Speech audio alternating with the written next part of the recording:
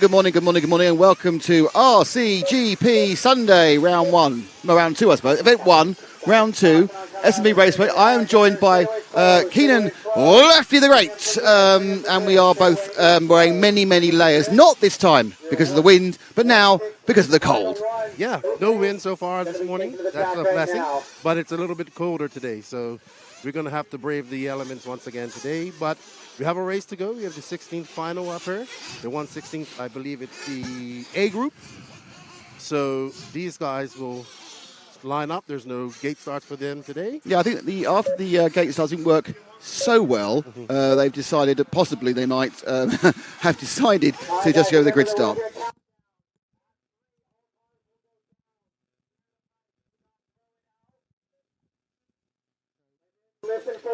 So we are going back to conventional starting. As you can see, it's very sunny in my eyes. Sun low over the back of the backside quad. And we have a relatively, packed day, but we've got quite a lot going on, a bit mildly. 9, 8. So I don't know if you're a Zachary Thompson, Michael Kuntz, Tom Franquito, Peyton Smalley, Robbie Smith, Toby Hansen, Joseph Littlefield, Benji Mullins, James Matty, Corey Jordan, Jared Mahaveva, Vinny Giovanni, or Josiah Chandler fan, but they're all off, and away they go. Always a great start for the leader. Everyone else kind of had a bit of a disaster. And they go around again. And actually, that's quite a clean start for the bottom final. Yeah, that looks like it's Zachary Thompson, Mr. Clean Freak himself. Is that because he's a clean starter or he has some issues? Well, he had a clean start. Unfortunately, he's not having a clean lap. Well, you can't ask for everything in the lowest final, can you? No, that's kind of like a bit too much to ask for everything, including a clean start and a clean final. Well, it looks like he did get away from that mess. That it was somebody else. 20-minute final, so there'll be 2 fuel stops, unless you've got some absolute monster mileage, which is unlikely on this track.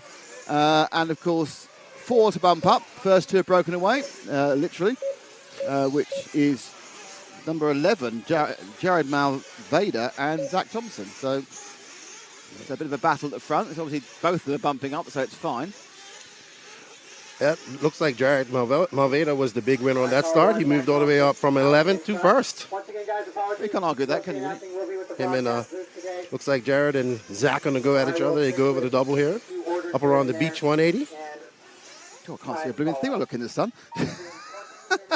Okay, so how do we have in store for you today? I'm not sure that's a correct way of putting it, but we after this race. We have basically got the A and the B side of the 116th. There's an RCGP seeding race, which we just not very important. It just orders them in the grid. We might show it. We will show it, but we won't make a big thing of it. Then we have the 8th A and B. Then we have the first RCGP qualifier. Then we have semi-practice, where we all go off and have a cigarette if we smoke or a cup of coffee, because no one cares about semi-practice. Then the quarters, A and B again. That's at 11 o'clock local for the first quarter. Then RCGP qualifying 2 at 12. Then we have the semis, we call them, isn't it? The semis at 12:50 and 12:45. Followed by the RCGP round 3, Q3 at 1:15. Then we have the what is called the RCGP Superpole. So after the third qualifier, there's going to be a Superpole, to which I must be honest with you, I need to go and ask Joseph how it's going to work. Then we have Not surprised at that. A short break, a very short break actually, for the last chance qualifier for RC2. Then the RC2A final, which is 45 minutes. Then we have the get ready for the RCGP A final, which is an hour. So we've got 2 long finals at the end. Lots of action all day, really. So, bad start for all of us. Thank you all for joining us. I'm just going to. What I'm going to do now is I've been planning to set this up. I'm going to leave you with Lefty just a few minutes. I need to go and do something of a natural format. No problem. Have fun with that.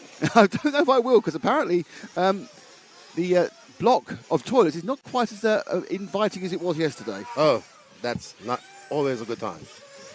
Oh, okay. We got some excitement going up there. We got a lot of shouting going on the driver's stand. But it looks like we have Zachary Thompson, Mr. Clean Freak, out to the front, followed by the Northeast driver, Toby Hansen, making the trip down with a big contingent of Northeast drivers coming down here to be a part of RCGP, making the trip from the cold to be in the cold. Let's see who we have here, who we're looking at when he comes across.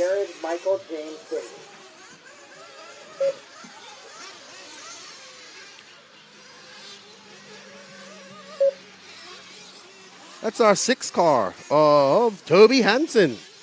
The Toby Meister himself writes one of the most interesting blogs in RC. Avid RC guy. Shout out to 46 RC out there. That's his streaming and his group. They had made a crew up there in the Northeast. Morning, everybody. Morning. We have Kevin Mendez. How can we watch today's coverage? I was at work and missed the main. Want to watch it now. Frustrating. That would have to be answered by Connie. Connie, if you can give him an answer, it would help us out a lot. All right, so it's still Zach Thompson out to the front, followed by Toby Hansen and Tom Franquito. Thank you, Benji, for going all the way to the end of the pipe there. Appreciate that. Thank you. Stephen, how many guys bump out of this? 4? So 4 drivers will be bumping out of this and going up to the 1/8A final. So right now, Zach Thompson, Toby Hansen, Tom Franquito, and Peyton Smalley are in bump positions. 15 minutes, driver. We have 15 minutes left to go. Peyton Smalley, one of the 3 female competitors here. Josiah Chandler, young Josiah has made the trip up here. He had a rough day of practice, but he's trying to make up for it in his 1/16th main in his final. Oh, and a mistake by Toby Hansen, which looks like, let's see, will it allow, and then we'll have to wait till Toby comes around to see what position he's in, if he lost some position. Toby driving the Mayako buggy. He's decided to go privateer this year, and he's decided to run whatever chassis he wishes. And enjoy the hobby, enjoy the sport once again. Let that faster driver get underneath you. And get back into the racing program as well as Toby lost one position to Tom Franquito, but he's still in that bump position right now. You have Zachary, Tom, Toby, and Peyton in your 4 bump up spots. Josiah Chandler needs to make up some time. He's 4.9 seconds behind that bump spot. Maybe he can make it up in his pits. They will have to pit, I guess, twice. I don't think anybody can stretch it out here for those 10-minute runs. So everybody will probably have to pit twice. Maybe we'll see some fuel strategy come into play later on today. Toby Hansen pulling a wheelie back there. Let's see if we can find, it's no real battles going on at the moment. Looks like Zach Thompson's pulled out to a 13.6 gap over Toby Hansen, but that's all right. Toby's in it to bump up. He just needs to keep it on all 4s, keep it started, and stay in second. And he will go to his next race. Leader there with you. All lower mains today are 20 minutes. The semis are 20 minutes. We have a LCQ as well today for RC2, which was very exciting the last time we had this at Thunder Alley, which ended up with Aaron Dexter, a.k.a. the Thylacine, actually snatching that away from young Little Bump and Colin Herzig. What an exciting LCQ that was. Aaron Dexter went on to finish 3rd in that race. He was actually supposed to make the trip here to represent JQSM team, but he lives in Australia and COVID restrictions wouldn't allow him to come. COVID has hit RCGP pretty hard this week. One of the favorites to do well in this, Davide Angara, was unable to attend for the Scuderia Scampi Rosso team of Associated. because his support team got COVID. And then Alex Zancatin El Machete got stopped in France, apparently. He had some issues with his COVID or vaccine, and he was not allowed to come. So then JQ had to pick up the radio again and unfortunately had to race. All right, we're still following Toby Hampson. We got some pit stops. We got Toby coming in for a pit. Let's see how his pit man does. You got P-Word RC down there. Oh, and they're using a bottle. Oh, and they mess up the launch, but that's okay. Because Toby just needs to finish in that top 4 so he can bump.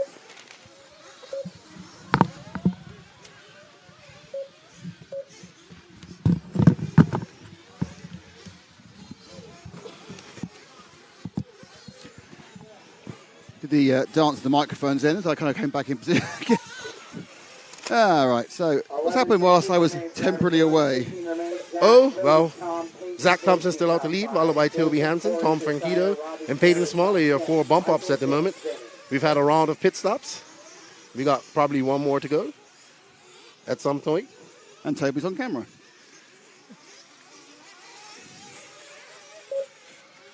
If you guys want to learn a bit more about Toby, check out his blog at tobymeister.com. Or you can check out 46RC on Facebook.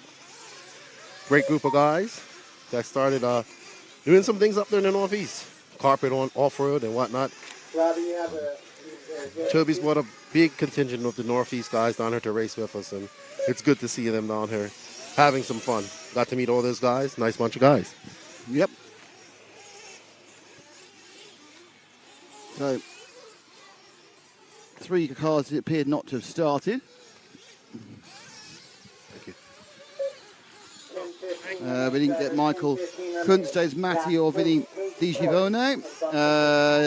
And Jared Marveda did start but didn't complete the first lap. So we have just 9 runners looking for 4 bump up spaces. And the battle at the moment is between the car 10 of Corey Jordan, who's going towards the end of the race, end of the lap, sorry, and he is basing Joseph Littlefield about 2/3 around. So what we need to do, Ash, is wait and see if we can find either number 10 or number 7, who I think are probably up now at the on the main straight beneath us. And they are, I think, 10 and 7, just gone underneath us there. So that is the battle for the final bump up place. I think it is anyway. It's a little bit difficult to tell. Combination of people not being put their numbers in their cars, and also the sun, which is completely in our eyes. But at least there's no wind so far. No, you're right. So basically what happens, the sun's in our eyes so much that it makes everything look black and white. So That is car 6 and car 4. and the leading one of those cars, I'll just confirm as they come round. I'll just confirm who we're currently focused on, which is this leading car. That is Corey Jordan. It is. Okay, that is the car number 8, that is. And then 7 has gone around the corner. No, so we've got 8. That isn't. That's Corey Jordan Which behind is him. Benji Mullins, who is in 4th now. Corey Jordan's in 5th. He dropped down to 5th. That's Corey right there. Well, at least he's not confusing anyway. Not the least bit. Here we go. Oh.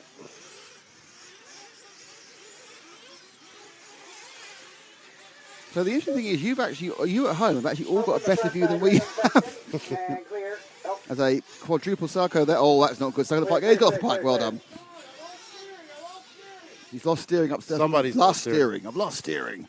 Oh, that sounds like our leader, Zach Thompson, has lost steering. Oh, no. Oh, no. Other lane. And that looks like our leader has been retired. Look, he's lost some steering. I heard him just shout down to his pitman, Don Elliott. Engine's still running on the Agama chassis. 8 minutes remaining. Is it an easy pop-up? Have they popped something on, or is it a servo failure? There's the drama for you to see on your screens. Oh, no. Oh, no. Is it fixed? It's a wire, he said. I think the servo wire came out. Oh, he's lost the lap. Where would he come out? And he's back out, but I think he has enough time to make it up. I don't think he does. Oh, no, hang on. I think he might have, but because we don't know how that was affected, how much of the lap he lost. He was a long way ahead. Yeah. Maybe they should have refueled him on that as well. That'd be a really good idea, actually. That in fairness, King, that is top conceptual work. 720. Toby, Pinky, Joseph, Zach, Lindsay, Corey, So Robbie. Thompson so far is down to 3rd. I think the lowest he'll go is 5th. Michael James, Benny. Let's see. We're following on where he ends up. Might be third. Yeah, he is in third. If the grid isn't up, tell me and not what it should be. That's not my error. No problem. He's 23 seconds behind the leader, but very comfortably in the position of third. And that's all he needs to do to bump up. He still has one position to spare if he wants. There only appears to be 4 cars on the lead lap, on the nearly lead lap at the moment. So when Thompson comes over and completes this lap, he'll be in third on the lead lap. Toby, Peyton, Zach, Joseph here. He's coming in for No, fuel he's in now. fuel now. It looks like he's still having some steering issues. I don't think that's just talent. Yeah. Oh, no, he is. You're right. Yeah, you diagnosed it correctly. It looks like his screw came out of his servo horn. Right, so now... he's still okay. He's got such a long lead. He might still be all right. That's definitely doing things up rather than undoing things. That's very tight now. Put some fuel in. Yeah, he's shouting, fill it up onto here. Don Elliott doing a great job getting his car back out. So this is the story, the Zach Thompson. Luckily, because this is the first of the finals, there's a massive spread between the first and the last. So if you have got, a relative level of confidence, you can make up 4 or 5 seconds a lap. For example, the fastest lap of, there's a 5-second difference in the fastest lap of the fastest and the slowest. And Zachary is the fastest. He's 5 seconds faster than the guy in 8th, Corey Jordan. Now, I'm not sure where it's going to put him. He's dropped to 4th at the moment. I think he may have even dropped to 5th. But I'm not sure if the rest have taken fuel either. He doesn't even need to push it as hard as he's trying right now. He needs to just drive smooth and he can finish in that 4th position. He's in 5th now. Mullins has taken over. He has to catch him up. So Mullins is ahead of him by a total of 3.1 seconds, which I was thinking about half a lap probably. 5 to go. In fact, I think that is the blue car ahead of him. And the car, he's lucky there because there's a car dead in the middle of the quad, the backside quad. And I think that may be him actually now hopping past the blue and white car and into 4th place. And then That might be 4th and 5th guys right there. Might be. There's certainly a kind of an element of, that was some casual marshalling. I'll just lob the second car on top of the first car. 4:30 remains. So, top 3 are through. But Benji Mullins, it's gone horribly wrong now. Yeah, that was Zach Thompson has dropped down to 6th. So, and 4th is something in the region of 7.5 seconds away. So, combination of major crisis with the steering servo, which happened twice, and then that big accident has given anything all to do with how long to go? Just 4 minutes. So there's still about 7 laps. So he's got a chance because he's a couple of seconds lap faster than a lot of these drivers, but he really has to keep it 4 wheels down. Back marker getting into. Yeah, it's going to be a massive element of frustration now, which you really have to avoid because you're going to go anything if he drops further behind. What he needs to do now is just put in. It's gone now. He needs to have a serious word with himself. Think about what he's doing. Possibly dial it back from 10 to 9.8. He's got the pace, and then he will begin to gain on the rest of the people ahead of him. They are, a couple of seconds slower, and that's what you don't want to do, because that's where those 2 seconds slower have disappeared, and another lap where he's not gaining has gone by. Now, at the start, he was turning out great laps and pulling away from these guys at 3 or 4 seconds a lap. But he's obviously running on nervous energy at the moment. And he's 9 seconds away from getting close to the bump up. Yeah, he's 6 seconds away from the bump up. He's 6 seconds away from the bump up at the moment. He has 3 minutes to do it. Some mistakes from some of his competitors. He just had a bad luck there on the quad at the back. He's got someone dead in the middle and he had to ease off. And this is where you don't want to overshoot it. This is where you don't want to overshoot. And it's kind of it's unravelling really by the half second. Now, of course, we don't know how the people ahead of him are doing. They could be unravelling as well. Josiah Chandler now.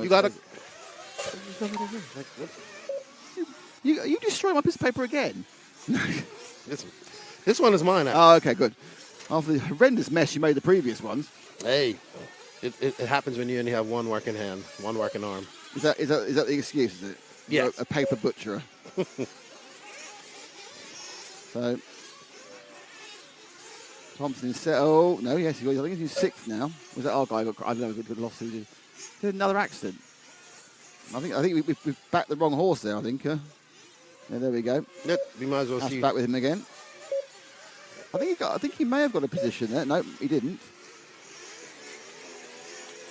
He is only 5 seconds off at the moment, but it's really just a case of one too many errors. 135, drivers, 135. He's got 3 laps. There's no plus 2 laps here. It's a standard timed race. Comes through the infield. Oh, that was very useful, getting caught by somebody else. Toby, Peggy, Joseph, Josiah, Zach. So Toby Hampton has taken the lead at this point. Zach Thompson's up to 5th, and he's 2.6 seconds away from bumping up. So other people have had problems. He's up into 5th. He's 1 off the bump up, and it's 2.5 seconds. What you need is someone telling him where he is so he can gather his speed. Now, I'm not sure the person ahead of him is Josiah Chandler. Is that Chandler? Is he about to get 4th? I think he is. I think he's just got in the bump up. Oh, he got away though. Got tagged. I think as we go around this corner now, he's going to be in the bump up position. Oh, great comeback for Zach. But he does need to keep it. He needs to keep this 4 wheels down. If he does, he will bump up after a rather overly eventful race. And you're going to have to go. I think I have to go and lie down with a wet flannel. I think after this one. He definitely did it the hard way. Yeah, he started really well, and they had a problem. Then he did make it easy himself in his comeback. He's got himself a nice little rhythm now, but initially he was just pushing way too hard. And once he's in the rhythm, he's got a couple of seconds a lap on these people. I think we're about to start the last lap. Second to go. Yep, it's the last lap. So it is now about keeping the 4 wheels down. By the way, of course, we have Toby Hansen, Peyton Smalley and Joseph Littlefield also bumping up.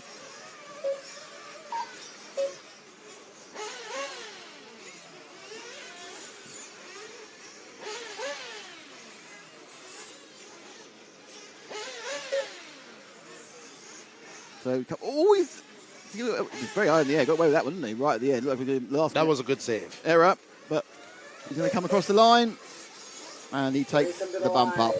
Toby, Peyton, Joseph, Zachary, Will Bob. Toby wins by about, well, officially a lap. It wasn't quite a lap. It was about 40 seconds. Actually, no, it was a lap. Hansen won. Toby won by a lap in the end. A lap and 11 seconds. Yeah, great bump up for Toby Meister. Peyton Smalley, our third female here at racing with us. She gets the bump up, as well as Joseph Littlefield and Zachary Thompson able to come back after servo issues and get that 4th place for the bump. Let's go. Good luck.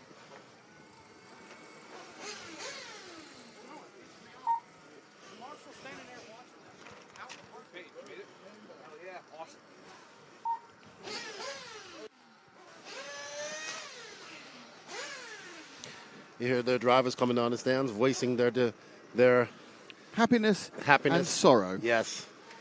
In equal measure.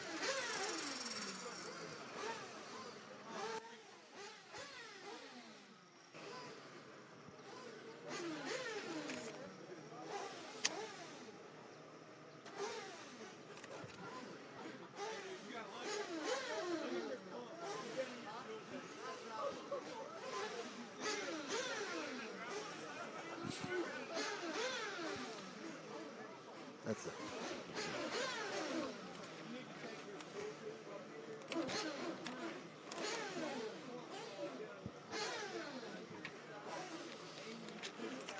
Marshall, please to positions. Ricardo, Bobby Moore, Mark Whitlow, Miguel Velez, Andrew Kirk, Jason Lynn, Bradley Major, Luis Pett, Mike Walker, Scotty Powell, Brian Hutchinson.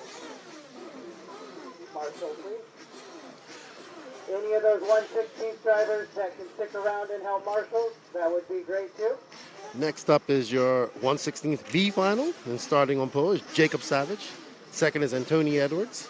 Third is Brandon Peters, Michael Liss, Juan Carlo Ligavoni, Tony Scarcella, Aaron Brembry, Big Cush, Mark Thomas, Sean Brennan, Jacob Edwards, Wyatt Klein, and Jake Barrett.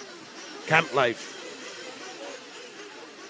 Drivers will get the 3-minute warm-ups.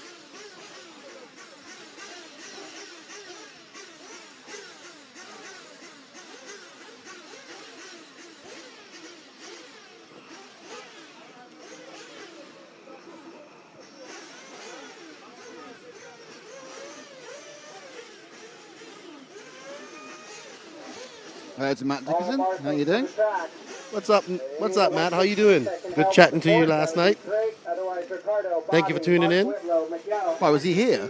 No, he's in Canada. It's a little bit cold up there, and Well, and it's lovely here. Actually, in the sun, it's not too bad. I must admit, I'm less cold than I thought I was going to be. Doesn't mean I'm warm.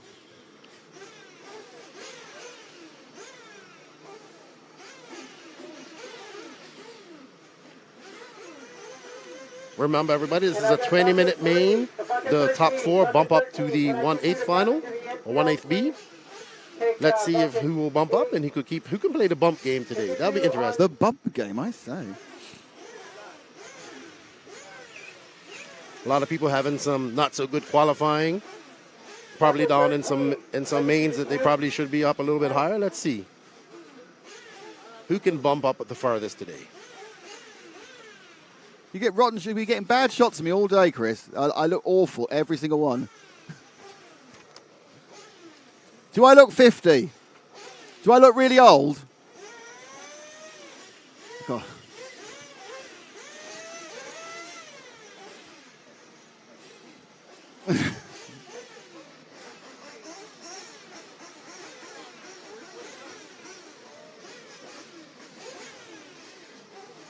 Group B, track is yours. Group B, track is yours. 2 minutes to start.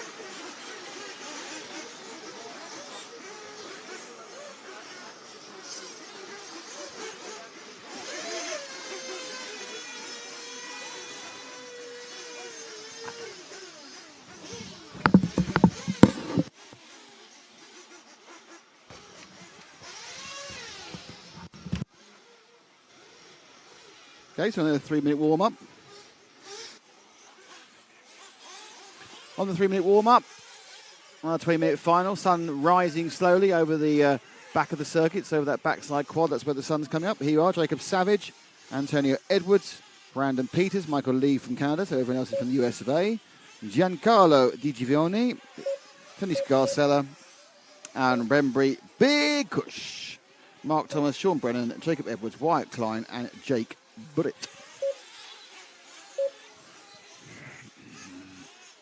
2 minutes to start.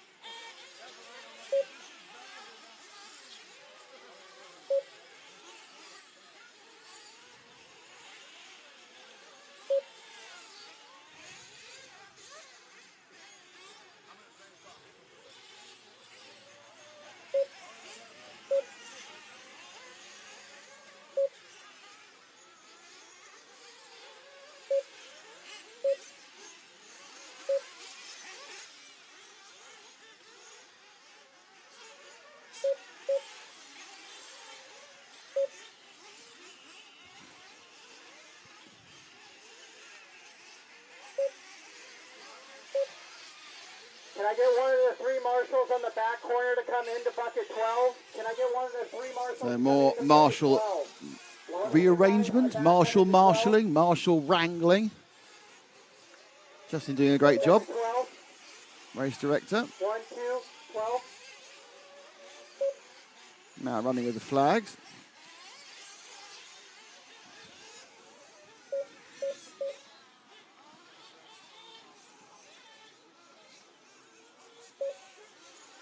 Perfect, thank you.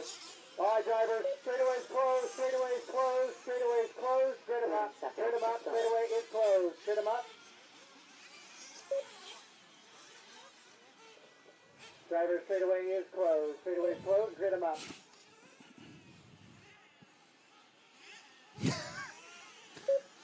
So impressively camp flag waving there by Mao.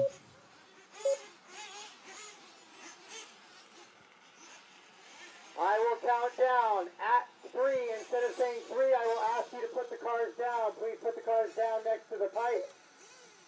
Then step away from the car. Listen for the tone. Drivers will take off at that point in time. I will count down. At 3, I will lower my hand and ask you to put the car down. Please put it next to the pipe. Drivers will take off on the toe.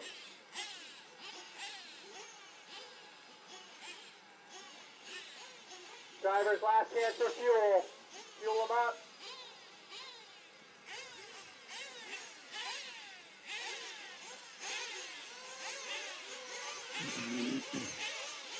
Get the equipment off the track, please. 10, 9, 8, 7, 6, 5, 4, down. Well, a bit knobbly jump start. Don't really jump the start. Some anticipation when it's away, and they've gone away. I think actually it's kind of a 3 who's got in the lead. Which is Brandon Peters. Don't put the vehicles, but 3 corners later, everyone's fallen all over themselves. So they're out in the lead and streaking away is the car number, not 3, that's for sure. Can't see who it was. So we'll get them in a second. Lots of chaos at the back end of the quad. But as always, these first early finals were shuffling about. And in fact, it was the 3. So Brandon Peters did carry on with the lead the whole way through. Followed up by Mark Thomas and Antonio Edwards, Tony Scarzella, Big Cush, Wyatt Klein, Michael Lee, Jacob Savage, Giancarlo Di Giovanni, Jake Barrett. Is that it? No, we've got more starters this time. Jacob Edwards has also started. Don't seem to have either Aaron Bembury or Sean Brennan. So our leader has changed. He's dropped back down to second while I was reading. Now he's back at the lead again. That guy lap behind already was just a really ponderous corner. Looks like he's back through again. So, oh, that's not gone well, whoever that is. So, still back in the lead again is Brandon Peters. Oh, no, he's not. He's upside down. Was in the lead very briefly. That means that, I think that does mean now that Mark Thomas is in the lead. This is going to happen a lot. They're going to swap about and swap back for a few laps while they settle down. More problem for Peters. So the top 2 now are different than they were. And they're fighting over the infield hump.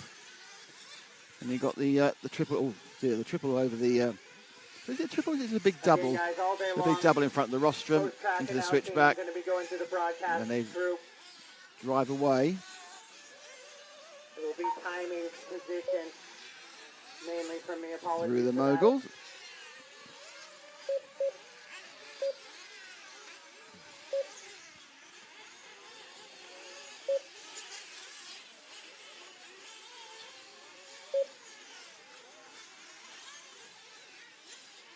Caution entering the left side double-double.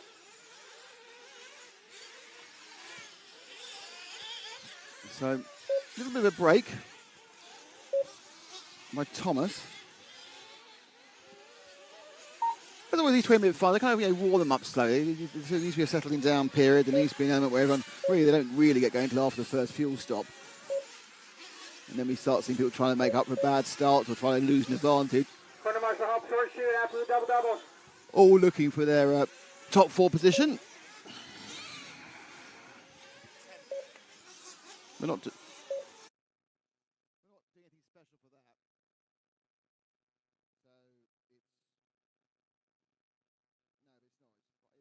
So it's basically about 5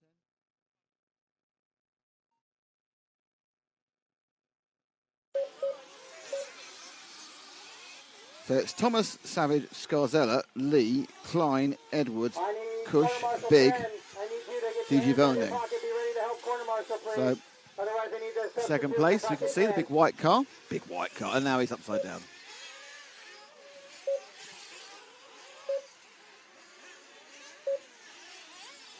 Oh, that was lucky. Marshall in front of me. Marshall the car. It was in about half an inch being clunked in the ankle by another car. Just jammed the brakes on just in time. So, top of the hill. Mark Thomas leads.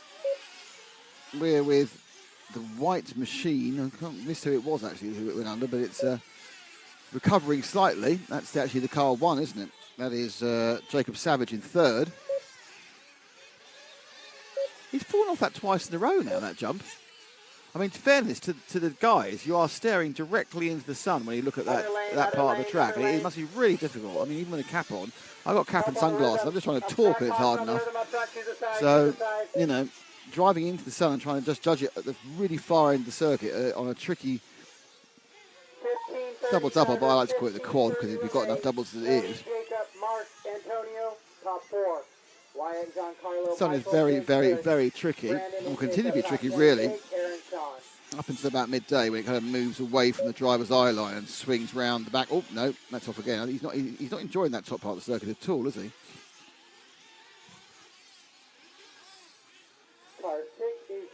That isn't Jacob Savage. I've just worked that one out.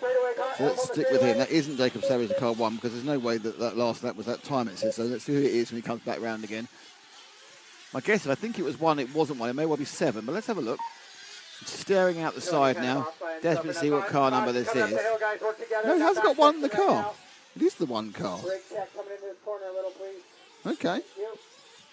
2 bad laps, but still in second place. Okay, I shouldn't try and second guess myself, should I?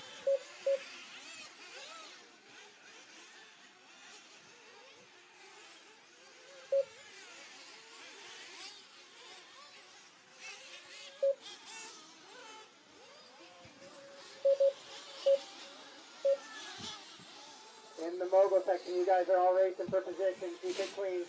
Left-hand side of the track now.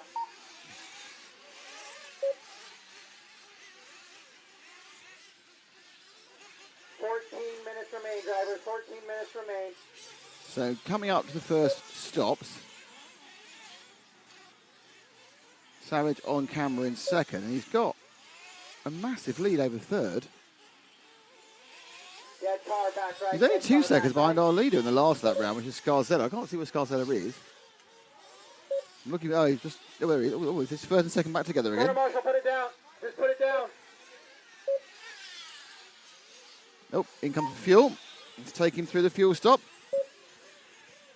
Stops just to my right. Fuel in, fuel out. Same time as the car 8 of Big Cush was taking fuel, but Big Cush obviously a lap behind.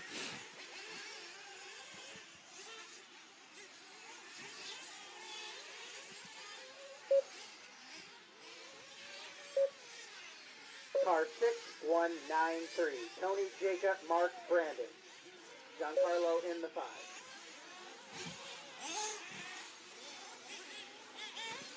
So we see where Scarzella in car 6. And he's taking fuel. Slow fuel stop in front of me for the 4. So that was Michael Lee not having a particularly quick stop, it didn't seem. Shaking the head at the pit man. Starts his stopwatch for the second fuel run. 20 minutes. You need to have a pretty economical car to actually get to 10, so that doesn't tend to happen.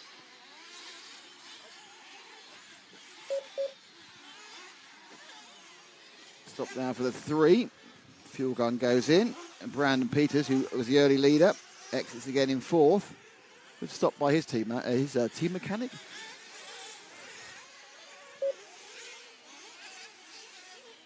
You've got Burritt, Bembry, Brennan.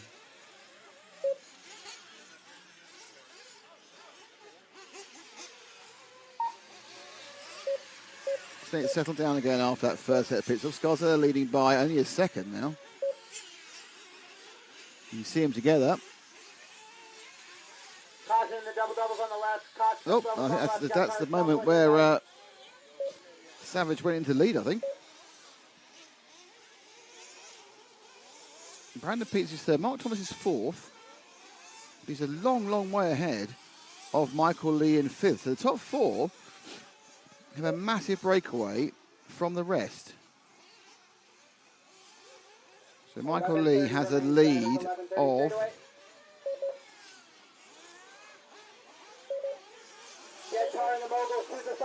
12 seconds over. So Mark Thomas in 4th has a lead of 13 seconds over Michael Lee in 5th.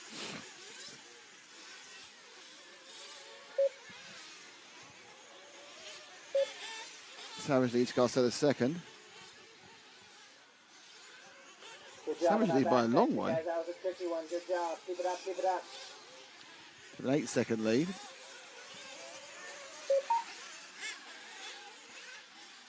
Who's in fourth at the moment? So it's Thomas.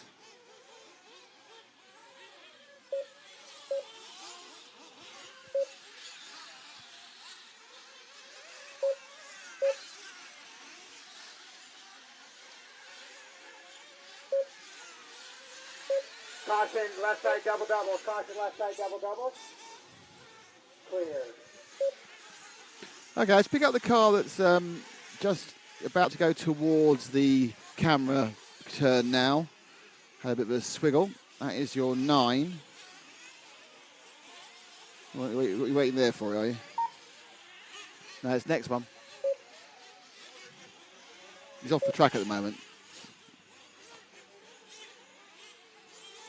There we go. That should be car 9, who was in fourth. We had an accident. 10 minutes remain, halfway home. The fourth is the key point because you're bumping up from that fourth. Car 10 has a problem, but carries on going. Now this is kind of a guess because again in the sun you can lose car. But I think this is car 9. It is. And there is the guy in fourth. Yes, it is. Double plus points for us. Found the car, and this is Thomas, who's currently looking to try and bump up from where he is. Top 5 drivers must go to tack following this race. Top 5 drivers must go to tack following this race. Sun really quite bright in the eyes of people now.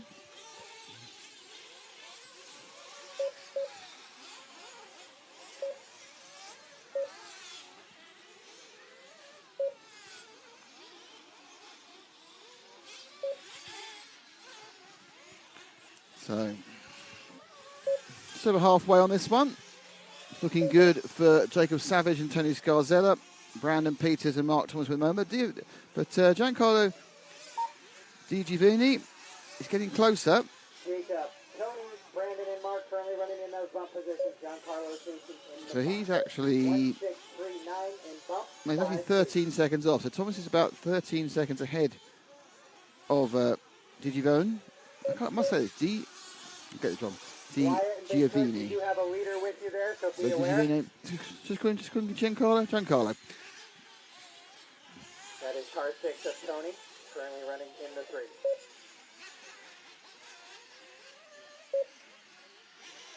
Corner marshal help, front rhythm, corner marshal help. Front rhythm. Caution in the front side section, guys, caution in the front side section. Big accident there, big panic for the marshals. Thank you, Marshal.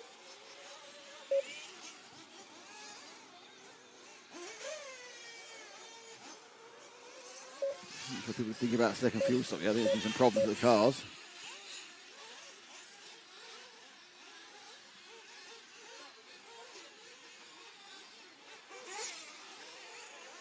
$7:45, drivers. $7:45 remains. $7:45 remains.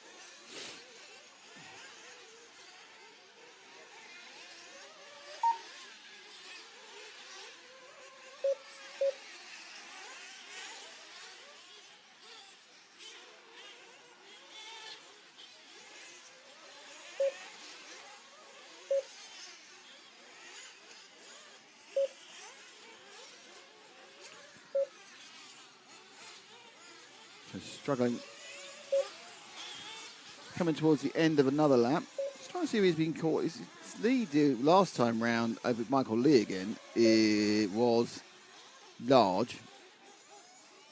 I think he's now got 21 seconds of a lead.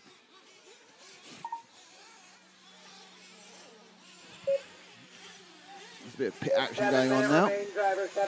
Our leader runs into the pits. The 7 cars painted the wrong way. Jacob, Brandon, Tony, Mark, Michael Liz, Wyatt, Giancarlo, Big Kush, Jacob, Jake, top 10. Antonio, Sean, Aaron.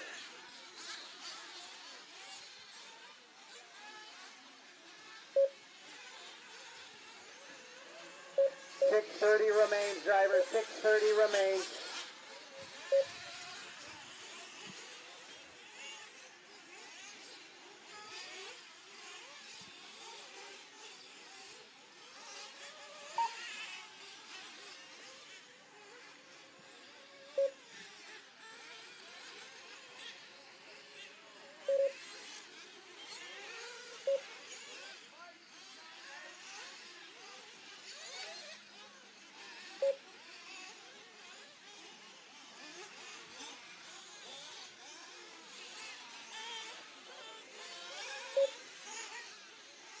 5:45 running order still Jacob, Brandon, Tony, Mark, your top 4. Michael Liss in the 5. Wyatt, Big Chris, John Carlos, Jacob, and Jake Barrett, your top 10. Again, all announcing will be with the broadcast crews down below, guys. Apologies for not more on track.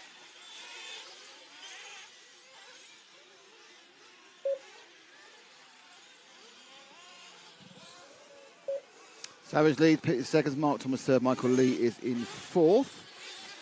And as we run through 5 minutes or so to go of this one, we desperately search for some sort of action, which there isn't any of. Let's see if we can spend a little time with somebody else in a second. Thank you, Jake, for returning to the track on the track at the same position you were Hello, at Nick. earlier. Hello, mate. Appreciate that. It's not a very good one, this one. Oh, actually, it has changed, though, because Michael Lee is now in fourth. So who's dropped out? Oh, Tony Scarcella had a problem and dropped out. So Lee now runs in fourth. On bucket 10 real quick? No. No, what just happened there?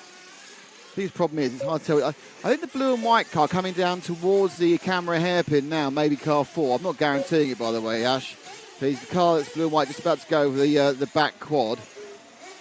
I think that is now Michael Lee. People are not putting their numbers where they should do, which makes it very hard to work out what the heck's going on. Yes, it's been very difficult. Definitely think we need to keep, I think wing numbers are needed as well. I think like a big, like you know when you play Gran Turismo, there's a big kind of moving graphic above That it would be saying great. who it is. Do that. I did see that Cole Tallard put a little strip of fluorescent yellow on his His wing. numbers are good. I like his numbers. Yes. Also on his back of his wing, he put that little strip of fluorescent decal, and you can look out for his car, make it out. Yeah, I might go and have a word with him. I mean, there's an RCGP practice next, which we're just covering casually rather than full on. But I might have a word with him after that and say, can you put 3 numbers on your cars?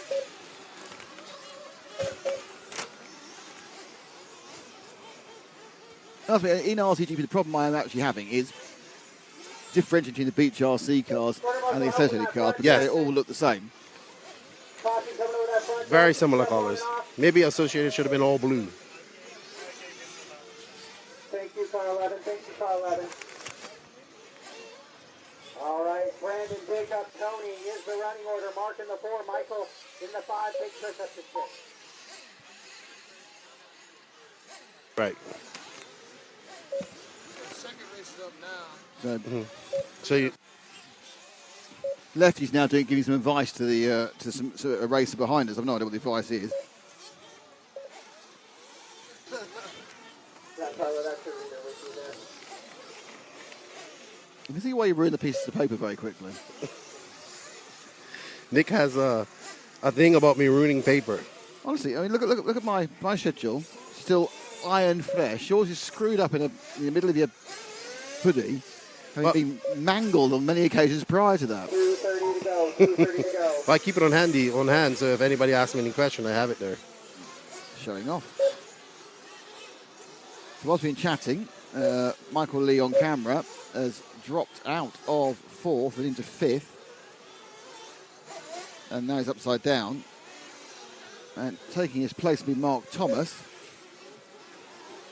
who is about the length of this backside quad ahead now. And we are down to minute and 55, no extra laps, just pure time. So can Lee get back onto Thomas is the question. Oh, Brandon, possibly Jacob, even Tony, now. Mark your top 4. Michael There's Liss 3 of them in the together. 5, 1.1 back of Mark. Keep that battle clean, gentlemen. 1:35 remains. Here they go. Oh, that's gone very wide for Michael. Trying to chase the 9 of Thomas. And Thomas has got a second also. Oh dear, you don't want to do that. That's really kind of, when you're getting close to getting that bump up. Those changed cars now. It's a green. Oh dear, no car dead in the middle. Oh, that's Reed. That's not a great lap under any definition.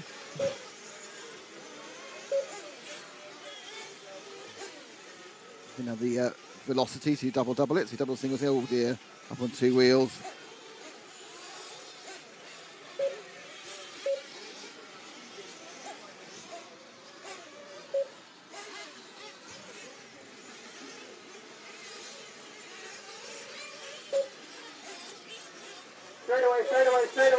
Caution's wide on the straightaway. Driver stand side. Driver stand side on the straightaway. You don't want to roll that. Someone has rolled directly on the straightaway, yeah.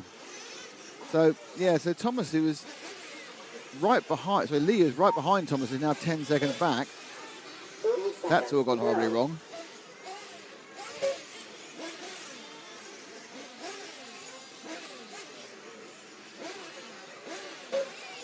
In the end, actually, we had 12 of the 13 started. Only Anne Branbury didn't start. Brandon Peters leads and has the fastest lap with 33.6. Just to give you an idea, the top pros were doing high 29s, and I think the fastest is 29.5. So it's not a million miles away. As the race comes to an end, 20 minutes is up.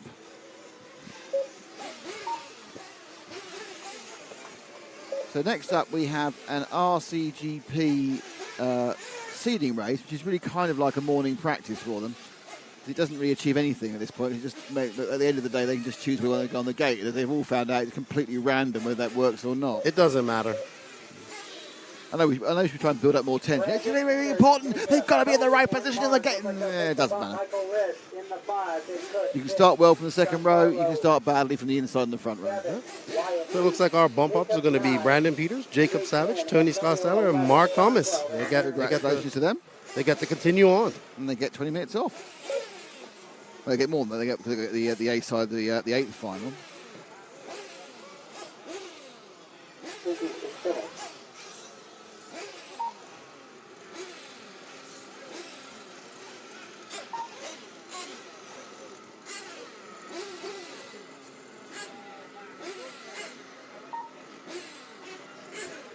I'm not quite sure who's going up now, because that's not the people I think it should be.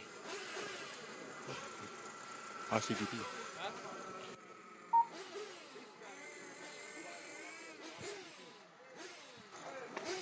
No.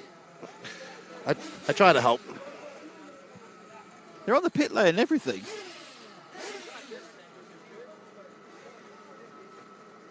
What's going on?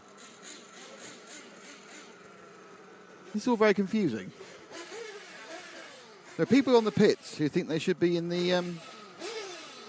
we have RCGP seeding practice on our schedule. Yeah. RCGP is on track now, guys. I don't know what my 1/8 main is doing up on the stand, but it is RCGP is up now at 9. You guys are scheduled to be on track at 9:15. They've been told off now, haven't they? It's RCGP. I love the eagerness. I appreciate it. Embarrassed, sort of. Is it? Oh, shouldn't I not be here? Oh, okay. It is RCGP that is scheduled to be on track at 9. My 1/8 main A group is scheduled to be on track at 9:15.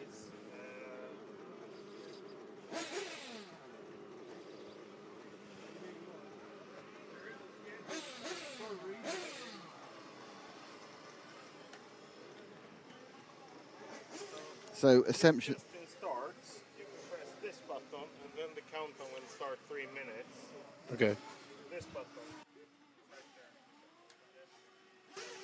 They should have 3 minutes, right? Yeah, 16th from 16th. Everything's set. Once again, I please ask that it's a little unique and a little different this morning and all day on how we're corner marshaling. So please look at social media and check out the Sunday, March 27th schedule. And please look on the right-hand side to see where your marshal responsibilities are today.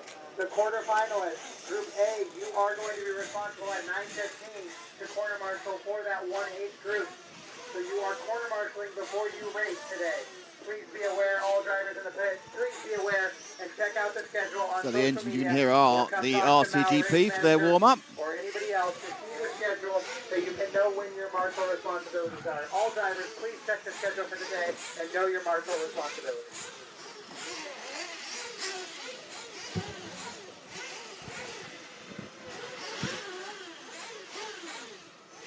RCGP assigned marshals are responsible for this team. RCGP assigned marshals, as scheduled, are responsible for this team. Oh, Keenan's left me.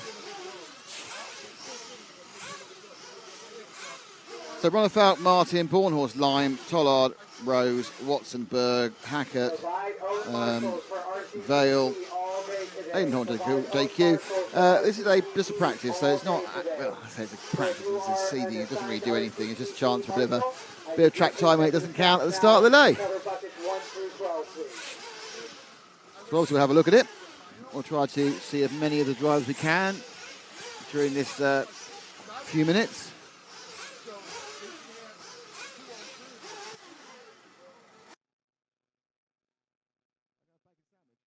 And a coffee. And a coffee.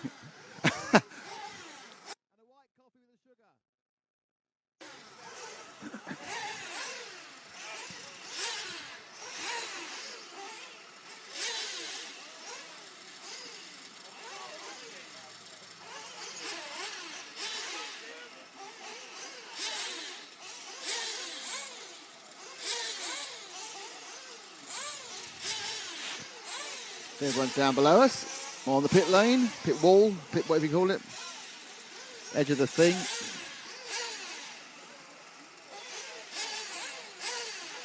RCGP assigned marshals to the track, please, guys. Yeah, there's been a marshal issue here, there aren't any. If you are an assigned RCGP marshal, time to head to the track, please.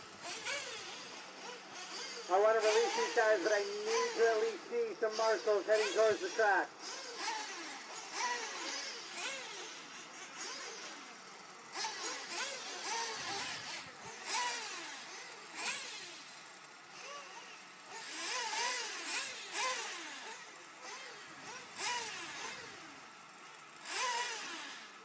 Can you go 1 through 12? Come in 1 through 12. Thank you. RCGP assigned marshals. Where are your marshals, guys? All right, RCGP, track is yours, track is yours. 3 minutes to start.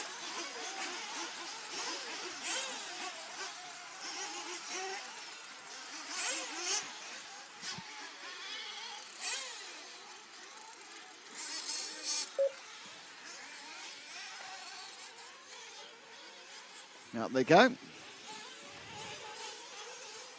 Who are we with? You can't see what's on the screen at the moment because the sun's so bright.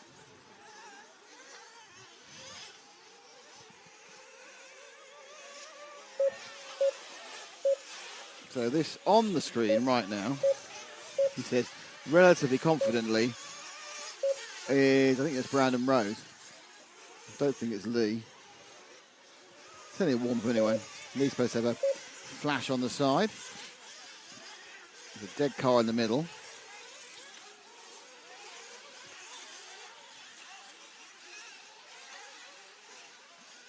Two minutes to start.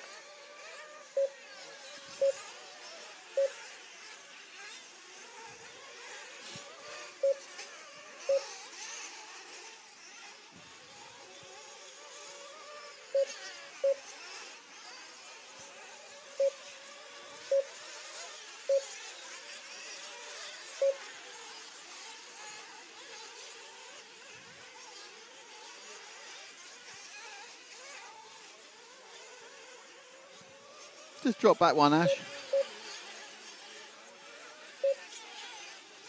Managed to choose a point where there's a massive gap, but there we go. So now on to camera.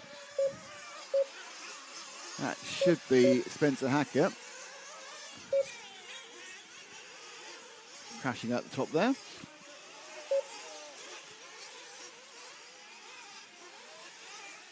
One minute to start.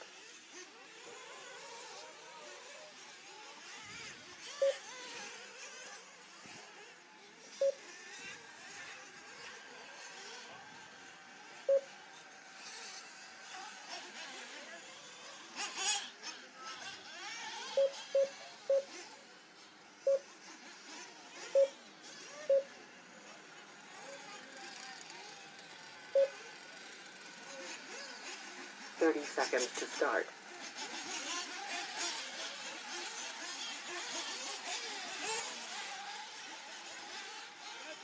20 seconds to start.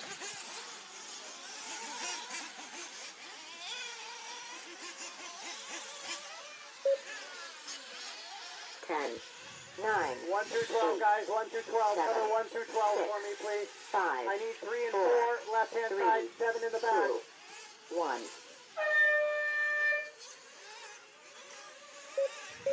I need left-hand side doubles, guys. Left-hand side doubles.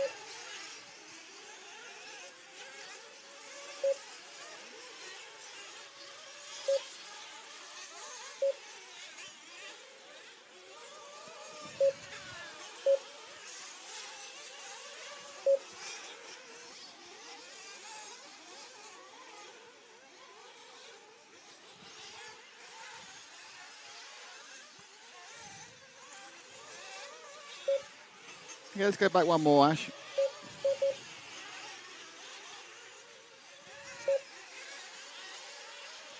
Imagine it, Brandon Rose again, don't we? Or was that Lee? I think it's Brandon because it's got a black wing.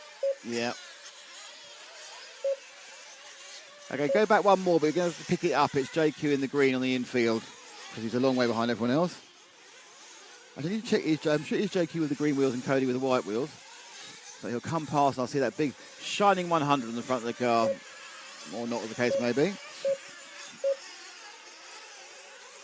JQ action for all you JQ fans. I'm not even sure what they're doing here. They're just timing themselves, aren't they, really? I think it's a best 3 or something, is it? Best 4? Seating session, 6 minute seating session. Chance to see the cars going around, which is always fun. Chance for the car drivers to get an idea what the track's doing, as it has been evolving consistently after being so wet on Thursday.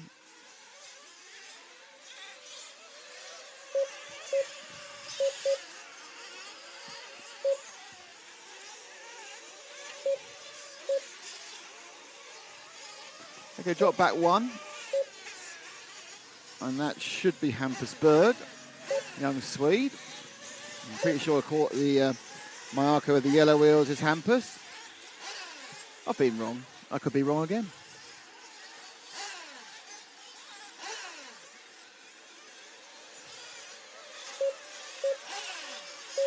I'm not, I'm right that time. That's Hampus Bird. Oh. Action behind him.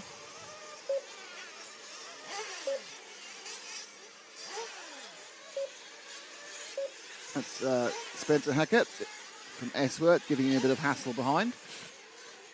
Setting a few lap times to find themselves on the grid.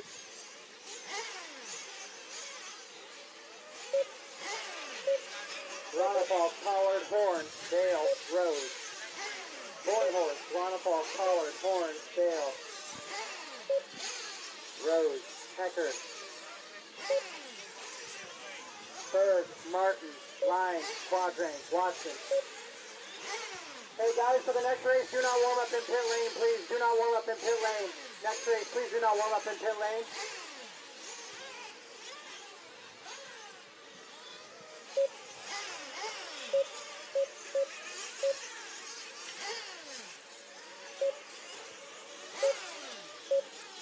So a bit of a kerfuffle beneath us there. The next finalist will warm up in pit lane. People weren't very happy about that.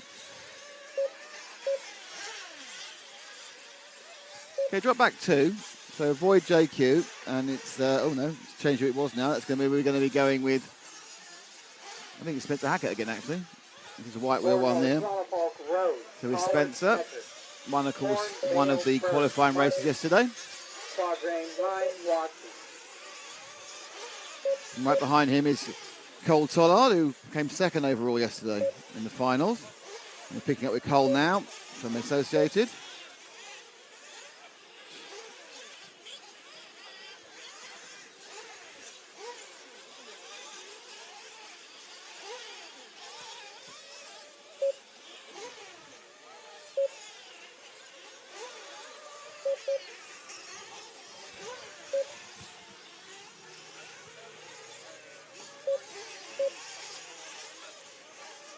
Again, all day today, guys, broadcasting.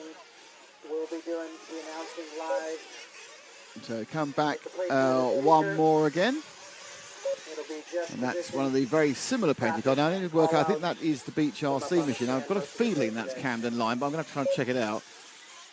This is one of the difficult identification where the Beach RC and the Associated cars are very, very similar. But I have a feeling that that is Camden. See if he's just going to cross the line. No, it's not. So who was that with the yellow wheels? Might be Evan Vale, actually.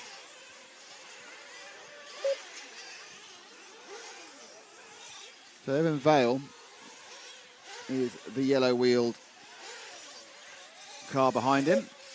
So with Vale,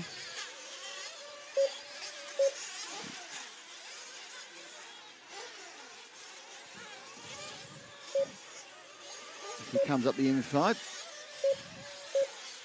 American for the Beach RC team. 30 seconds to go.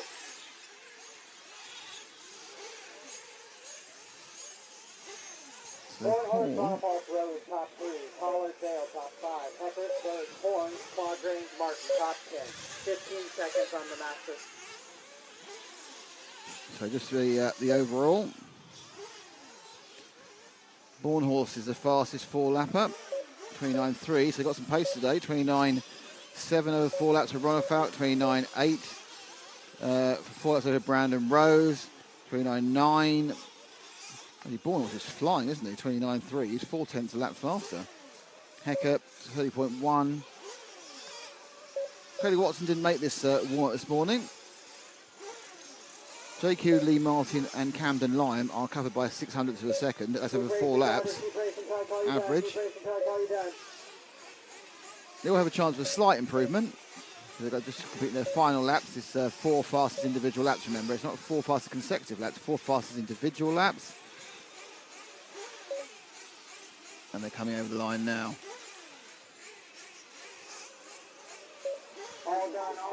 So that was their practice, and what it's told us is that Joe Bornhorst still looking very, very quick. But of course, the thing to remember is it's nothing. We've got 3 qualifying heats, but it's about an hour's final. The hour final will be very, very different.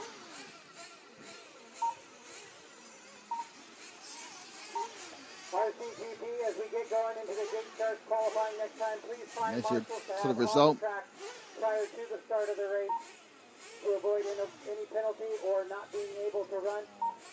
So RCGP, as the day progresses, now we go into gate start qualifying. Your mechanics will be required to be over at the gate, so please find marshals to fill your bucket prior to the start of the race. RCGP, thank you.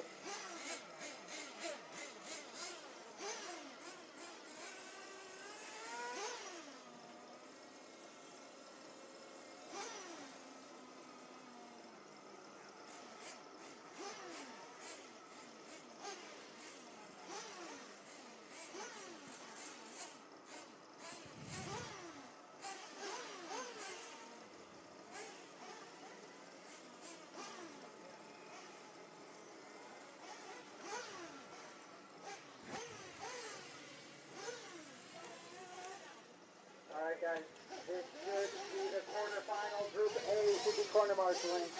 Quarterfinal Group A should be corner marshalling. Cole Sura, Abby Burku, Camden Lee, Justin Drink, Matthew Kessel, Kayla Espinal, Jamie Armin, Amrine, David Carmody, Brett Butter, George Stiladius, Chris Canello. Okay, so we're straight now into the 8th final. Tony Palashall, Logan Nixon, Jacob Lasco, Ron Lupel, Chris Smalley, Mike Hansen, Ryan Fowler, Nick Elliott, P-Word RC.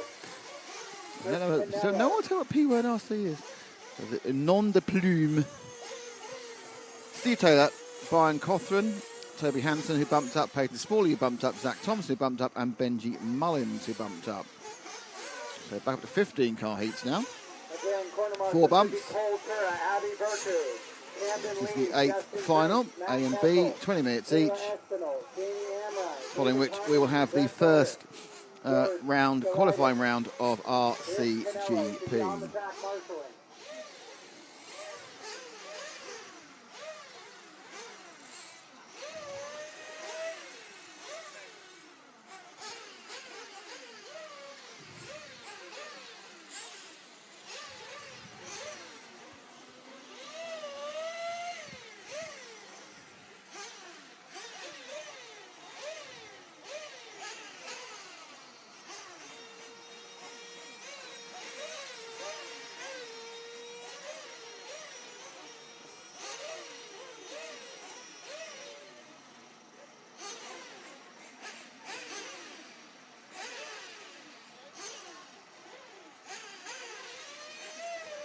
Colter, Abby Berkeley, Camden, Justin Drink, Matt Kessel, Kayla, Jamie, David, Brett, George, and Chris should be on the track marshaling.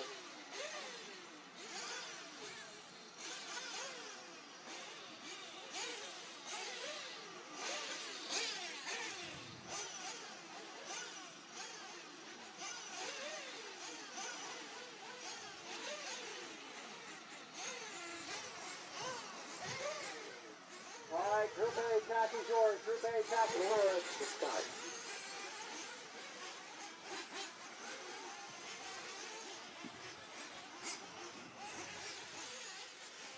Well, a complete Horlicks made of that release there. They got 3 minutes to warm up, and they all trundled off down the mogul section, which is the first corner, and about 9 of them hit each other. But if you're going to hit each other, you may as well do it before the race starts.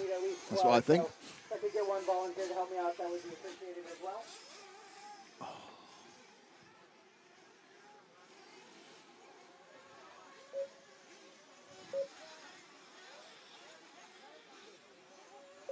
So just to remind you, currently it is 9:15 US time here, and at 10:15, well 10:05, we have the first RCGP qualifier. So 50 minutes till that one. Before that, we have these two finals. 20 minutes plus warm up and everything else.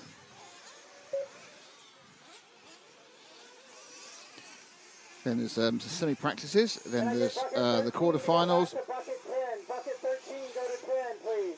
And then there is RCGP qualifying 2 is at 10 to 12 local time. Obviously, you have to convert your real time. Currently, we are 5 behind the UK after we moved to summertime overnight, and of course 6 behind European time after they moved to summertime. And of course, the Americans realise we're 3 ahead of West Coast here on the East Coast, and then of course it's Texas time, and then there's Mountain time and Central time. It's all very complicated because time moves all the time in time. On the left, guys. Toss on the double-doubles on the left.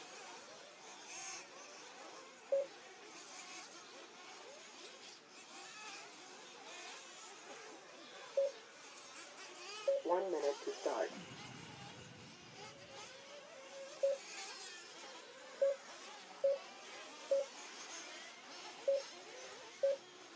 Forty-five seconds, driver. 45 seconds.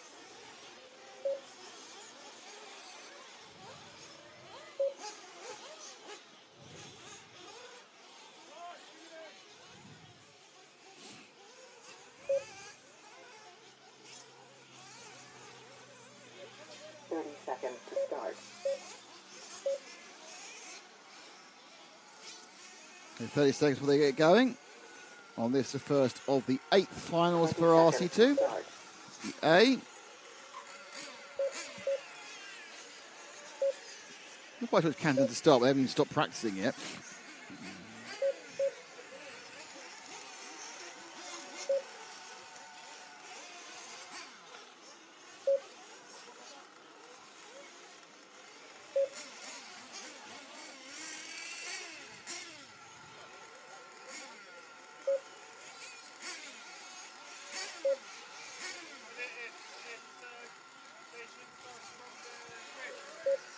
Bring him in, drivers. Bring him in. Bring him in.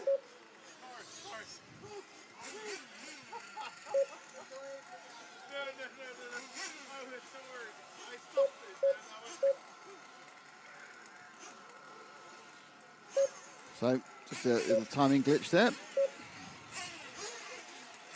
Bring him in, drivers. Bring him in.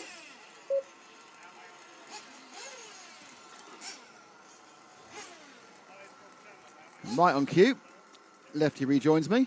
Hello, Nick. And he's worked out what button to press as well. My God, you have literally passed all the tests. You even turned your own mic on there. I'm impressed by that. I'm improving by the day. So let's see who we have here today. We have Tony Patashaw from Florida, Logan Nixon, Jacob Lasco making the trip up from Florida, one of the Canadian guys, Ron Lupo, Chris Smalley, Mike Anderson, Ryan Fowler, Nick Elliott, P-Word RC, Steve Taylor, Ryan Cawthorn, Toby Hampson, our bump up, Peyton Smalley, our bump up, Zach Thomas, and Benji Mullins. Go us. Yeah.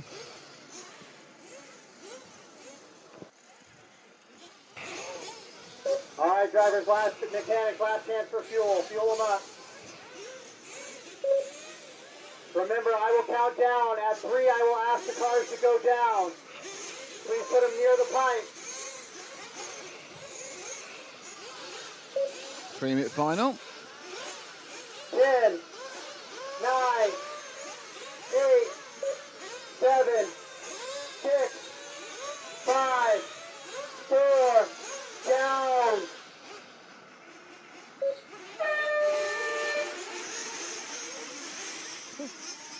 And away they go. Looks like the front half of that pack got a clean start. Looks like our top TQ of this run, Tony Padashaw to a lead. But he's got 2 cars in back of him. Let's see who those cars are. All right, guys, start to get into a racing rhythm here after this. Tony first lap. Padashaw, a long-time racer here in the Southeast. I met him back in 2004 at Lance Norrick's The Goat Farm 1 in Charlotte, California. My first big race I ever went to. Looks like we got a good racer ahead of us. Oh, no, it looks like Jake Blasco. Oh, no, is that Zach? What? I'm all confused here. Let's see. Let's see it work itself out. Return that, thank you. They have Zach Thompson in first, but it's actually Jacob Lasco in first. Let's see. Some clean racing. Good clean pass in there. Yeah, it's Jacob Lasco, Tony Padashaw.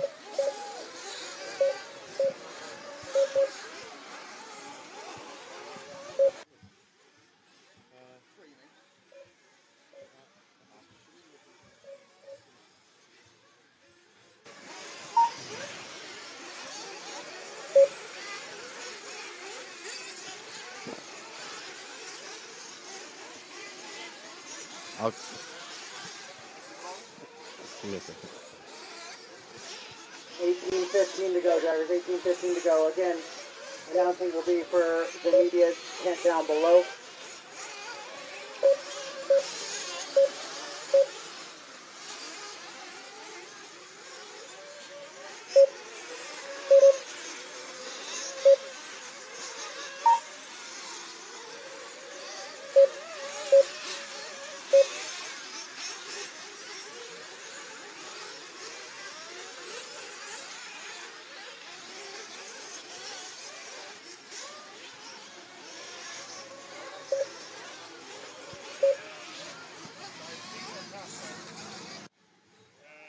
Seems like they put him on the loop 14 seconds after the start. So yeah, he shouldn't be there. I'm gonna remove one lap. A little scoring problem there. Zach Thompson actually is not in first. It's actually Jake Lasco, Tony Padashaw, and Ryan Fowler. And Ron Lupo are your bump ups in the moment. It's 17 minutes and 8 seconds left to go. We are following right now. Let's see. I'll find out here in a minute. 17 minutes remains, driver. 17 remains. Caution back, double, double. We are following the battle for first between Jake Lasco and his good friend Tony Padashaw. They have been pitting together. They drove up here together. We all drove up here together. They've come all the way up here to battle each other in this 8th final here at RCGP. It's a beautiful day here in South Carolina. The track looks awesome. The wind is non-existent. The sun is out, and we are expecting a great day of racing. If you're in the area, please come by. Pay us a visit. What's up to all of our chat? What's up, Jason? What's up, Wayne? When the gate starts, actually, I think the semis will use them. I don't think even RCGP will use them today in their mind. Yes, yesterday was horrible with the wind, Jason. Today is so much better. It's beautiful, actually. It's very nice. So, Jacob Lasco has got a 0.8 second lead on his good friend Tony Padashaw. Ryan Fowler is 6.9 seconds behind. And Toby Hampson, the big mover, your bump up from the 16th final. He's up to 4th. He's got himself in a bump position with 15 minutes and 51 seconds left to go. 15:45 remains, drivers. 15:45 remains.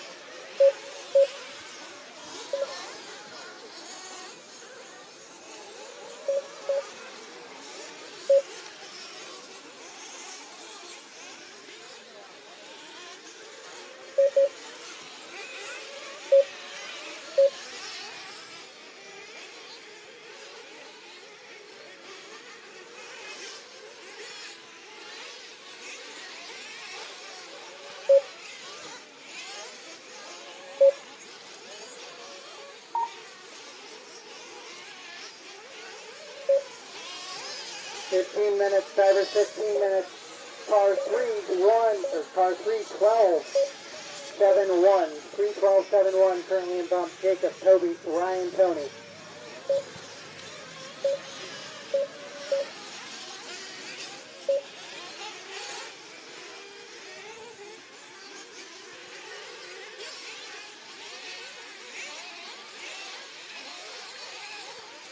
We're following our TQ Tony Padashal, who's dropped down to 4th, it looks like. Let's see if we can find car number 12, please. Ash, number 12, Toby Hansen, just dropped down to... Actually, looks like he might have just come in the pit, actually. Can we see? Or he's just fell down a good bit.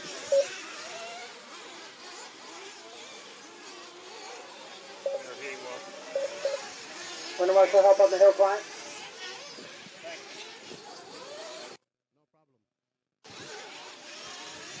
We're on board with the Toby Meister, who got a lot of track time here. He got his 20 minutes earlier, so that's showing that he's looking to bump up to his second time for the day and be in contention for the Bump Master Award. But he's got a tough group ahead with Jake Lasko out to a lead. He's got a 5.7 second lead over second place.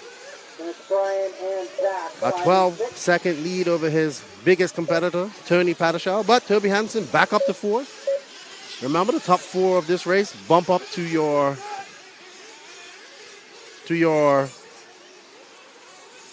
quarterfinal.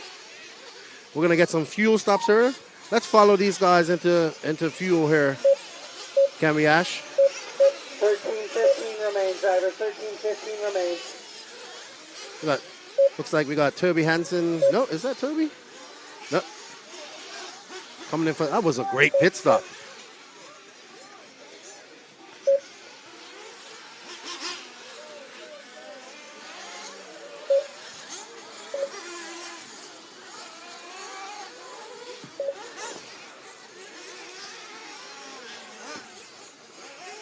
Let's drop back and see if we can pick up car number 1. He should be coming into pit here soon.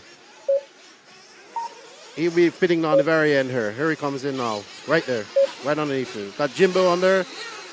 Great pit stop by Jimbo. Getting Tony out there and trying to catch up to his competitor, Jacob Lasko. Two good friends come all the way up here to battle each other.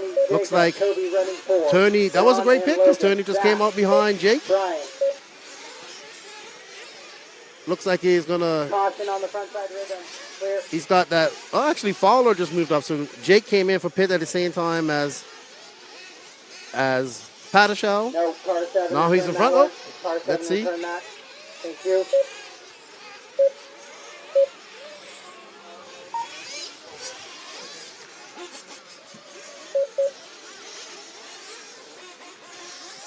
Tony Padashal and Nick Fowler.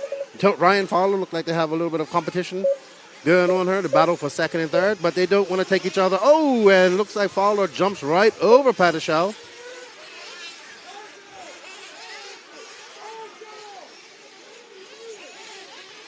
We have somebody screaming up there for marshals.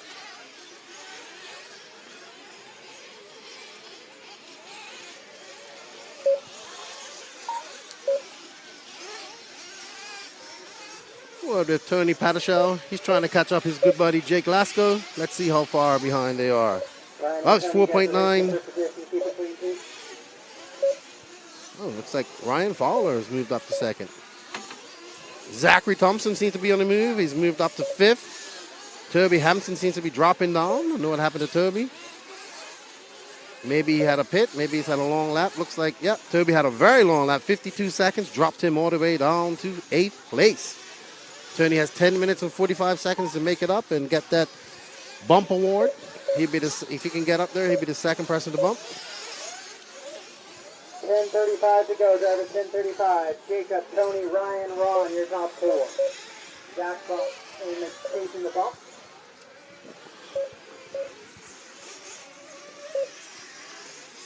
Still our leader is Jake Lasko out there with a comfortable lead. 4.4 seconds. Tony Padashal, his best friend, behind him. Followed by Ryan Fowler and big mover Ron Lupo coming all the way from Canada, up at 4th. These guys want to keep it on all fours. Remember, the top four will bump up to the quarterfinals here. Will be coming up shortly. Quarterfinals A. This is all IFMAR style, ladder style racing here today. The drivers get 20 minutes, 3 minutes warm up plus 20 minutes. 9:45, drivers 9:45. Run time. Car 1, 3, 7, 14, currently in bump position. Car 4 and 2 chasing.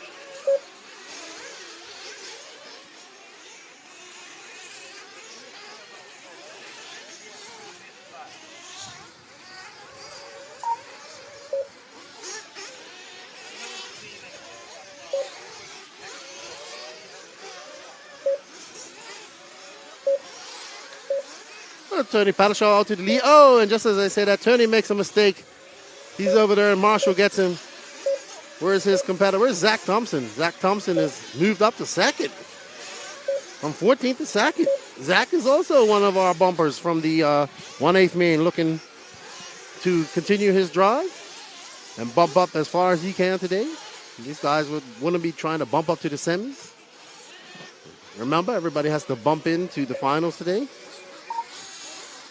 Tony Paddleshaw's got a 7.7 second lead over Zach, followed by Ron Lupo and Jacob Lasko. Let's see if he can drop back and find Zach. He's about 3.3 seconds behind I see it on the screen. It's 1, 14, Tony. 4, and 3. Let's Tony, see. Zach, Ron, and Jacob. Ryan, Logan, Brian, Toby, Nick, Peyton, Keyword, Chris, Steve. And the sun is walking out 14 and 15 currently. Just dress back a little bit, please, Ash. Let's see, catch Caution on up. the back straight, or the back short. There we go. Let's follow. Back right corner, caution. Let's follow that number. Drivers, choose a side. This car here. No, one ahead, please. One ahead behind Paddleshaw. I think that's it right there. I think that's Zach Thompson. He's chasing the. Oh, yeah, that's Zach. I can tell by the way he's driving. He's trying to chase down Tony Paddleshaw. Oh, and there's a crash. Let's see if this is the battle for first and second. These guys don't want to take each other out. Remember, all four guys, all four will bump up. 7:35 on the clock. Oh. That's Zach Thompson in second. Zach has been able to bump up from that 14 spot. He was also bumping up from the 16th A main, but he had to work hard for that too because he had problems with his servo. We had his mechanic down here putting a screw in his servo. But he's still able to finish fourth and bump up, and it looks like Zach's on a tear here at S&B. He wants to bump as far as he can today. He has finals dreams. He woke up with making the finals in his dreams this morning. What a beautiful day. Wind's starting to pick up slightly here at the beautiful S&B facility.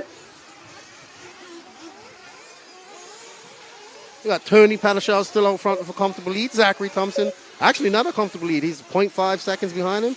Jacob Lasko is 2.3 seconds behind his longtime friend Tony Paddleshaw, and Ryan Fowler in fourth.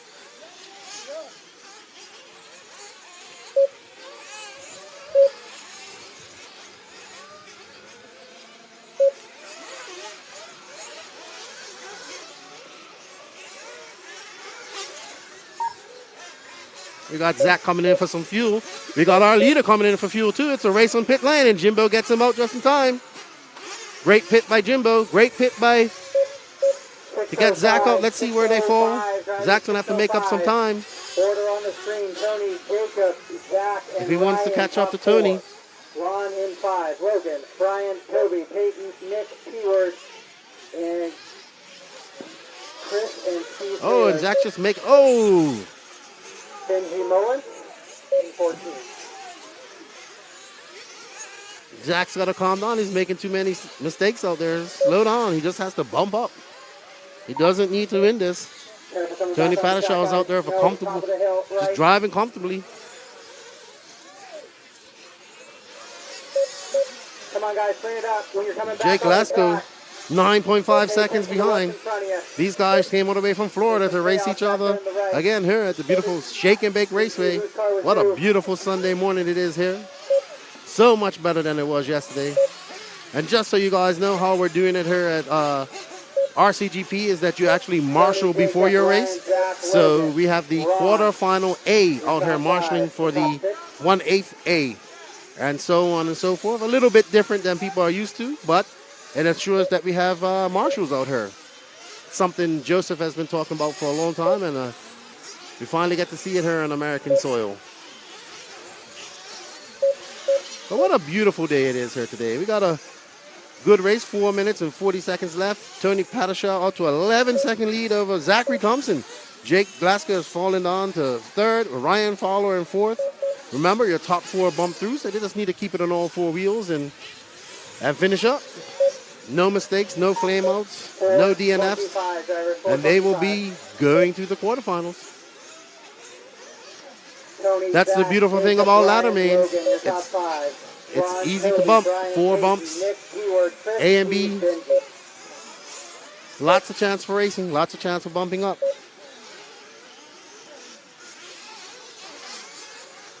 Let's see, looks like Zach's getting some back markers back there. That orange car is a lap car.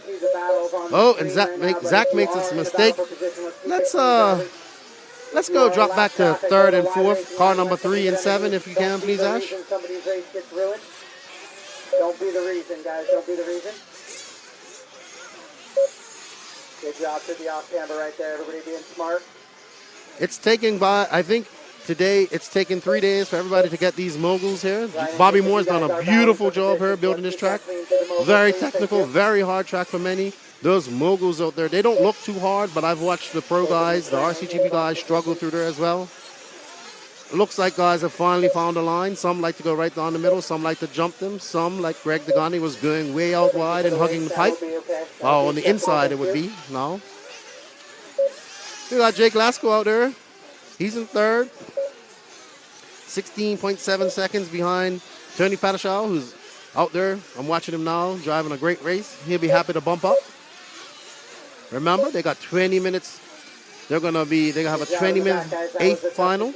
Well done, well done. Oh, and it looks like Thompson has dropped down to 4th. Thompson want to hold on to 4th with 2 minutes and 42 seconds left.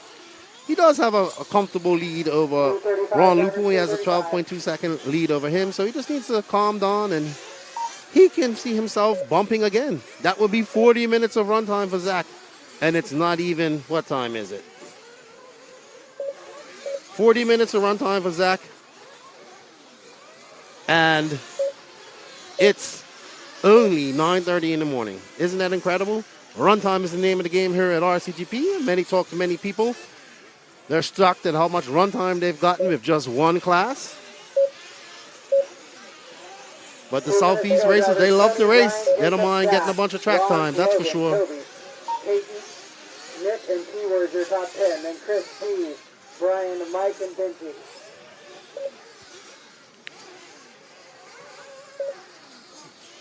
We got 1 minute and 47 seconds left, and Tony Patashaw's out to a very comfortable lead. Do you want the to previous or to leader instead of that? Do you want the time to previous or leader instead? Sure. Which one? Leader. Leader. Let's fall back to our leader number one car out there, Ash. Let's see some of his laps. He's driving really smooth out there.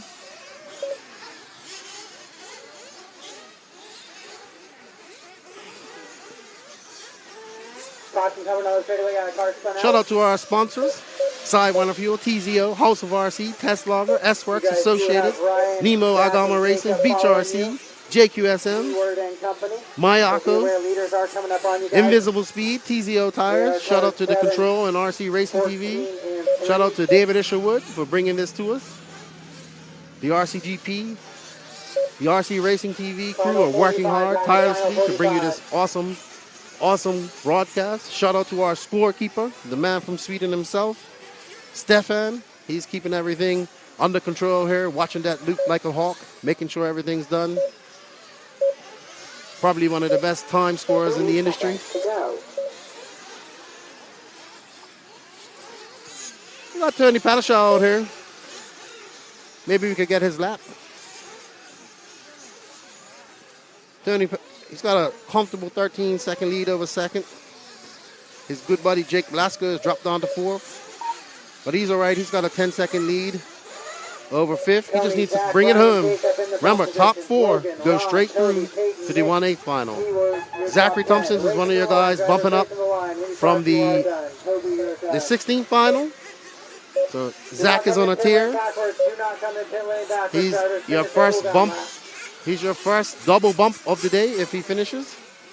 Current time, the race is over. So, I'll let Tony Padashaw come there. Tony Padashaw, Zachary Thompson, Ryan Fowler, Jacob Lasco, your 4 bumps. Good job to Zachary Thompson, making it 2 bumps. Ron Lupo finished it. Logan Nixon in 5th. Ron Lupo in 6th. Toby Hansen almost was up there. He was in the top 4 for a minute. Another one of our bumps. He'll finish in 7th. Nick Elliott 8th. Peyton Smalley, another bump from the 16th main. 9th. P-Word 10th.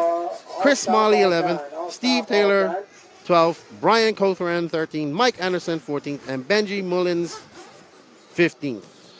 A good job to Tony Padashaw. Had a clean ride out there to bump up. Zach Thompson, your first double bump of the day. 40 minutes of runtime for Zach. 40 plus minutes of runtime for Zach, and it's not even, it's 20 to 10.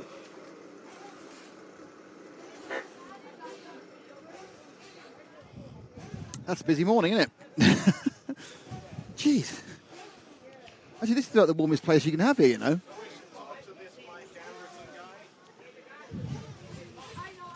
So, next up, it's the B of the 8 finals, and then we have the first of the RCGP rounds.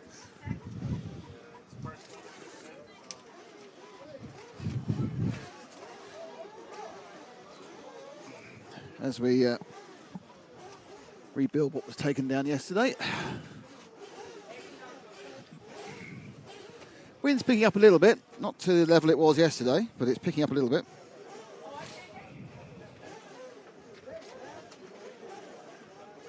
What's going on in the chat?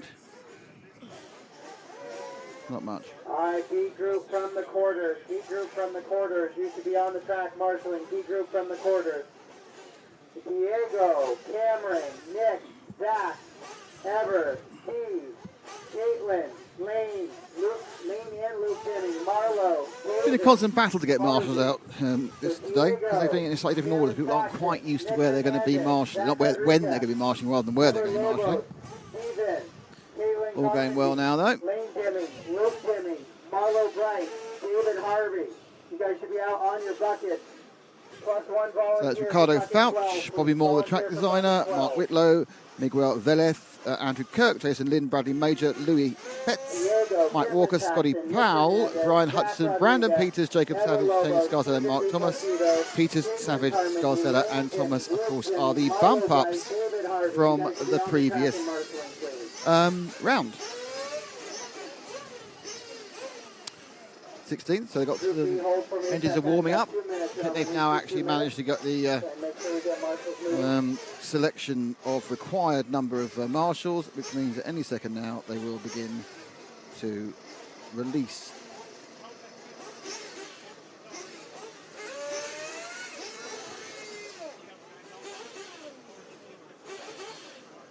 If Zach, if you can help me out, you can go get your car ready, you bomb, sir.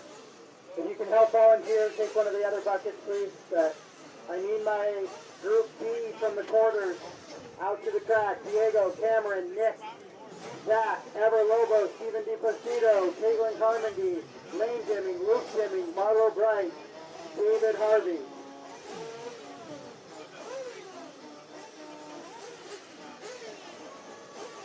Okay, still trying to get the warm-up underway, waiting for the requisite number of marshals to sit on their buckets, because that's what they are. They're upturned buckets with a number on them. So that is how they are marking the marshalling positions.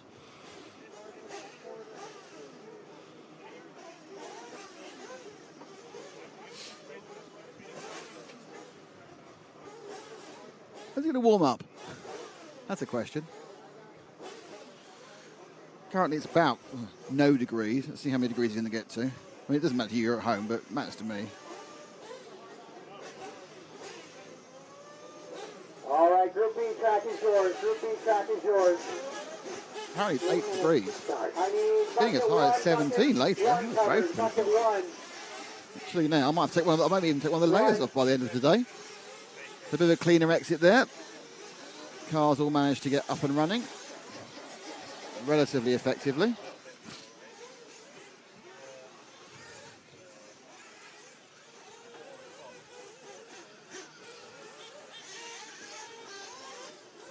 Guys, go ahead and take a look at the schedule on social media or come find somebody if you need it.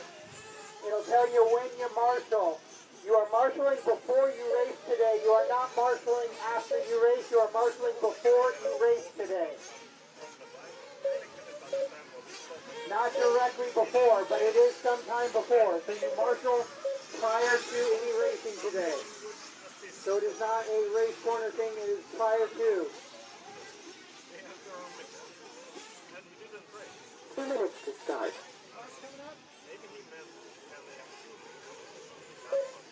Alright, track crew, after this race, we'll take a look at the second skip. We got some pipe coming up in that section, right?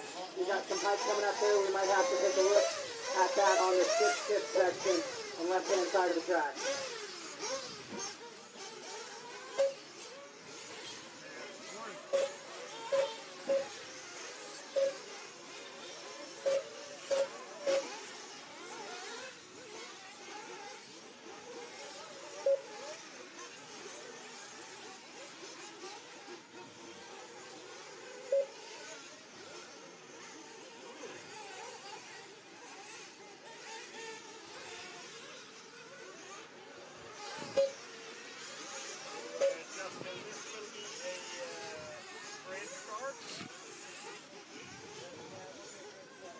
I need a marshal on bucket 5. Bucket 5, marshal. Ever Lobos, where's Ever at? Okay, Ever, you stay there. I need a marshal on 5. For the 1. Diego, where's Diego?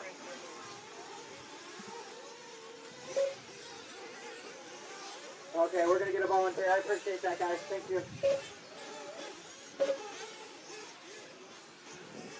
30 seconds to start. We're calling a little bit more for marshals today because I know it's a weird setup for everybody. We'll do our best. Appreciate all It the is a support weird everybody's setup for giving everybody us. marshalling. All right, drivers, straightaway closed. Okay, against coming in. No more laps, no more laps. Then we get underway with this, the 8th final B. 9, 8, 7, 6, 5, 4, 3. Stopped on 3 there. Out they all go. It's a very brave man there. He's just in a single T-shirt. But build them tough out here in South Carolina.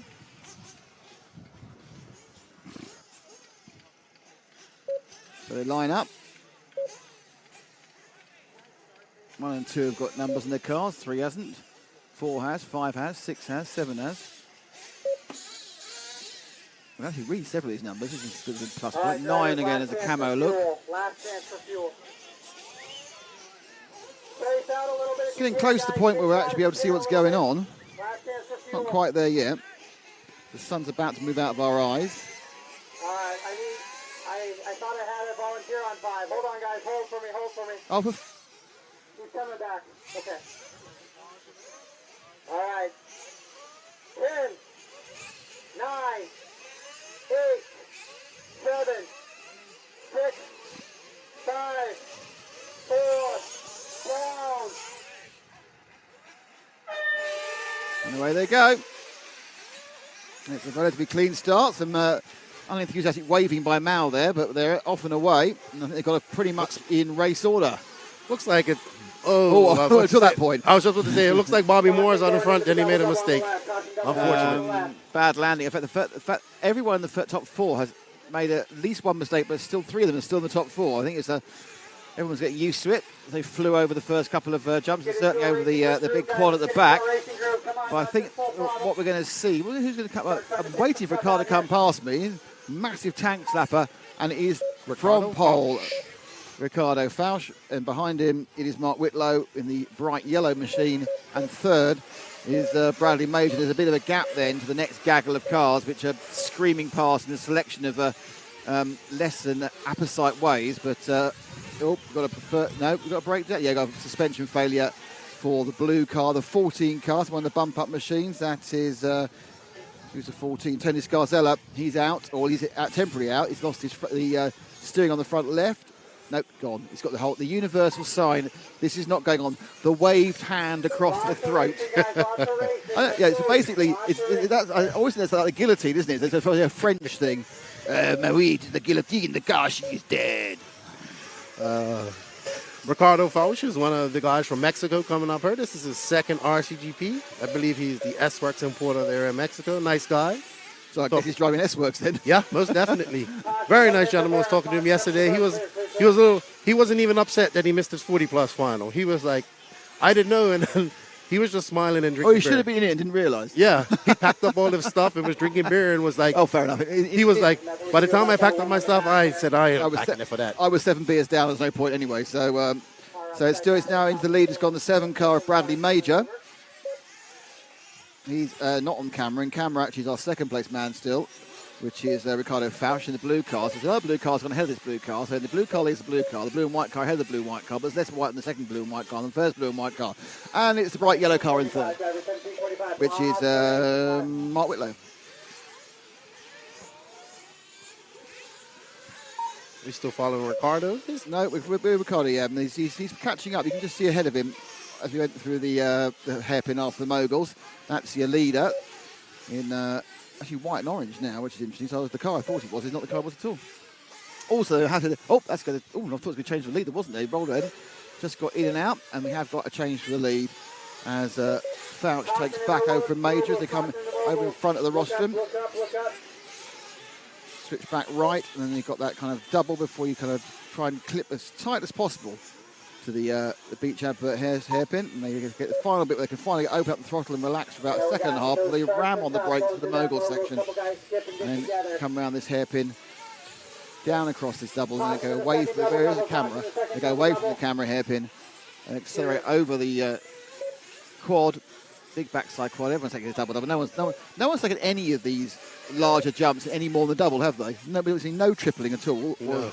I was hoping to see it. It looks like it's taken 3 days, but people have finally figured out how to go through these moguls, which I think has probably been one of the hardest sections of this track. I think you're right. It's particularly hard the first lap when you're kind of coming into it a bit cold, not necessarily on the line you want to be on, and not necessarily at the speed you want to be going. No, it's a very difficult part of this track. The general consensus is that this is one of the hardest tracks people have driven on, they were telling me. Yeah, I think it's I think the reason being is there's no real respite. There's no area where you just go, right, I'll do it for a bit. Even the only flat bit's got that mogul section. So you go, so you're always working, always moving. I think it makes it very difficult to get into rhythm because you're never quite in the same place as you want to be. Certainly not with the mere mortals of the driving scheme. Obviously, some of the RCGP ones, it's just fine. They don't care. But I can see why this would be very, very challenging for us. Usual level of talent. Well, I'm pretty sure I'd crash 1,000 times in there. I wouldn't get around the laps, that's fine. Oh, no, I would get around the lap, but incredibly slowly. I go, over the bump, over the bump, over the bump. That's no flying involved. But definitely with no wind today, it makes it a little easier as well for drivers. Don't say no wind, there's less wind. Less wind. Because as soon as you put this roof up, it started rippling. I thought, oh God, there's wind. But no.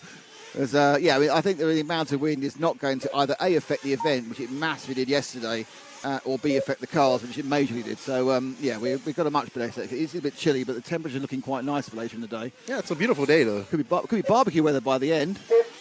Might have to take my hoodie off today. Can the world stand that, Lefty? Can they stand a Lefty with no hoodie on? No, they love all this sexiness. Sorry, I shouldn't laugh. Yes, I can believe that. We'll get Chris take some pictures for your portfolio. Oh, let's get it on. OnlyFans. Yeah. I suppose when you're at home, you must be bought just a T-shirt the whole time. Flip-flops, T-shirt, and shorts. I don't even wear shoes. What's the coldest it ever gets in the Dominican Republic? Wintertime, maybe it could drop down to 55 in Fahrenheit. That's about 12, isn't it? That's got to be a lot of rain and 13, a lot of... Right. So do you own a jumper for home? No. No sweaters? Nothing at all. In fact, it's going to be very hot soon here. So I always remember we went to Philippines for round one of RCGP, and we were chatting to one of the guys who was setting the whole thing up, and he said the coldest it had ever been in his life was 20 degrees centigrade, which is 6 degrees Fahrenheit. He'd never known it colder in his entire life than 20. the funny thing is, the Dominican Republic has the highest mountains in the Caribbean, so it probably gets really cold up there. And when the Dominicans move to America, they like to go to the cold areas. New York, Connecticut, Boston. I don't understand it. Sounds pretty weird to me. I suppose you perhaps you want to have something different from what you're used to, don't you, guess really? so. But it might just be there's really good food there. It might be. You know, if you, I want to have some really good Caribbean food. Where am I going to find that? Well, in Los Angeles or New York or Boston. You know, you're less likely to find it in Smallville, Arizona, aren't you, really? Yeah, pretty much. We got Mark Whitlow out front, Bradley Major second, Ricardo Fausch third, Jason Lynn Some fourth. That's your 4 bump ups. some big movements on the time this week. I don't think we've had a little bit of a miscount somewhere. Oh, it's car missing. That's why. That's confused everyone. Who's retired at the back there? We've got a retired car being run back in, and that's his car number 15. That's 15. He's retired as well. So that was Mark Thomas, who was running quite high up, but he's retired now. I believe Mark was one of our bumpers. He was a bumper, yep. The 12, 13, 14, and 15 are bumpers.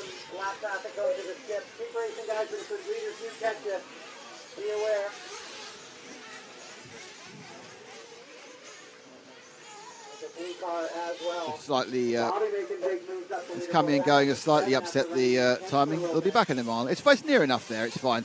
This is currently a mystery car in 5th. Who is the mystery car? Well, I can tell you that because he's in front of me. It's Jacob Savage, who's actually in 5th. 12:15 to go, driver. 12:15 to go. So it's Major, Fouch, Lynn and Whitlow. Savage is actually in 5th place. Moore is indeed in 6th. So for some reason he's been dipped out a bit of early stoppagery. 5 car of Andrew Kirk's picked up some fuel. So they're not... Wait about 8 minutes for the first stop. So actually it's not early. It's fine. That's the way it should be. I misheard Jason upstairs. I thought he said 5 minutes gone. He said 7 minutes gone. Never mind. Who are we with? After all the excitement of us chatting about weather in Dominican Republic. A couple of cars retired from this one. Look, off from the bump up, the effort of running a couple of races back to back, causing them some issues. That's Bradley Major. So we're still with our leader. Drop back one to this car that's come out of the pits. I've no idea who it is, but we just need to... Oh, well, he's off... There's second place right there, Ricardo Fausch in the blue car. We're on the 12. Who's the 12? So with Peters. So with Brandon Peters at the moment. This is the 12 car. He's kind of at 7th. Just look at somebody else for a bit, really. Whilst we wait for the whole thing to... I can see someone trying to start their car and it's not working. I can hear the start block saying... And the engine's not firing up.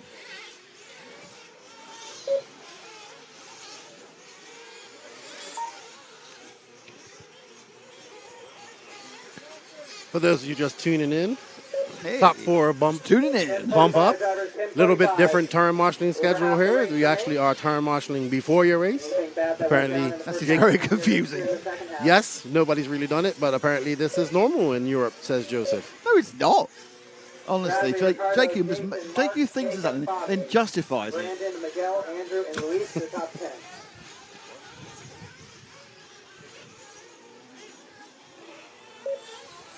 What do we think of next? So, where's the battle?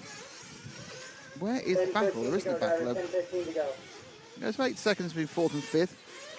Andrew, who we're with, is down in the 7th. Who are we with again? I forgot we're with. No, 12 car, aren't we? So actually we're with Brandon. Brandon's quite a way off, bumping up. He interestingly does have the fastest lap. So this is the fastest man on the track. Said it last time when we were watching him. He's got quite a lot more work to do, to be honest, to get to the front. He's got some traffic to get past. I'm not sure it's traffic or actual cars he's competing with. There's a 7 car ahead of him. That is the leader. So he's trying to unlap himself at the moment. And that's one way of doing it. So he's unlapped himself. As he continues on his way. He's still down in 7th, though.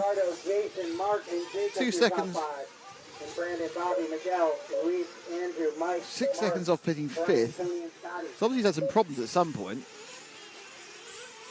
He's got no problem now, he's upside down.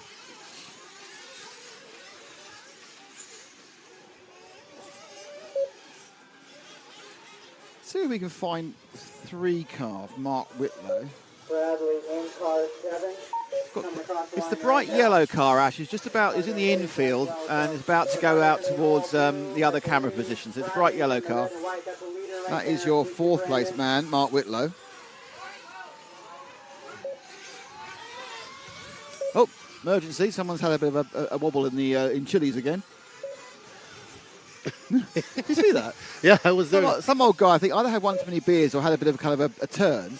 And we had the ambulance, so we had the fire engine there. Why is the fire engine there? First responder. This wasn't a fire.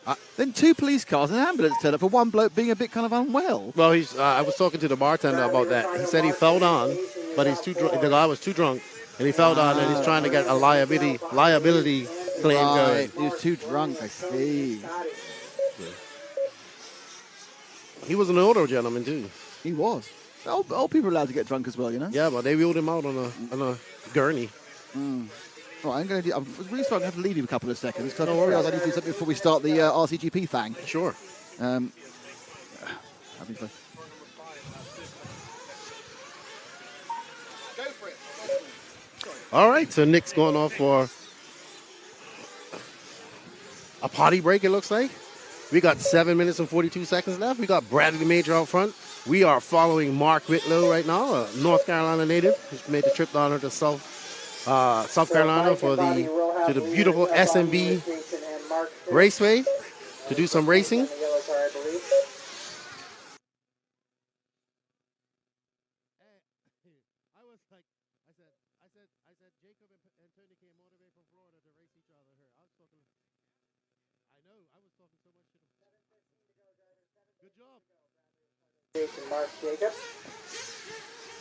All right, 7 minutes left. I guess we'll see some more pit stops here before we finish up here. Remember, your top 4 go through to the next final. Doesn't look like we'll have any double bumps this week. I mean, in this main, we did have a double bump with Zachary Thompson, Mr. Clean Freak. He was able to bump twice today. Our first double bumper. 40 minutes of run time for Zach just on Sunday. What a...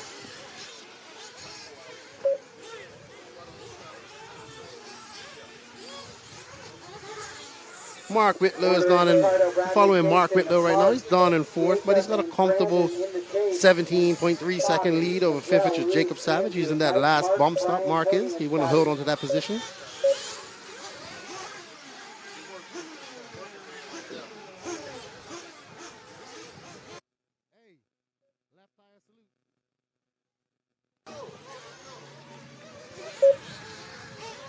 My buddy Corey Jordan, aka EKJ 24,000, just popped in. Left tire salute to him. Follow his YouTube channel. Good dude right there. Ricardo Fausch. Viva Mexico. Saludos a toda la gente habla español. Sí, está aquí. Ricardo making the trip from Mexico to compete here. He was at RCGP. He was having a blast yesterday. He was so happy he missed his 40-plus final, and he wasn't even angry about it. Caution on the straightaway, other lane.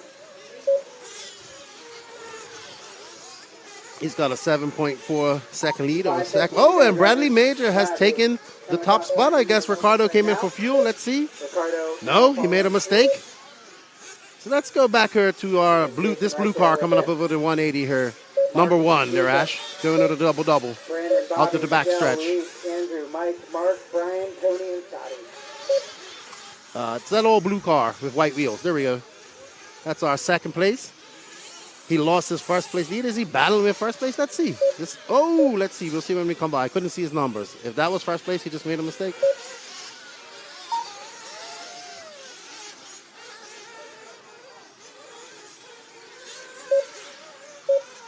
Oh, that's a battle for second and third. Actually, let's stay on that. Let's dress back a little bit and watch these guys race. These two cars are battling for position. They're battling for third and fourth.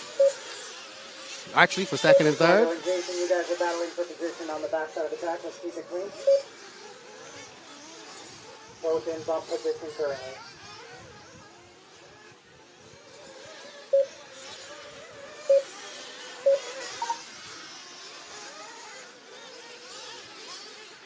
Ricardo 4 Fausch minutes remain, drivers, 4 minutes remain. and Lynn are having a good battle here between each other. They're literally separated by 0.1 seconds. Oh, and Lynn makes a mistake, and that allows Ricardo Fausch to go by, Bobby and Brandon waving the swap Mexican flag. Bobby goes to 6.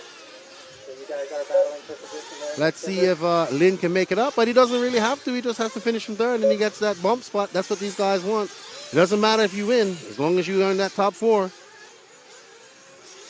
But these guys want to win everything, so I'm sure that's one starting position better. Let's see how it is when they come across the loop here. 320 drivers. That 320. gap between them was 1 second. Jason Mark, Bradley Major's out to a Now Brandon Smith, massive Bobby lead. Scotty, Miguel He's just going to Luis, cruise around and bring it in. We got 3 minutes and 13 seconds left. Scotty. Oh, we got a Ricardo Fausch going over there. Over that double-double. Around the 180. Over the speed hump. To the camel's back. 3 minutes to go. And up over the speed hump again. You will have leaders up To on the double. shortly. Looks like... Oh, and he makes them. That has been one of the places that have caught people all day. And it looks like Bradley Major came in for pit. And Lynn's moved up to your first position. Fausch in second. Yep. Bradley's 2 seconds behind Fausch. And the blue car number 1, also a leader. And that's your battle for second and third right there. Ricardo Fausch in the blue car in front. And I believe that's Bradley Major in the white car right behind him. 2:20 to go, drivers. 2:20. 2:20 to go. Jason, Ricardo, Bradley, Mark, Jacob, Brandon, Miguel, Bobby, Luis, and Andrew Thompson. Oh, Caution straightaway sweeper. Stay tight, clear. Great marshal work there. and the gap between Major and Fausch is 0.8 seconds. Let's see, was that Bradley that just made a mistake? Yes, it was. So he made a mistake there in the 180. Allows Fausch to get some space. They got a lot of lap traffic behind them. Can Bradley navigate this lap traffic and get up and give Ricardo a run for his money? But he doesn't have to, because he just needs to be in that third spot, secure that third spot, and he'll bump up to the next man. Possible. 1 minute and 41 seconds left to go. Ricardo Fausch is comfortably out in second. Let's see how much the gap is this time around. 130. Actually, he's moved up to first. Ricardo Fausch has moved up to first. It's Bradley Major in second, 4.7 seconds behind. I don't know what's going on with Mr. Lynn. Oh, Mr. Lynn must have came in for his pit stop, I would believe, or had a long lap. I can't see. But Ricardo Fausch out there in the lead. He started in the lead. He's back out the lead. Can he hold it to the end? It doesn't matter as long as he's in that top 4. You're a top 4. Ricardo Fausch, Bradley Major, Lynn, Mark Whitlow, Bobby Moore, the track designer, in 5th, but he's quite far behind, 32 seconds behind 4th. Unless a disaster happens, these will be your bump ups. All Ricardo has to do is keep it on all 4 wheels. Don't make any mistakes. He's got 6.2 seconds ahead of his second place finish, and he can get another win, and he can bump up. Bobby moves up into 5, Jason now with 35 seconds to go. Over the camelback, round to 180. Ricardo, the S-Works importer there in Mexico. Very nice gentleman. Met him at RCGP at Thunder Alley. They're super excited to be back here. Came with about 4 or 5 of the guys from Mexico. Shout out to Paco Tropete, the Smasher of Skulls, a good friend of mine. Too bad he's not here. I got to meet him at DNC. It's good to see an international crowd coming out here to race RC2. Just shows to show how much people enjoyed their first taste of RCGP back in 2019. Second round, second event. I believe a second event, or will be in Italy later on this year. Race them to the line, drivers. Race them to the line. If our race manager, Maurizio, he said in his home country of Italy. It's been a great time here with Mau. Very nice gentleman. He doesn't have to do referee duties this week. But it looks like Ricardo Fausch will win. Bradley Major in second. Mark Whitlow in third. He gets that third spot. And it looks like, I believe his name is Jason Lynn. I don't have my screen up here, he'll be your 4th place winner, 4th place bumper. Your top 4 bump up to the quarter mains. Fausch, Major, Whitlow, Lynn, Moore, Savage, Peters, Velez, Petz, Kirk. That's your top 10. Walker, Scarcella, Thomas, Hutchinson, Powell. I do not start from Hutchinson and Powell. All done, all stop, all done, DNS. all stop. Ricardo, Bradley, Mark, Jason, Bobby to tech. But Ricardo, Bradley, Mark, Jason, you guys will currently bump pending tech inspection. And Bobby, Jacob, Brandon, Miguel, Luis, Andrew, top 10. This year, RCGP will be streaming exclusively on House of RC. HouseofRC.com is the #1 resource built with the sole purpose of growing our sport. It's packed full with getting started information for newcomers and detailed setups and stats for racers. And when it comes to events, HouseofRC.com has you covered.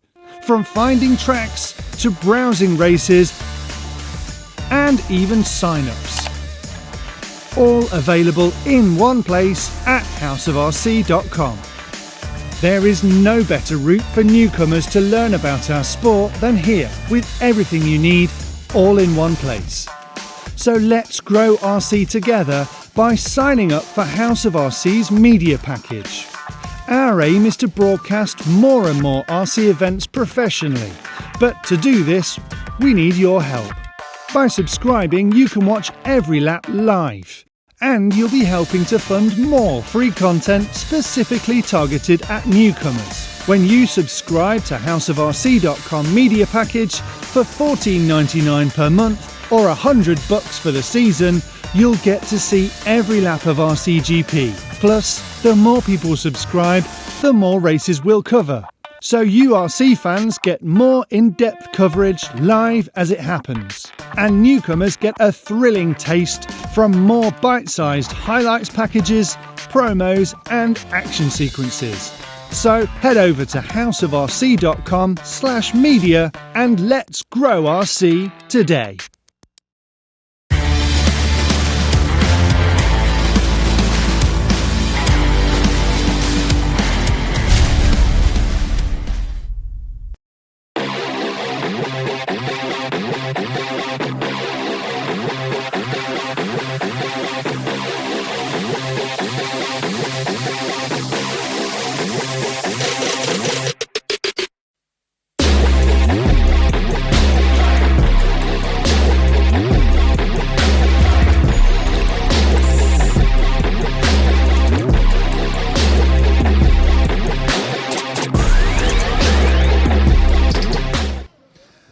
And welcome back to the S&B Raceway here in South Carolina, where it's a lot less windy, a bit chilly, but a lot less windy. And we are going to bring you a whole day of RCGP racing action, starting with three qualifying races, and then a big, long hour final. I also apparently got a sort of last chance kind of pole thing as well, but we'll get on to that later. Anyway, it's a chance for me to speak to some drivers, so I'll have a quick word with Aidan Horn. So Aidan, yesterday was your first experience in an RCGP round. How did you enjoy it? Yeah, it was good. I was in good position to be on the podium there. Kind of blew it with like 2 laps to go. It's like I was tumbling off the track, giving up 3rd overall, and all I heard was 2 to go, 2 to go. I was like, almost had it there, but I guess we got another shot at it today, huh? Hour-long finals? Do you like long finals? It depends if it's going well or not. If it's going bad, then it's agony, but if you're in the mix, then it's super fun, so we'll see. Great, so thank you indeed. I'll let you pass through, and we'll have a quick word with Evan. Evan, you managed to put in a couple of good runs there, but you need the consistency, don't you? Yeah, the last run last night, I kind of lost the consistency. So hopefully today I can turn it around and put in something good. So I'm looking forward to it. Great stuff, Evan. Thank you very much indeed. So we're all talking about yesterday's final, and yesterday's second leg was an absolute cracker. So much so, it's got a massive edit, which we're going to watch now, and listen to me go, ooh, ah, wow, it's coming up right now. Going down, beautiful shot there of Bornhorst's car getting its top up. So much so they're out and away, and it's a great start from Bornhorst again. He takes the lead, looking like Heckert's also got second. Third is one of the many, many blue and white cars. Where is Ronafalk at the first corner? All the way back in 11th, I think. So Ronafalk's had another bad start. He's in 11th, so I'm not sure what he's going to do. Bornhorst is down in 10th, so he had an absolute off-camera nightmare moment from Berg. and Aaron Horn in last. So this is interesting, because at the moment it means that actually Cole Tollard will be your overall winner. Aaron Horn now leading quite nicely from Tollard by 1.5 seconds. Bornhorst has got to 5th, which may be enough to give him the overall. And at this point, I think this could be Tollard winning overall. Now, interesting. I think Horn let Tollard through there. Team orders. So I think that was a bit of team order. We're not even halfway through the race. But it's worked out that Tollard, if he goes away and gets a win, he will actually win it. Because don't forget, even if Bornhorst comes through the second heat trumps the first heat. Bornhorst has to do something about this. As Ronnefalk carries on moving forward, and the mistake there by Horn is let Ronnefalk into second, and the wingman has gone. Bornhorst has rolled and dropped 2 positions. That's pretty much it, I think, for Bornhorst. He now has to rely on problems for other drivers. And Tollard now under the pressure, and it's all gone wrong. And Ronnefalk takes the lead as Cole fell off the side. Bornhorst in third. Bornhorst has already taken third, so Bornhorst has gone back into the lead overall. First and a third. But no! Mistake by Ronnefalk, and Tollard gets back ahead again, so suddenly this changes 1, 2. Oh, they're up together, and Ronnefalk back in the lead of Tollard. It's ebb and flow. All this is doing is Bornhorst is getting closer and closer and closer. But can Tollard get ahead? He's got to get ahead to win overall, because Bornhorst has come forward to third, and he's getting closer again because they're slowing each other up. Behind him is Bornhorst with the first and the third, and Tollard gets to the lead again. Tollard takes over the lead, and it's Tollard from Ronnefalk. Ronnefalk's back ahead again. Still come together, they come up over the lump, and they come through into the final corner. They got through, and now the battle is, and Bornhorst is trying to get up the inside. Now, can Tollard get back to Ronnefalk? Ronnefalk's gapped him. But to win this overall, Tollard needs to get past these 2 laps from Ronnefalk. Ronnefalk needs to put down a marker by winning something, and Bornhorst just needs to make sure he knows where he is to finish to win overall. There's another mistake, and it's the lead. Wow, into the lead goes Tollard. We can probably take a breath now. No, because Bornhorst is going to take him on the outside. He's not done. So Tollard managed to stay ahead. It's Tollard from Bornhorst from Ronnefalk. Can Bornhorst take a double win? He's got the inside. He's got the inside drive, and they've hit each other. Oh, it's gone again, and Bornhorst takes the lead. Oh, and Ronnefalk's out now, he's upside down, but Bornhorst on the last lap is looking for a double win. And from nowhere to everywhere, Joe Bornhorst wins again. Great run by Tollard. Fantastic battling at the end.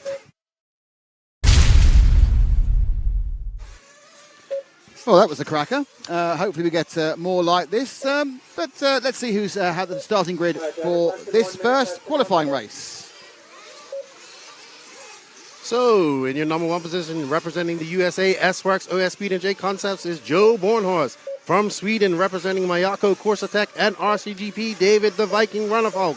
In 3rd position, Brandon Rose for the great state of Texas, Nemo Agama Racing Bullet and Hot Race Tires. Cole effing Tollard, or CFT, representing Associated Scuderia Scampi-Rosso, OS Speed, J Concepts, and Wisconsin. Spencer Heckett making the trip from Ohio here, representing S-Works, ProTech, RC, and ProLine. Evan Vale, the local hero, representing Beach RC, driving his associated car powered by Ultimate and running ProLine tires. Hampusberg from Sweden, Mayako Corsa and RCGP. Aiden Horn, a team associated. Joseph Quagrain, Mayako Invisible Speed. Lee Martin from England, Nemo Agama and Bullet. Camden Line, Beach RC, S-Works, and Cody Watson, Invisible Speed, Mayako. So they are now already going towards the gate for an infamous gate start. Well, I think they're infamous anyway.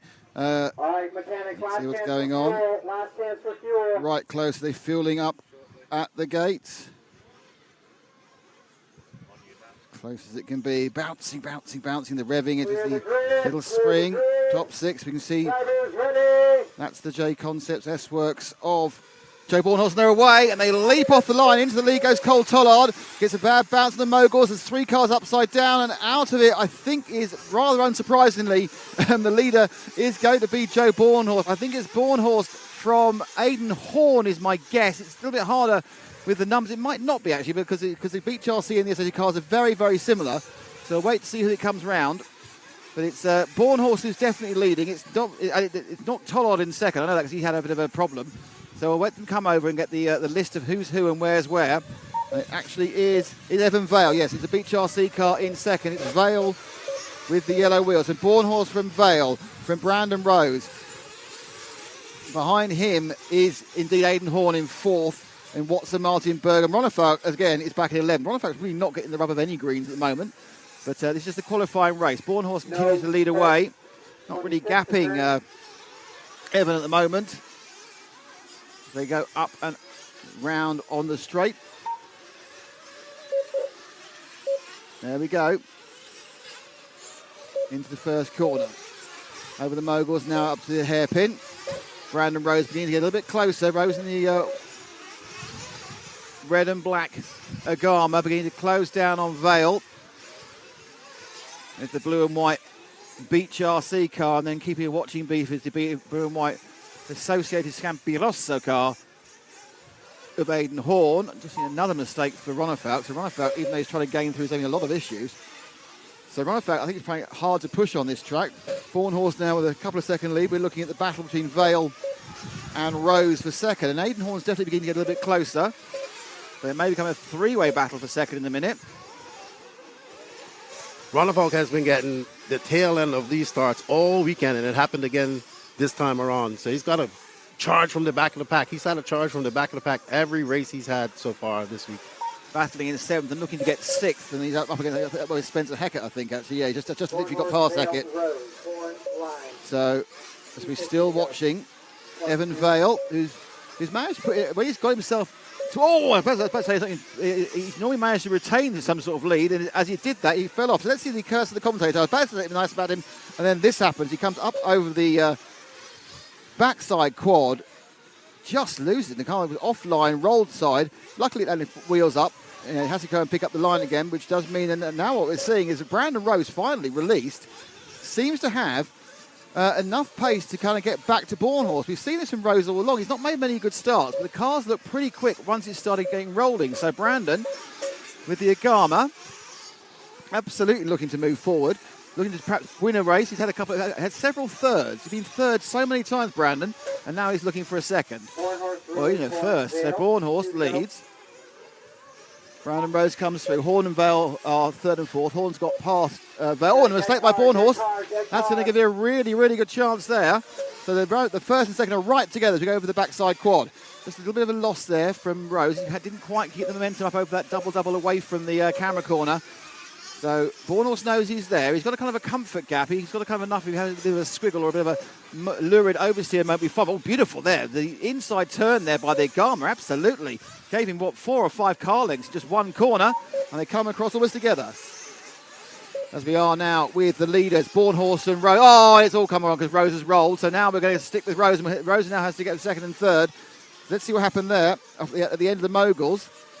It's just a case of, just bad luck. Look at that. Could have half an inch the other way and there wouldn't have been a problem. But Bornhorst now goes from having a 0.3 of a second lead to a very long lead indeed. And he can relax and probably sit there and think that's probably going to be it, because we are now down to 59 seconds and 2 laps. So at the moment, a lot of the other people in the field are helping Joe to win, it has to be said. Aidan Horn in third, 3 in second, move forward 1. Aidan Horn in second, the blue and white car. Associated Scampirosso. Forward 1, Ash. Looks like Camden Line was that dead car out there on the back straight. Looks like getting close together. See his pitman beat Brent walking back with him. Oh, Rose and Horn hit each other for second and third there, so they are right together. A long way behind Bornhorst. He's got a 5-second lead, but this is the battle on the track. They got this lap and 2 more. Oh, look up the inside there. Brandon Rose looking to get past Horn. Horn not really known as a 1/8 specialist, more of an electric 1/10 off-road guy, but taking a duck towards this event. I mean, the hour main final might become a bit of a shock to him. Obviously, these 5-minute qualifiers, no different from anything he'd be doing, just he's got a IC motor rather than an electric motor. Rose stalking him down now. He's kicking himself for that mistake. And this is where it happened, but he's now got to follow Horn. Horn, again, is driving, we've seen this before, Horn. He just kind of drives these really conservative, clever lines, which kind of mean that to get past, you kind of challenge him to almost hit you to get past, which will get called by the referee. And again, just a little bit wider there. Gave Rose a chance to get inside, didn't take it. So they're on their penultimate lap. Attention. It's Final lap. Bornhorst with a massive lead, so we'll stick with these two, and there might be a change of second and third in this, the first of the qualifying races. Rose gets up the inside. They come towards the camera hairpin. And didn't quite turn in. He had an excellent turn in, but that time just skidded a little bit too far. Rolls again over the quad, and he's again a little bit tight. He's trying to get that inside line. I think he thinks he's got a better turning circle than Horn, or certainly a better inside a bit. Horn, but yes, Horn there beautifully. He basically blocked the corner. He made Rose turn in too tight, and Rose made another mistake. I think Rose may be dropping out the top three there. 2 mistakes in the last couple of corners. I think third place is going to end up going to Evan Vale. It does. Vale takes third in the last corner. Rose crosses the line now in fourth. So it's Joe Bornhorst with a very, very comprehensive win in the end, 7 seconds. Hecker in sixth, Quadgreen in seventh, Ronnefeldt's going to be eighth, Hampersberg, Ronnefeldt dropped below Berg in the end, so that's his teammate took him. So that's no end of problems, to be honest, as we come for the result, but it's all about Joe again. It's been about Joe quite a lot of the time. Fastest lap was Dave Ronnefeldt.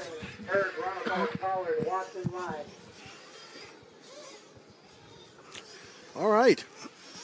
So Joe Bornhorst takes that, followed by Aiden Horn, Evan Vale in third, Brandon Rose in fourth, Lee Martin in fifth, Spencer Heckert in sixth. Seventh is JQ Hampusberg from Sweden, beating his mentor David Ronnefeldt in ninth. Cole CFT in 10th, Cody Watson 11th, and Camden Line out early in 12th. So we're waiting for Nick to get ready so he can interview the top three. It's a beautiful day here in South Carolina. We have just a slight breeze. The sun is out. Traction should be high. Tire attrition should be high on the track today. The S&B crew have done a great job. And now we're going to take it over to Nick to interview the top three.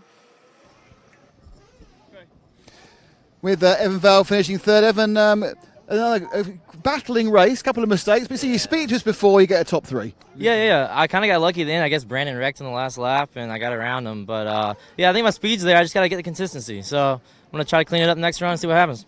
How tricky is the track? Has it got easier now the wind's dropped down? It's a little easier, but the grip keeps coming up. So every run, you get more grip in your car, and just got to control it and see what happens. Great stuff. Thank you, Evan. Aiden, again, proving that the way to get yourself in the top three is to talk to us before the race. That was a good old run you got there.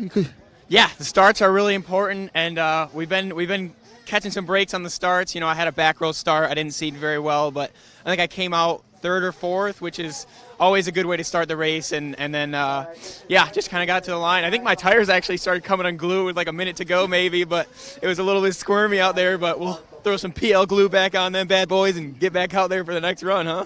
Last few laps, a lot of pressure from Brandon. You were really just concentrating on keeping those tight lines, weren't you? Yeah, I mean, I always tell myself I don't have to go fast. I just can't blow a line if I'm trying to hold somebody off. So just try to focus on doing that. And luckily that time I was able to do it. Great stuff. Thank you, Aiden. And now for our winner. And people are going to start talking about us. We're chatting together so often these days. A great win, Joe. You were under pressure for a bit, and then everyone just kind of disappeared, and you just nipped off. Yeah, so I got the start. I went in fourth and came out first. You think these guys would probably learn by now, but the first corner is back about a few feet from where they're all going. But, I came out first. It was all good. And, kind of just got out and had a clean run. Tried to get the first couple laps under my belt and get a little bit of a gap and just kind of get into a pace. And then Brandon was going really fast, but I kind of knew that I was already on the limit and he was pushing it, and I kind of knew it wasn't going to last. So he had a little roll over there and then probably tried to push a little bit too hard again and kind of wrecked a couple more times. But, I just settled into a pace and had a good 5 minutes. How's the track compared to yesterday? Pretty much the same. We're making gains on the car all weekend. This is the first time I really ran the car on this high grip. So we're progressing. We're going to keep progressing today and hopefully peak in that 60-minute final. Joe, thank you very much indeed. And we are all looking forward to that 60-minute final. But first, of course, we do have 2 more qualifying rounds. We also have the quarterfinals and semi-finals of RC to the final of RC. We've got all sorts of racing coming up. Stay tuned. Don't go anywhere. See you in a minute.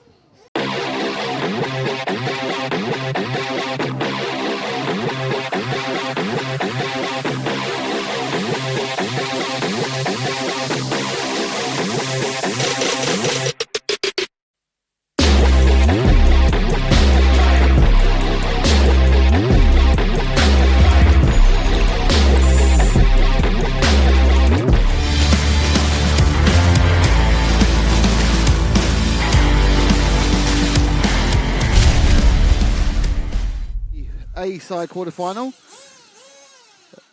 Cole Chura, Abby Burku, Camden Lee, Justin Drinks, Matthew Kiesel, Kayla Espinel, Jamie Amren, David Comedy, Brett Butter, George Solardis, Chris Capello, Tony Pattershaw, Ryan Fowler, Jacob Blasco and Logan Nixon are your 15 starters, sorry. I've been robbed. Have they robbed my schedule? Last chance for fuel. Last chance for fuel. Fill them up. Let's go. Good start. 10, 9, 8, 7, 6, 5, 4, down. There we go. Got a bit of wibbly wobbling at the start. It's well, I suppose it's a clean start, but unfortunately a couple of cars in the backfield got affected, and it looks like into the lead has gone the 2 car of Avi Burku. Just confirm that it comes underneath me now. Again, they really haven't put enough numbers on these cars, which is really annoying. I don't recognise the all-white 1 can body, but first and second right together. And it is Burku from Chura. Have to get 4 bump up from this one into semi as well. All right, 20-minute race. Ladies and gentlemen, 20 minutes to work Flying together. over the back of the track, over the We've got a lot of racing ahead of us backside quad for the first time. as well.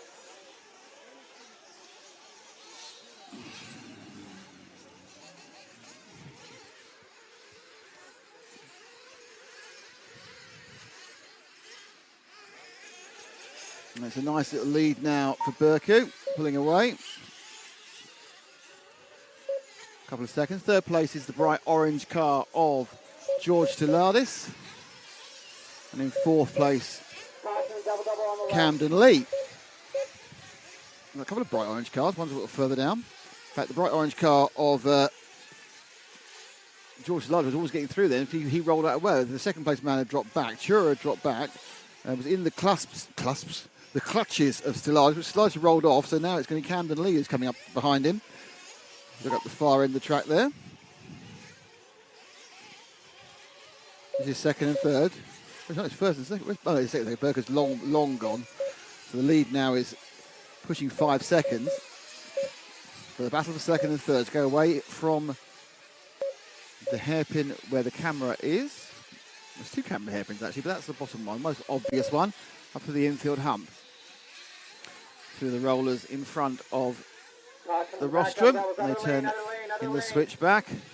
They go out towards the far right of the circuit, and there's a chance to open the throttle up as fast as you can. Then heavy braking for that first corner, just really to settle the car down before it hits the moguls. It didn't quite settle down quite enough there for Camden Lee, but they continue going round. Notable increase in consistency between this and the previous races. We're going up a level of talent each time.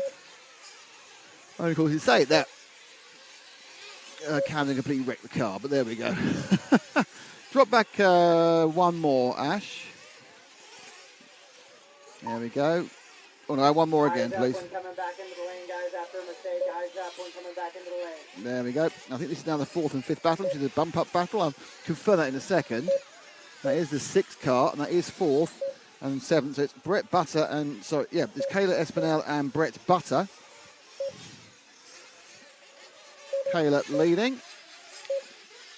Butter trying to slide on up. No, just can't do too many butter gags, can I? 16:45 to go. 16:45 to go. So it's Espinel in the white and maybe pink might be orange. So my colour recognition is still slightly out. Not just going, oh, Brett there. A little bit of a shove left, but it's all fair love and war. Little on the mic from me. Has Kayla's car got pink on it, or has he got orange? It's pinky orange and purple.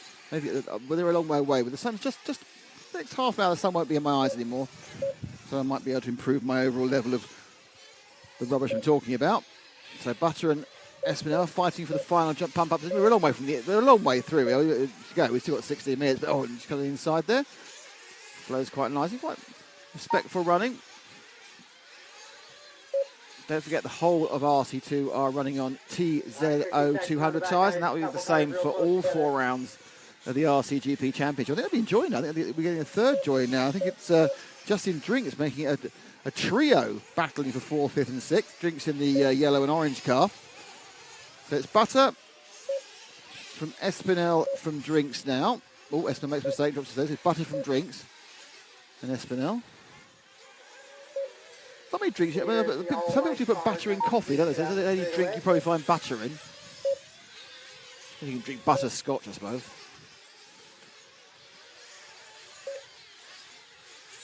So Espinel currently down in 6th. We're looking at the 5th place car of Justin Drinks.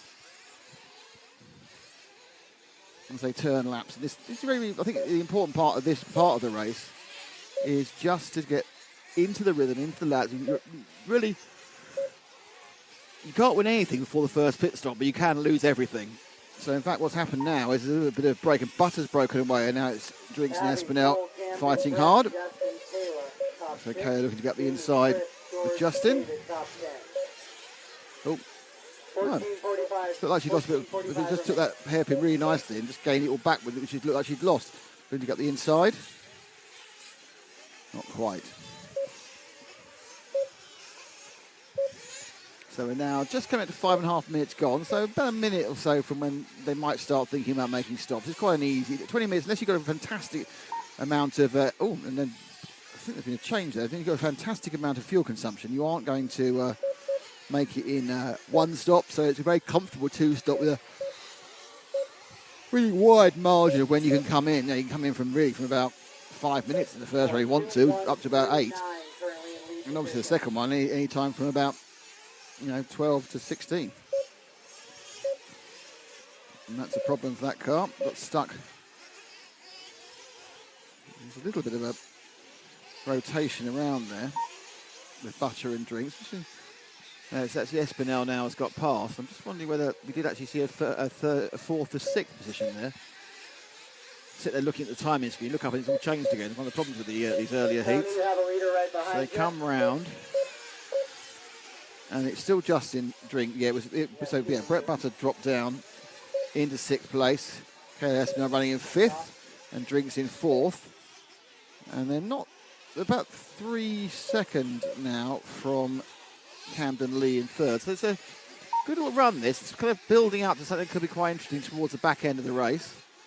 As I say, it's just about getting settled and getting in. Oh, didn't do that. Espinel gets rather rudely turned round in part of the right-hand turn and switch back. There's a little bit of help now being given by Justin on the rostrum. I think there's a bit of traffic getting involved in a couple of the incidents. I think there's already a couple of people who've dropped a lap down. They're getting involved at the front.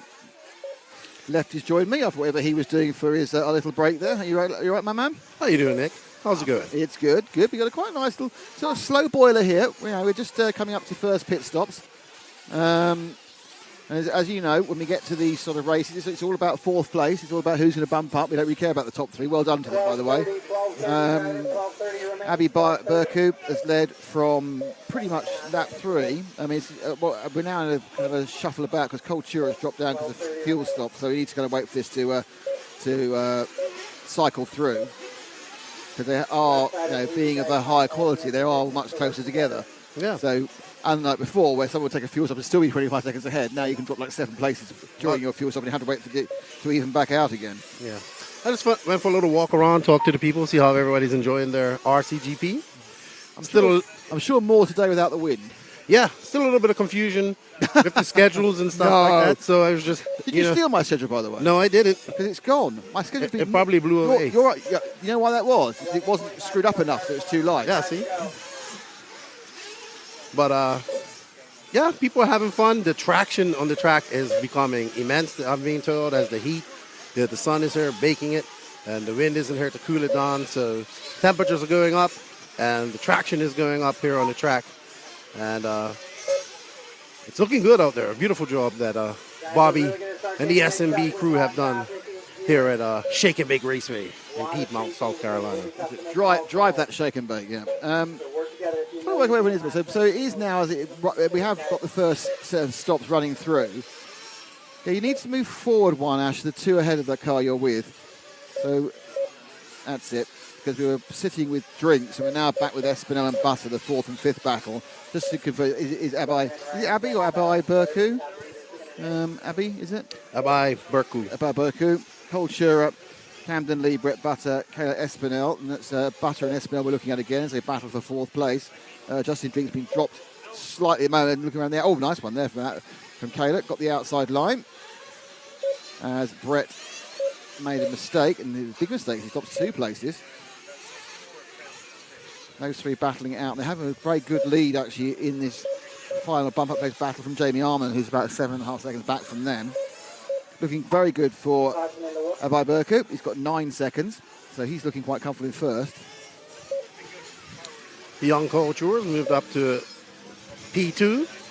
He'll be looking to secure that bump spot. Yeah, I think there's this one's got that kind of slow burn about it. I think we might see a sudden explosion towards the end. Just under 10 to go. We are just over halfway. Don't forget, it's not X minutes plus some laps, just a standard 20-minute final. Couture making a trip down with his father from Canada, Vancouver, BC. Second and third quite close, man. Culture and Camden Lee are fighting over a single piece of real estate. We're still with, I think, Kayla at the moment. And Lee got in front of Chura by scoring. Lee, another young, local, fast guy. Drop back, Ash. Just one. And then we're seeing now the drinks versus butter battle. You know, that kind of constant kind of breakfast thing. Just have another drink or have some more butter. I was trying to think of drinks you have butter in. I know some people put butter in coffee, don't they? Yeah. Butterscotch. Well, that's a butterscotch. Is that a drink? Yeah. I've put butter in coffee. Yeah. And? I didn't notice anything different. It was oily. Would you like my oily coffee? I'd love some, thank you. It did help expedite the purpose. Right, leave that one. No, just leave that right away. Honestly. Very, very amusing situation in the toilets earlier, which I can't do on air. It's all clean now. No, it is now. It wasn't. I was involved there as it all went horribly wrong. But unfortunately, it's mostly a mime about how it happened, so I can't do it on air. But it was funny, and it was quite pungent, but it was also funny. But it is now clean now. There was an earlier restroom disaster that has now been solved. The track is once again up to UN health codes. Oh, that's a dance on the dirt there. Let's just, we've got a couple of seconds. Let's see if we can pick up either second or third. They're coming at the end of the lap now. It should be next car round. Pick up the next car round. That is the 3 car of Camden Lee. So Lee, car behind him, I think is a lap down. Can't quite pick up who it is, but I think that's a lap down car. I think it's George Stellardis who's behind just by looking on the progress meter. That's the orange car. Yeah, it is Stellardis. Oh, look at me reading the screens. So we're looking we've got 7.5 minutes to go. Let's have a look at some of the people who are doing. And we'll get back to that 4th place battle if it exists towards the back end of the race. As Mogul, I think people are getting a better idea than Mogul, you say, but it's still, heart and mouth just every time you go down there, isn't it, really? Yeah, it's very difficult. I was just talking to Bobby about it. I said, congratulations, you made the most difficult obstacle I've seen on the track so far, and he was super happy. But it makes for some great racing. I still have not found a viable 3-car lane through there. So I guess you just got to hope and pray for the best. It appears that wide is better. It's not. You go nowhere near the racing line. You go wide. The racing line puts you right, theoretically, in the wrong place of a bump.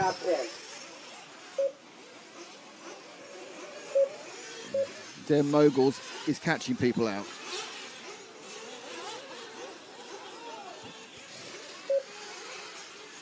So Cultura has dropped down to 4th. I'm just wondering whether he's had a fuel stop. We could have had that second fuel stop. I think that's running in now.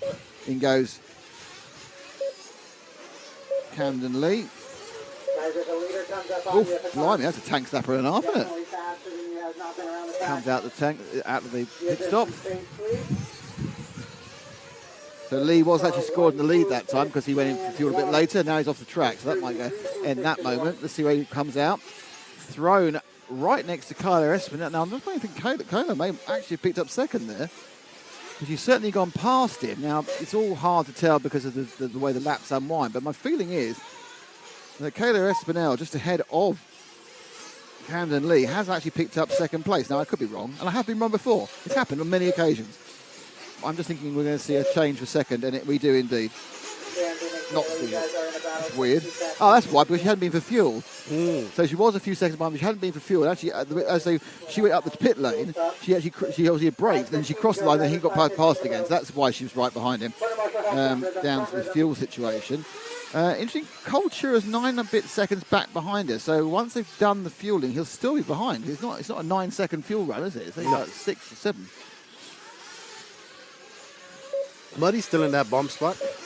And fifth is 4.7 behind him. So he has some work to do. We have 4 minutes and 54 seconds left in this 20-minute quarterfinal. Quarter A. Remember, everybody, that the top 4 will bump up to your semis next. And then your semis will set your final with an LCQ later on today, which proved to be very exciting the last time we raced it in Thunder Alley. With the thylacine, Aaron Dexter, pipping Little Bump and Colin Herzeg on the last corner on the last lap of the 10-minute LCQ. Of course, you've got good memory. That's long been confined to my what did that happen part of my brain. That was an exciting LCQ. Well, they always go one of two ways. They're either exciting or incredibly dull. Yeah. And never kind of quite interesting. So Chura did pick up third. It was quite a lot. I mean, SBL seemed to have quite a long stop, so I think she may have had an accident on the outlet. Yeah, she's pretty safe there in fourth. Fifth is 9.4 seconds. She just needs to keep it smooth. It should be all right. Her stepdad Jimbo down there doing the fueling duties. So, yeah, I'm glad to see you're confident. Carla's very good. She took a little break after RCGP in 2019, and she's been back racing in 2021. It's good to see her back out racing.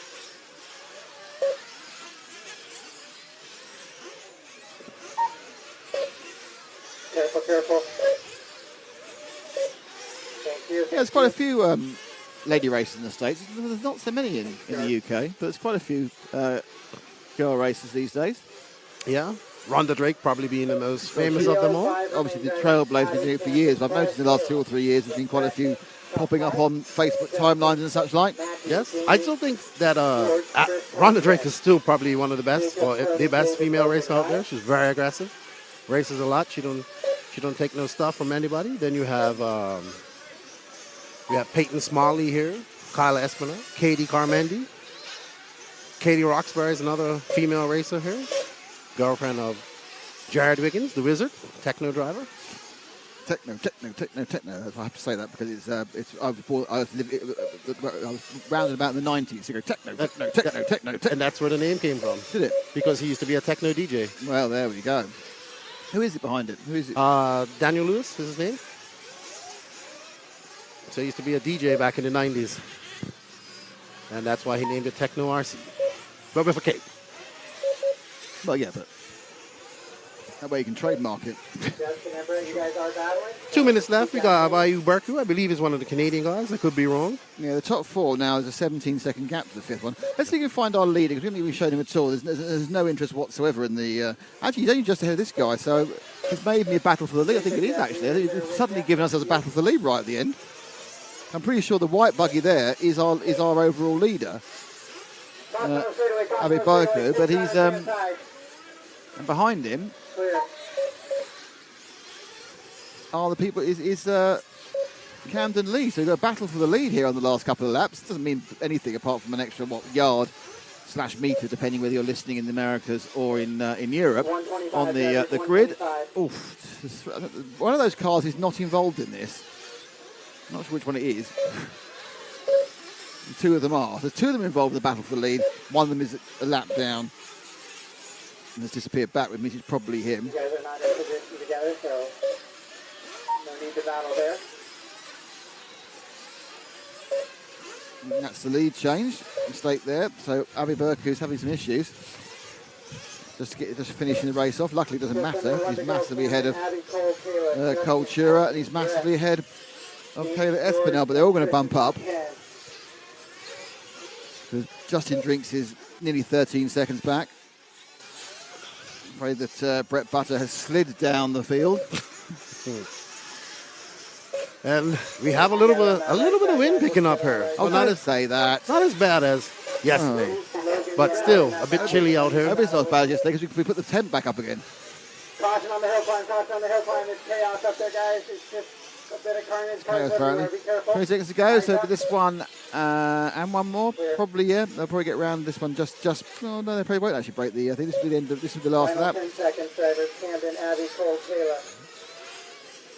7, 6, 5, 4, 3, 2, 1. Yep, I think actually the leader might make another lap. Oh, he just didn't. Just caught him. That's good for me. One less lap they had to do. Race them to the line, drivers. Race them to the line. Several have finished. Justin Drinks have finished a lap down, which means our top 4 is indeed Camden Lee, Avi Burku, Cole Chura, and Kyla Espinel. They will bump up to the semi-final, which I have to call it obviously in America rather than semi-final, which I would call it in Europe. Semi.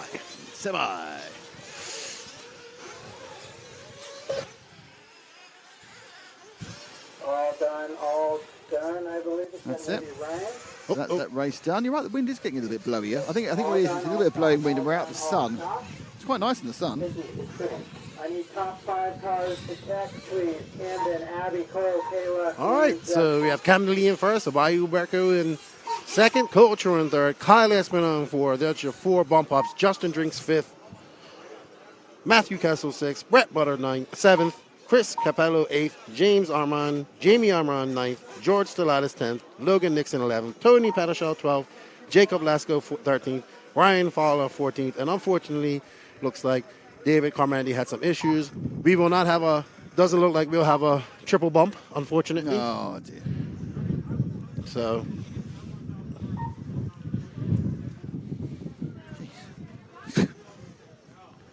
Sure, it's warmer than this.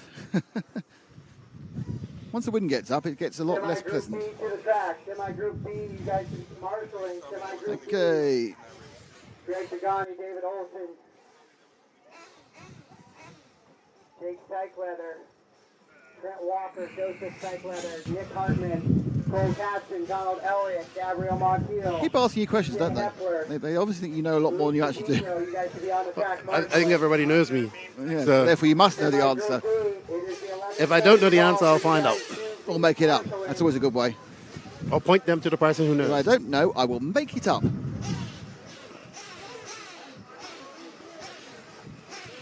So the next quarterfinal Group B is Diego Malakin in 1, Cameron Saxon in 2, Nick Hernandez, man behind TZO 200 tyres in 3, Zach Rodriguez in 4, Eva Lobos in 5, Stephen Di Placido in 6, Caitlin Carmandi.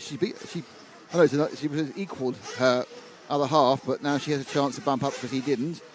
Lane Deming and Luke Deming are nailed together in 8th and 9th. Not literally, obviously, it could be really weird and hard to drive. Marlo Bright is in 10, David Harvey is in 11, Ricardo Fauch is in 12, Bradley Majors 13, Mark Whitlow 14, Jason 15. So Ricardo Fauch, Bradley Major, Mark Whitlow and Jason Linder getting extra lap time. So I have a question for you whilst you're here, Lefty. Yes, sir. How long have I known you now? I don't know. Personally? Several years. Yes. And you never invite me on your podcast. We'll make that happen.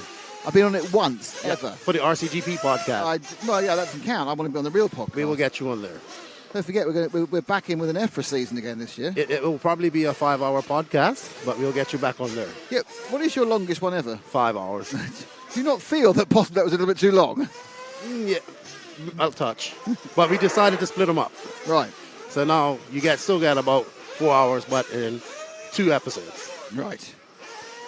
Hey, I watch Pope MX, which is motocross podcast, and he has 5-hour podcast. Yeah, the thing is, I have no problem recording a 5-hour podcast. Who is actually going to listen to a 5-hour podcast? Lots of people. They put it on while they wrench, while they drive. Well, I suppose, yeah, you've got longer drives in the States, haven't you? It might take a week to get through it. I'm going to get through it. I'm going to get through it whatever happens. Or people skip to what parts they want to listen to. Sometimes when JQ is droning on about... Oh, go straight to that then. Droning on in his monotone robotic voice. One time we got Adam Lewis on there, and he was able to help me give JQ a little bit of... schooling. Yes, his good friend Adam Lewis. Showtime.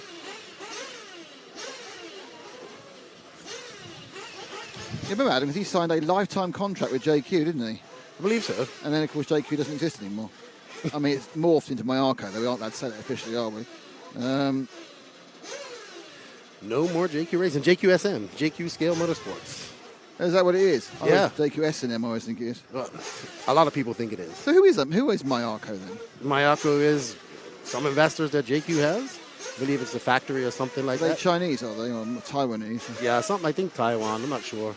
I don't know all the details. I don't want to know all the details. You should know all the details. You're with him most of the time. My role in Myarko is as a promoter, as they pay me to sponsor the podcast, and that's what I do. Seems fair enough. Full-time podcast for me. Hopefully it pays the bills at some point. Well, yeah, that's probably a while away. That's not any indication, sorry, on the quality of the podcast. I know. Because it's a difficult thing to do. I know. Number one guy, Diego American, made the trip from Mexico with the contingent of Mexico guys we have here. Cameron Saxon, another local fast guy. I have an idea that Cameron will probably be bumping out of this because he usually is in the top heats here. Pass me your schedule, sorry, because I need to check something. I'm a bit confused. He's usually in the top heats here in the south. We got Zach Rodriguez, I'm not sure who he is. Ivor Lobos from Georgia. Steven De Placido, one of the Canadians down here. Katie Carmende. Katie Carmende, a Race Like a Girl podcast. Oh, she got podcasts as well? Yes. Is her podcast 5 hours a week? No. She actually has a very great program called the Future Stars of RC, where she teams up young potential drivers with local fast guys. She's always looking for tires, for donation, used tires, so she can give away. And they're really about growing RC for the young people here in the Southeast. So it's just a great program. Very nice people. Her and her husband Dave race a lot. Then we have Lane and Luke Deming, two brothers, young brothers here in the Southeast. Marlo Brother, another Southeast stalwart. David Harvey, Ricardo Fausch, the bump up from Mexico. Bradley Major, Mark Whitlow, and Jason Lynn. Today we actually see dust. Yesterday we didn't see it. No, because it blew off. We're getting anywhere. Today, what was quite interesting actually this morning, the very first race this morning, because of the cold air and the inversion, we actually had a whole low line. The exhaust didn't move. We had this low-lying fog of nitro, which is very attractive, but also very, very health damaging in many ways. It's not as bad again as the Neo, where obviously they used to sit there. And they used to, when they ran e-buggy, the main reason they ran e-buggy was just to clear the atmosphere. Oh yeah, indoor races. That's what you get. Dust and it wasn't too dusty. And was it dusty at Neo? No, it wasn't dusty at Neo. It was just smoky. So many years ago now. Yes, we all missed the Neo race. Yeah, where's Phil gone? Not too far from me, apparently. That's somebody I've been trying to get on the podcast. He will not do it. Why not? I think he's left RC altogether. Put it behind him. Why would you do that? It'd be a great chat. Why would you want to run a 6-star luxury hotel group in the islands off Barbados rather than hanging around in a field with some RC cars? Honestly, yeah, I don't understand that. Weird life choices. Or are we just weird? Oh no, we already knew that. All right, guys, straightaways closed. Straightaways closed. That was never an argument about our weirdness. We're just trying to tar somebody else with our brush. Jesus. Oh, the old man's got coffee. Didn't bring it for anyone else. Just the one coffee, is it? Just the one?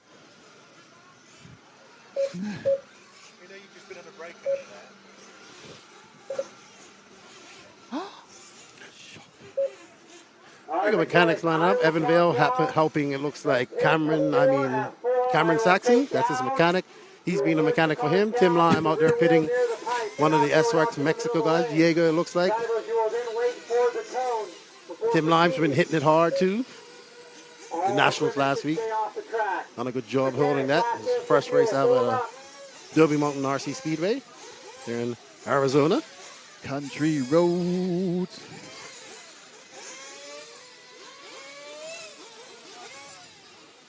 Ten, 9, 8, 7, 6, 5, 4, down. There you go. No way. And it's a clean start for the first 7. Oh no, and third place ruined it. So they go off 1 and 2 American for Saxon. Guys, I need help. I think it might be 4 is in third. Where? Talking about no car up there. Oh, all right, there. Clear it up, guys. We got into a rhythm now. Oh, blimey. That starts a little messy through that seconds, I know.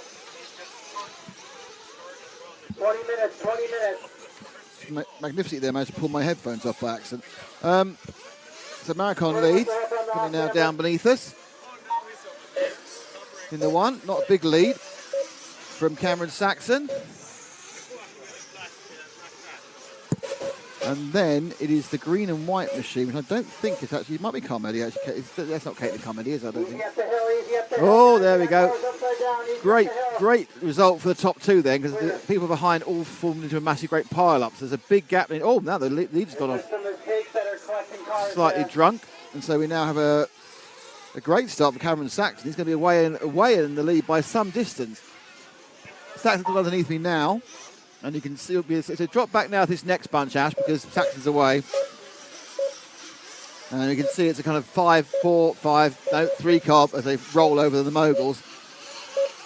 Succession, they're jumping together. That never ends well. Oh, don't long they got away that time. Two very, very similar green and white cars. A little bit confusing for all of us here, but there's now a car in between them. And we'll identify them when they come under this again. Was it the Deming brothers? The Deming brothers got the same paint scheme? I don't know. You'll see here in a second. So in second place, it's the 11 machine of Harvey, and then it's one of the Demings, and then it is our initial pole man, Marican. The Deming is Luke Deming. So Luke Deming with a dark green car, challenging for second place. No, lost momentum. He was challenging for second. There he is, dancing on the side of his wheels. So Luke Deming, just ahead of Diego Mariquin, sorry. So get ready to complete another lap. Very nice. Again, Saxon now, just not quite as far ahead as he was. Doesn't help me do that. So it's there's kind of a confusing number of cars knocking about all over the shop at the moment. There's a big goggle right here coming over there. Yeah.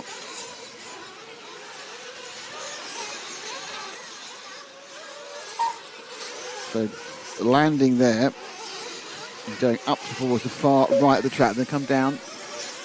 Good chance to open the throttle, enjoy the power of your IC buggy. For Luke Deming in fourth place. He's got about a second and a half over Marlo Bright and Zach Rodriguez. But that's being closed down quite rapidly now by the Deming car.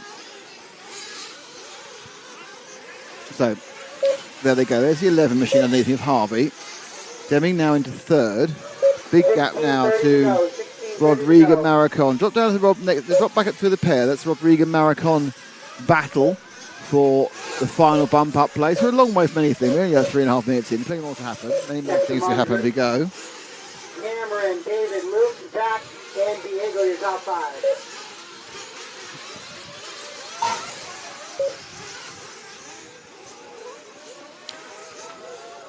Cameron Saxon got a 5.6 lead over David Harvey. He managed to actually spike his lead by even talking about it. That's impressive stuff. 7 seconds, not 7 seconds, 5 seconds, 4 seconds, 9 seconds. No, it changed just as I said it. No. He came across Luke. No surprise that Cameron Saxon is leading this. He probably shouldn't even be in the quarters. He would have been in the semis for sure. But he's been doing double duty as Evan Vale's mechanic with Beach RC driver. That's a poor excuse.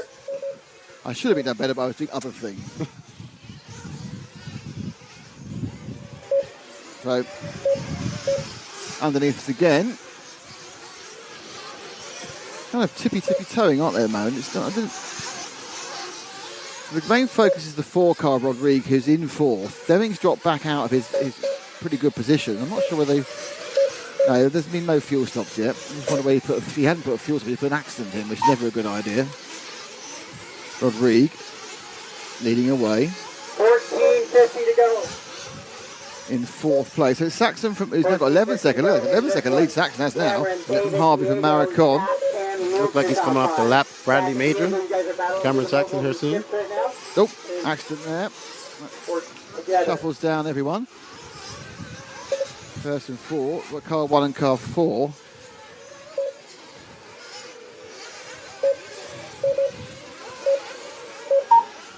No, Wayne, you have not missed Chris Morant. You can find the schedule on RCGP or the No Name RC Podcast Facebook, on my personal Facebook. It's Chris Morant in the semis, isn't he? Yes. I don't know who he is, but no, he is. Your confidence that he wasn't in this race means he must be at the semis. 11-4-1-9. Okay, we're 6 minutes down, so we should start seeing some fuel stops pretty soon. There's some people ready with their guns as we speak. No, yellow wing, return that. Brake check that next time, please. Yellow ring, return that. I have no idea what that means. Beneath me.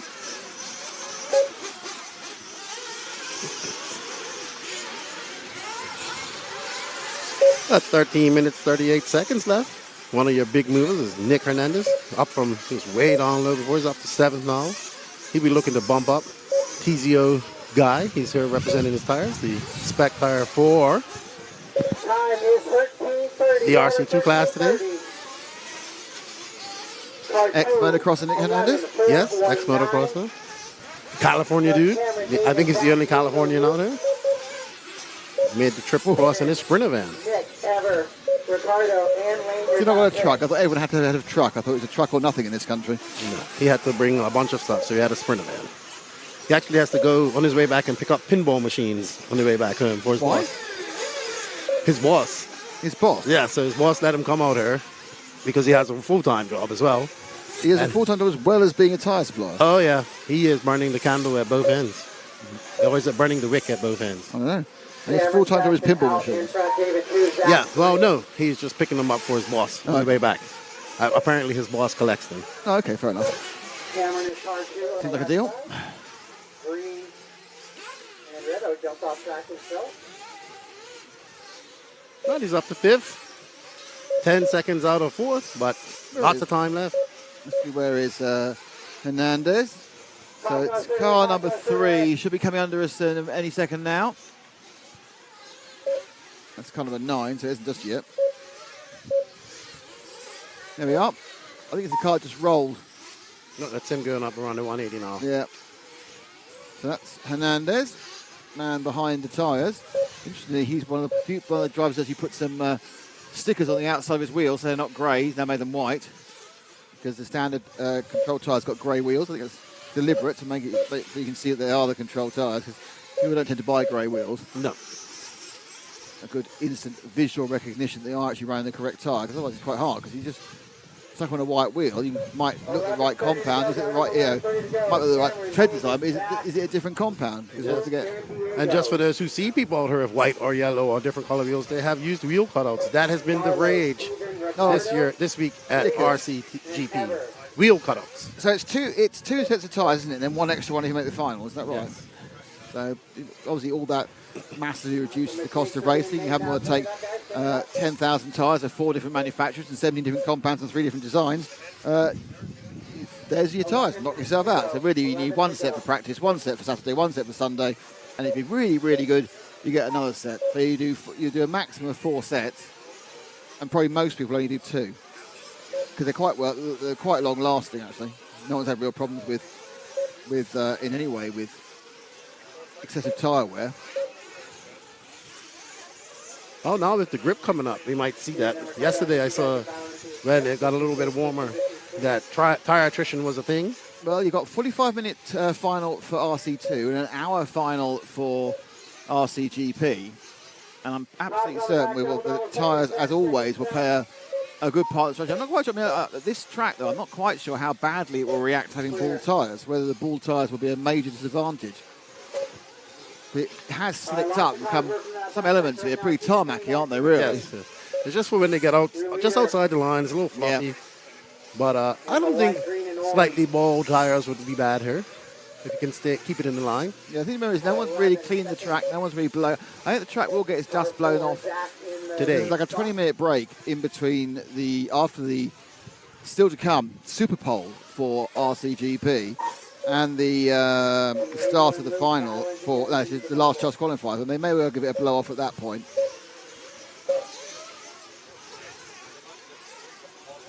Nope, that's not gone well, whoever that is. It's going from Nick Hernandez. Bad to worse for Nick Hernandez. He made some mistake. Yeah. So we got and he just went off the track. Half the race to go. Fourth and fifth are relatively close at the moment, but we've seen them before. American, Saxon's obviously down a lap at the moment. 9:15 to go, drivers. 9:15 to go. Oh, that's gone well.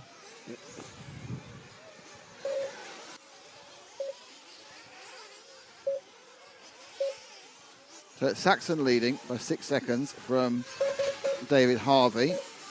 Zach Rodriguez 16 seconds further back than that. Cameron, David, Zach, Luke, Marlo, Diego, Ricardo, Nick, Ever, and Steven DePlacido, your top 10. They're so close, they're actually printed on top of each other. Well, we got scoring sorted out. Our scorekeeper, Stefan. Thank you, Stefan. It didn't happen. Yeah, it didn't happen yesterday. All right, as I predicted, Cameron Saxon out to a comfortable lead here, 12-second lead. Where is Cameron at the moment? So let's see if we can find Cameron Saxon. He's car number 2.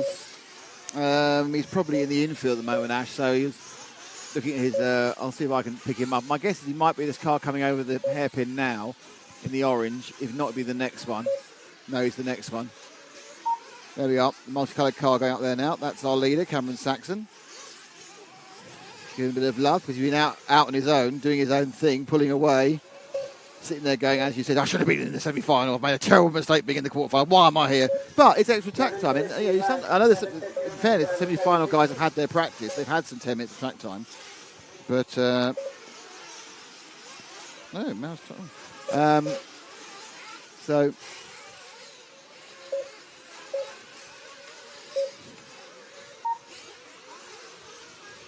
Saxon now 17 seconds ahead. So realistically, as you pointed out, Keenan shouldn't be in this race. I mean, he is in this race, and he's his own. He's down to qualifying. But when you're the leader of the quarterfinals and the leader by as far as you are, this kind of means you would be in the semi-finals at least halfway up. Yeah, I think Cameron probably hasn't raced for a while either. A little bit busy, helping Evan. But he's usually in the top mains here in the south. He's done it on consistency because his best lap's 32.5. But what a close pit! Great pit by Evan Vale right there. There's kind of the best lap we've seen is 31.6. He's not anywhere near the fastest person in the heat. He's just been turning those laps every single time, apart from this time, where he's upside down. That lead will ease off now. So the fuel stops run through for the second fuel stop with 6.5 minutes to go. What we'll do is after we'll give it a little bit longer. Just see where everyone is. Then we'll probably try and pick up Zach for a second, have a look at him. I think Zach has just stopped actually. Find out where he is in relation to Cameron. Cameron's finished his lap. Will Zach be finishing his soon? No, Zach's got top the hill, to the side, doubles in the middle. Clear. Still, so Harvey and Rodriguez both pitched on the same lap. That's 16-second lead. Second and third's quite close, but it's not particularly important really, because it's just, who's going to be 13th and who's going to be 14th on the grid for the next one. I mean, it is important to them, I'm sure, but in the scheme of things, it's a meter. Well, we've seen that. If you wait here now, Ash, and it'll be a while, and we'll wait for the next car, which should be the 4 of Rodriguez. That's Zach Rodriguez.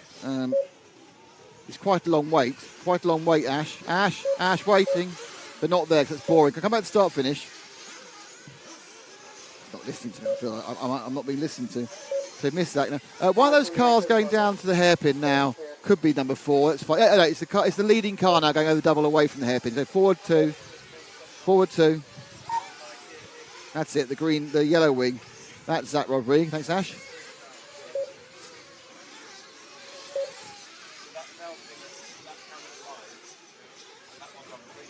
Now, is that a battle with someone for... No, he's not his fault. I think he was quite close with David Harvey, but he's moved away now. That's all carried on going. 4 and a bit minutes to go. Next up is the second qualifying race for RCGP. I was talking to the Viking. He's a little bit under the weather for the last few days. Is he? Yes, he's not feeling very good. He's not feeling very well. Yeah, I mean, he's not feeling very well, but he's racing, but he's also a little bit sick. Not making any excuses, just he's been unusually quiet lately, so I went up and asked him what's up. And then I just feel I'm not feeling good. He did say that the other day, so hopefully everything's all right with the Viking. Yeah, well, you know, international travel, who knows what you're going to call it. Yep.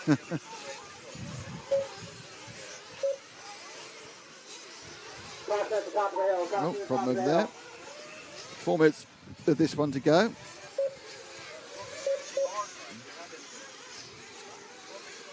With Zach Rodriguez, he lost position to Harvey in the last lap.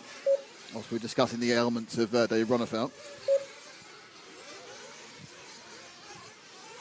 Nick Hernandez has moved up to 5th, but maybe he can get up to American, who's... Yeah, it's a possibility, actually. See, we may need to see if we can find Marican. Where is he?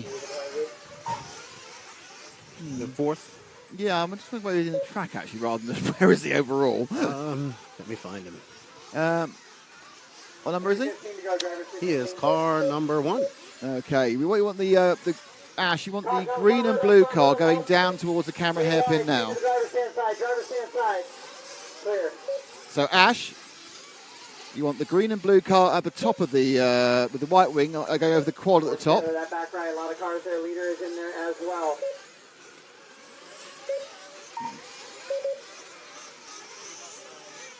Nick Hernandez. Let's see if he can make it stick. Come on. Wrong car. Ash. I think he's probably having a little bit of an issue hearing us. It's fine. Every now and again we get a little interference. Oh, and then Nick Hernandez makes a mistake in where many have made mistakes today, and that is in the moguls. If you could get up to the 2 cars, that green and white car going over the back quad right there, that's Diego Marican and Nick Hernandez battling it out for... You need to go forward about 6 cars, Ash. Right behind you. I don't think he's hearing us. No. Okay.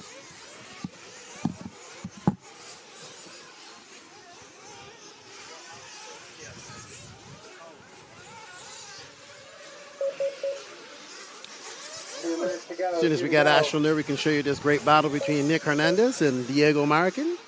Oh, and it looks like Diego's over in the moguls, but where's Nick? Oh, there. Did Nick come in for fuel?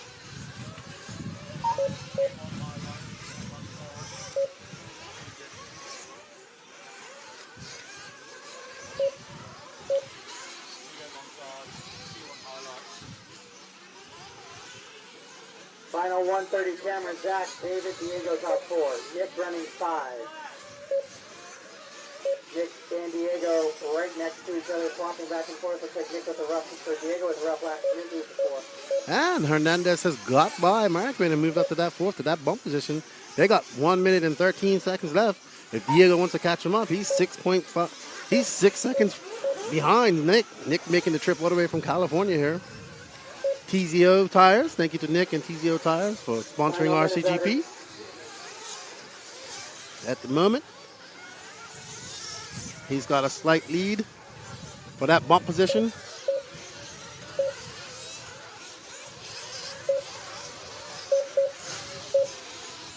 All right, I got all 4 leaders going to the moguls, but 2 of you are a lap up on the other 2, so work together, guys. Let's keep it all clean. Oh. Other lane. 30 seconds to go. And off camera, I can see that our battle for 4th and 5th is still going. Nick has made some mistakes. Diego is making some mistakes. Or did Diego get fired? We'll see here in a second. And Nick bump battle down the straightaway. Nick is in 4, Diego 5. Yeah, so Nick's still in 4. Diego 0.7 seconds behind. Can we grab that, Ash? Can you hear me? Oh, and Nick makes a mistake during the 180 and allows Diego to get by. Will this be Follow that red car. Oh, and Nick makes another mistake. Hernandez is coming apart. Wait till I see him after this. He had it. He gave it back to Diego Marquez. Let's see if they can make one last dash, but it's just too far away, and Diego looks to be securing that 4th spot and that final bump spot. Let's see. Yes, and he does. Diego Marquez pips Nick Hernandez. Last lap. That one mistake for Nick in the 180 here cost him a lot. But fortunate for Nick. Good for Diego. Cameron Saxon is your winner. David Harvey second. Zach Rodriguez. Diego Marquez are your bump ups. Steven DePlacido from Canada. He's 5th. Nick Hernandez 6th. Caitlin Carmendi of Race Like a Girl podcast in 7th. Luke Deming 8th. Ricardo Fausch making the trip from Mexico as well. 9th. Jason Lynn 10th. Marlo Bright 11th. Ever Lubus 12th. Lane Deming 3rd. Bradley Moore 14th. And Mark Whitlow 15th. Let's grow RC together by signing up for House of RC's media package. Our aim is to broadcast more and more RC events professionally, but to do this, we need your help. By subscribing, you can watch every lap live, and you'll be helping to fund more free content specifically targeted at newcomers. When you subscribe to houseofrc.com media package for $14.99 per month, or $100 for the season, you'll get to see every lap of RCGP. Plus, the more people subscribe, the more races we'll cover. So you RC fans get more in-depth coverage live as it happens. And newcomers get a thrilling taste from more bite-sized highlights packages, promos and action sequences. So head over to houseofrc.com/media and let's grow RC today.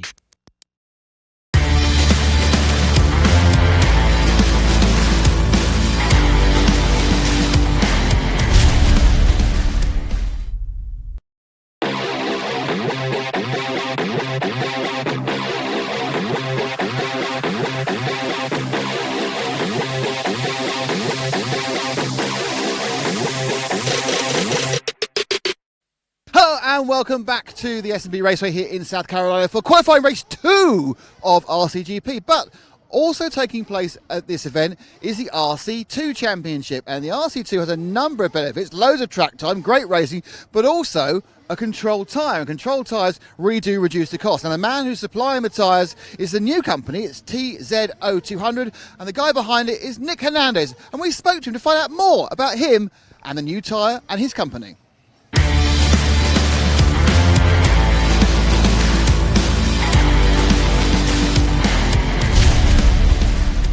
With Nick Hernandez, who of course is the owner of TZO with the 200 tyres, the official supplier for the entire season of RC2 tyres.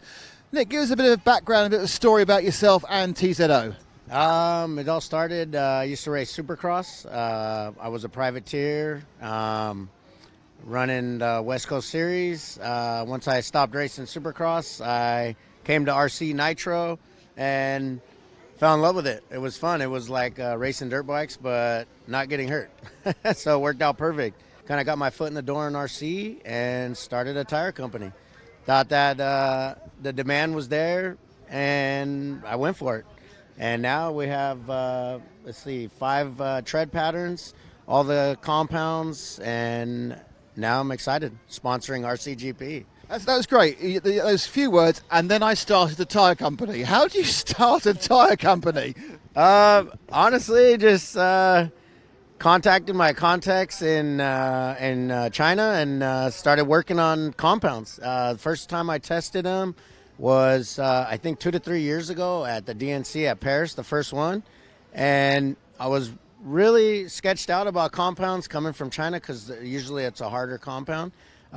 They gave me soft compounds and a bunch of them, tested them. Traction was really good. I was really excited. And then got a designer, designed my tire treads, tested, trial by error, went through it for, a year and a half, 2 years, and got got awesome treads. They're all working, and it kind of just happened. So finally, you're starting a new company. Your name's Nick Hernandez. You can call it anything you want. You've called it TZO. Why is that? Well, TZO stands for 200. So T for 2, 0 for 0, 0 for 0. That was my actually Supercross number.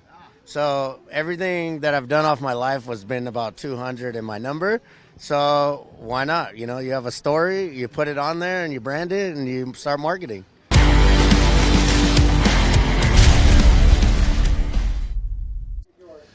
So Nick Hernandez there. Now, Nick actually drove all the way here from California in a Sprinter van, I've been told, which is about 2,000 miles. On the way back, he's picking up some pinball machines.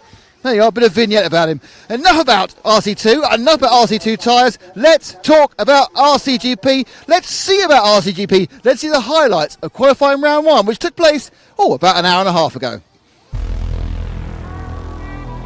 Top 6, we can see that's the J Concepts S-Works of Joe Bornhorst. They're away, and they leap off the line. Into the lead goes Cole Tollard. Gets a bad bounce to the moguls. There's 3 cars upside down, and out of it, I think, is rather unsurprisingly, the leader is going to be Joe Bornhorst. I think it's Bornhorst from Aidan Horn is my guess. As a matter of fact, I think it's finding it hard to push on this track.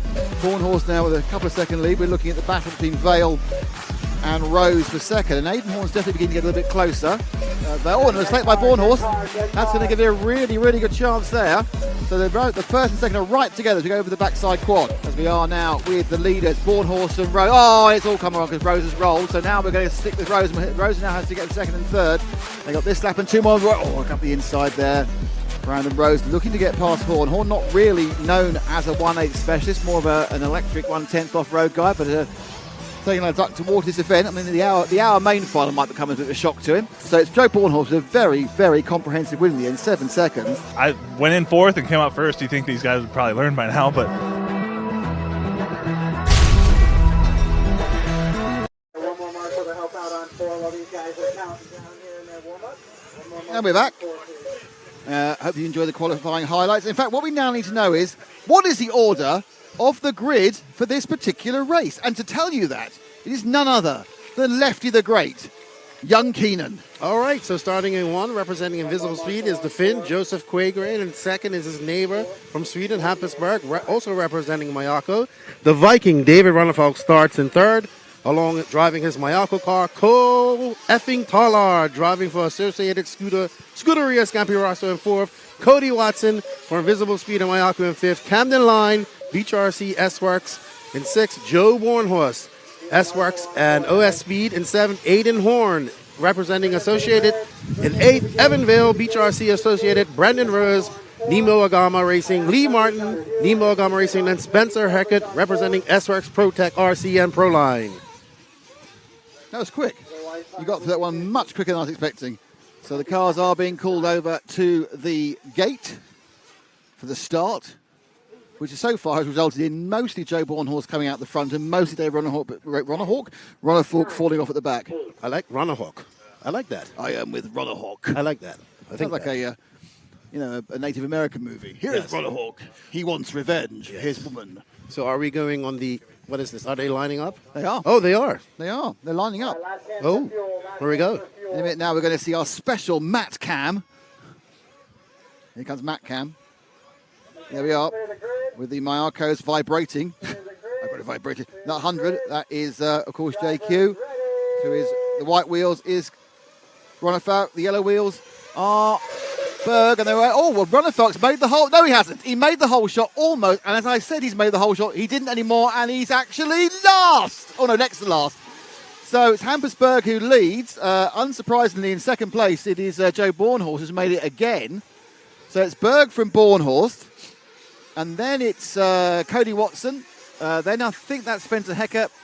And then it's Brandon Rose after that. So it's away go. So we have Hampusberg. He's going to lead his first lap in RCGP. Leading out for the Mayakos. This is a big test for the young Swede. Just turned 18. I wonder if Bornhorst will give him a bit of extra pressure or let him have a bit of a rest. Yeah, first time here in America for Hampus. First time on this red clay here in South Carolina. And beautiful S&B Raceway. So we can see the gap now is a couple of seconds apart. Berg Just coming through. Oh, but Bornhorst obviously is going to try and get past cleanly. He doesn't need to force the issue. He's got to win. Ronafalk's in 11th again, so that's not going very well. And but Hampus so far, at the inside of Bornhorst. No, he doesn't. He did get him, but then he came together. And now Cody Watson gets up the inside of both of them. So this is youth in evidence here. Bornhorst away though. Berg in second. Watson in third. Oh, it's Quad Green in third. Sorry, Quad Green's got the white. I thought Quad Green had the green wheels. Oh, I don't know why. So Quad Green's got the white wheels. So it's Joe Q who's in third. You see how I got less excited at that point when it was JQ in third. And fourth place is Spencer Hecker. And Brandon Rose is now in fourth. Let's drop back to third and fourth, which is JQ versus Brandon Rose. Green versus red and grey. So Brandon again kind of makes a medium start and then pulls it through. He got a fourth last time around after a mistake of the last lap. He's now chasing down the old stager. So it's Mayako in second and third. It's S-Works leading and Agama in fourth. So now he's in the lead. Bornhorst pulling away quite easily. And, that's a change of pace. So Rose has got past JQ. He had a bad bounce. Let's see how that just emerged. So JQ fine, goes out a little bit wide and then gets a nasty bounce back on those moguls. The camera makes that look very flat. If you're actually down on ground level, those moguls are quite pronounced and also all over the place. So it's a selection of, there's a bump to the left, a bump to the right, a bigger one, a smaller one. It's very, very tricky part of the track. So still leading, Bornhorst now got nearly 2 seconds, then it's Rose. Then it's Berg, then Rose. Ronafalk's got as far as 9th now. Hampus looking pretty good out there. First time we've been able to see him not in traffic and getting hit around, and he's showing his real skill set here. Yeah, I think he'd be pleased with what's happened so far. Let's drop back again to the battle between the next two, which is actually Hackett and just and as Horn. I say that. Oh, well, it always goes wrong. So he said that. So it's Hackett and Horn who are now coming back next behind them. As it dropped back a couple more, Ash. That's it, that battle there. Those two, minute 40 and 2, they've kind of Bornhorst got away again for a second win. This is now Berg on a kind of recovery run because he's dropped back a little bit. And he's been chased down by Spencer Hackett. So it's 4th and 5th. JQ just ahead of them. And Aidan Horn just behind them. Motherfucking to 8th now. Yeah, constant disaster of running. And they both go up the inside of... Oh, and there's a battle there with JQ. And JQ's just on the far side there. Ooh, and it's all gone wrong. And that is Watson, who got completely nailed going out of the hairpin. So there's Berg.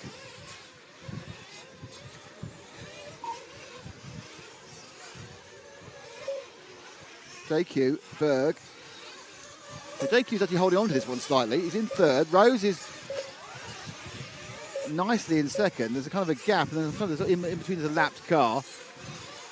And then there is, of course, leading quite easily Joe Bornhorst, having no problems whatsoever with this one. But this is the battle for 3rd, 4th and 5th. It's age before beauty at the moment with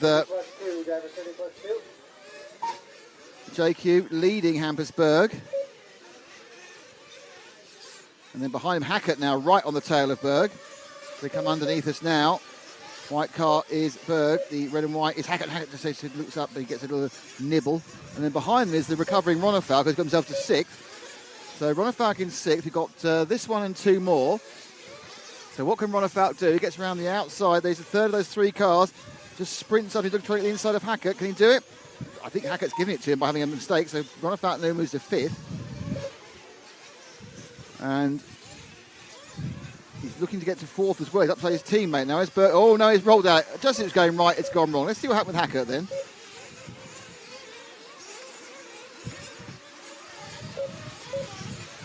So at that point, he got on the inside. It's gone wrong again for Ronafalk since then. So it just goes out and he rolls, and it's, just bad landing. So, coming around now, it's the last lap for Bornhorst, leading from Rose. Rose is leading from JQ, which is one thing I never thought I'd say. JQ's got a lead, and there's this kind of battle of cars now. This is 4th, 5th, and 6th. Ronafalk's back in with it again, and they've all come together. And I'm not quite. And it was Berg again, Berg and Ronafalk together. Ronafalk gets at the inside of Berg, so Ronafalk now has 4th and about 3 corners to get hold of JQ. So that was one of the few times that an accident actually fell into Ronafalk's favour. So it is a win for Joe Bornhorst again. The second was Brandon Rose, kind of again, and it looks like we're going to get a podium finish for JQ. It is. JQ finishes 3rd, and 4th has come Ronafalk from last. Hampersberg a good 5th. Spencer Heckett was 6th, and Horn, Tollard, Martin, Vale, Watson, and Lime. So not much movement there from the Associated boys, but the rest of the honours were spread around evenly. Good run for JQ, 3rd. He'll have visions of grandeur from here on out. You got to look at your Mr. Consistent, #1 guy this week, Joe Bornhorst. We got Joe Bornhorst in 1st, Brandon Rose in 2nd, Joseph Quaygren in 3rd, David Ronald in 4th, Hampusberg in 5th, Spencer Heckett in 6th, Aiden Horn in 7th, Cole Tollard in 8th, Lee Martin in 9th, Evan Vale 10th, Cody Watson 11th, Camden Line 12. We're waiting for the drivers to come off the driver's stand. Nick's gotten into position to give his interviews, and we're going to get a Joe and Joe interview. We're going to have the above and the below. Yes. Well, no one more surprised than me that I'm talking to JQ in the some sort of quality driving and doing well. 3rd place, well, JQ. Thank you, yeah. I'm surprised too. Well, you kind of got there and then didn't blow it. I know, yeah. That's the part that surprises me, especially towards the end. But my car is very good, easy to drive, and that's what I need. So these other guys are running different setups to me, which have more steering, car is more aggressive. I know my limits. I make my car easy, and that's it. It's the maximum pace I can go, and I just keep doing that. Well, obviously, you know, it's easy like a Sunday morning. All right, fine, I'm here all week. Brandon, next, please. Am I done? Yeah, go. Thanks. All right, go. Cheers, Brandon. So, great result, Brandon. But again, could have been a bit better, couldn't it? I just felt you're just taking too long to get to that position, aren't you? Yeah, just had a decent start. I was starting around 5th and just was running with JQ, and Joe got a pretty good little gap, and I pretty much settled for 2nd about halfway through the run. I knew he was gone. He was running smooth and just cruised there. It doesn't really matter until the last race, so got an hour to try to dice it up. So, yeah, trying to get top 3 starting grid to get the Superpole and go from there. Is there anything you're learning now that's going to be of any real use for the hour-long final, where you're going to be running through different tyres and tyre wear and that sort of thing? Yeah, for sure. We're learning that the tire wear is pretty bad out there, but we're running medium right now, so I'm pretty much running my main tires, so I should be fine, but I may go stiffer compound. You never know. Thanks, Brandon. Good stuff. Thank you. And once again, it's the Joe Bornhorst chatting to me because you've won the show. Realistically, I don't know whether you've made a pact with the devil or what it is, but you're getting that gate start every time.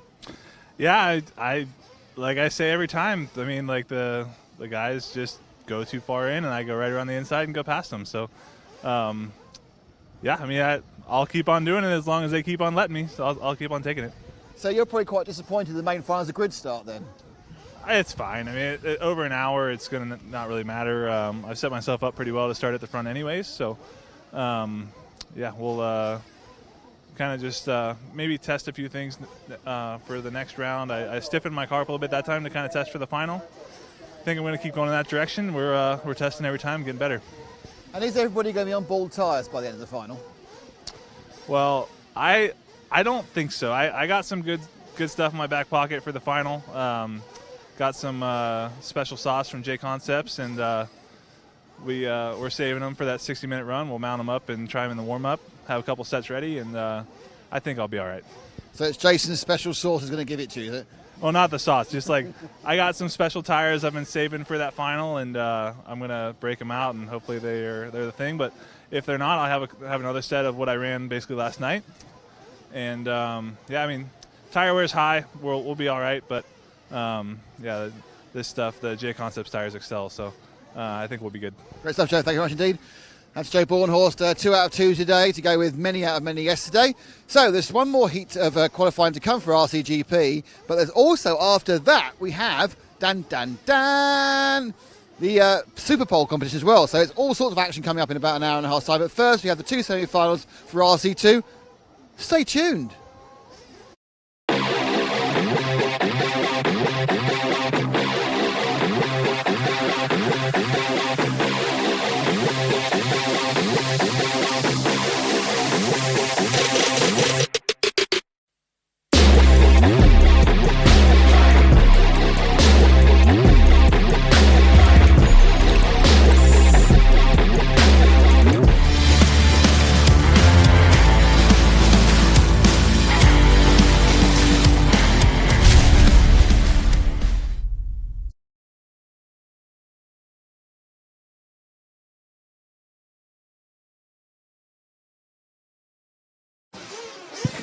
All right, so we're getting ready for our first semifinal here, semifinal A. Joey Bardon, your TQ of the event, I believe, starting in 1. Unlike the Nationals last week, you still have to race in if you are number 1. And yes, BJ, I think that I told Joe this yesterday. I think letting him be himself here in RCGP, he's able to really be a little bit more comfortable and a little bit more side of his personality out. And it's good. It's good back and forth between them. I mean, he's on fire today. Congratulations to Joe Bornhorst and the SRX team. And even, I will say it, congratulations to JQ on that latest one right there. So, yeah, good stuff. All right, so we got our semi-final A out there doing their warm-up laps. And I just lost scoring, so let me get that. Using Nick's computer here. I have no idea how to use it. Thank you, Marshall.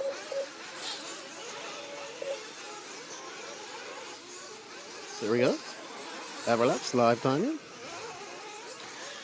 All right, so let's see. Let's get back to the chat here. We had somebody from West Virginia, Wayne, tuning in from West Virginia. Good to see. Got my buddy Axel Irwin tuning in from California. Sorry about that, people. Salty Joe all the way from Bermuda. We got 41 people in watching this at the moment. Thank you all for joining. I hope you're enjoying this coverage. The Control and RC Racing TV crew have worked tirelessly to bring you guys this awesome coverage, and now in 1080p. So even better. Wind's picking up a little bit here in South Carolina. Not as bad as yesterday, but the sun's out. It's nice and cool. People are having fun. And we got some racing going on. We got 1 minute and 13 seconds left in our warm-up. This will be a 20-minute final.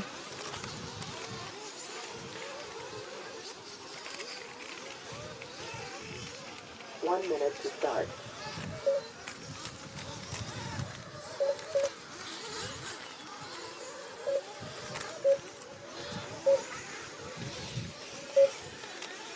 So, how it works for our semi-race. We have the top 6 from the A and the B. They'll go straight through. All semi-final cars are kept in technical inspection until release. The RC2 LCQ 7th to 13th place. So we have an RC2 LCQ, and top 3 will make the main.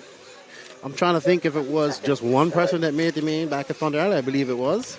All right, guys, straightaway closed, track is closed. So Justin is close straightaway. To the grid, please. Track is closed. The mechanics are going to grid them up. Track is closed. And we're going to get our first semi-final on the way. But if these guys don't make the cut, they can always do it in the LCQ. Wayne says, WRC, let's go. Good luck to Thomas and Chris. I was talking to Chris Morant yesterday. Nice guy. All these guys in the WRC 10, very nice guys. I've had some good conversations with them. We got Mr. Bardon. Can we get on number 1 there, Ash? Until after the conclusion of Group B technical inspection. We got Mr. Bardon getting ready to hit his son, Joey. I will count down from 10. When We got Austin Horn in second, Cade Burnett in third. Drivers will listen for the tone. Mechanics, last hit for fuel. Logan Colwick in fifth, Blake Crow in sixth, Chris Moran in seventh, Josh Hollyfield in eighth, Ethan Mechanics in ninth, Thomas Kaufman in 10th, Robin Nelson 11th, Camden Lee 12th, Abayu Barku 13th, Cole Churro 14th, and Kyle Espinal, your last bump up in 15th. 9, 8, 7, 6, 5, 4, down.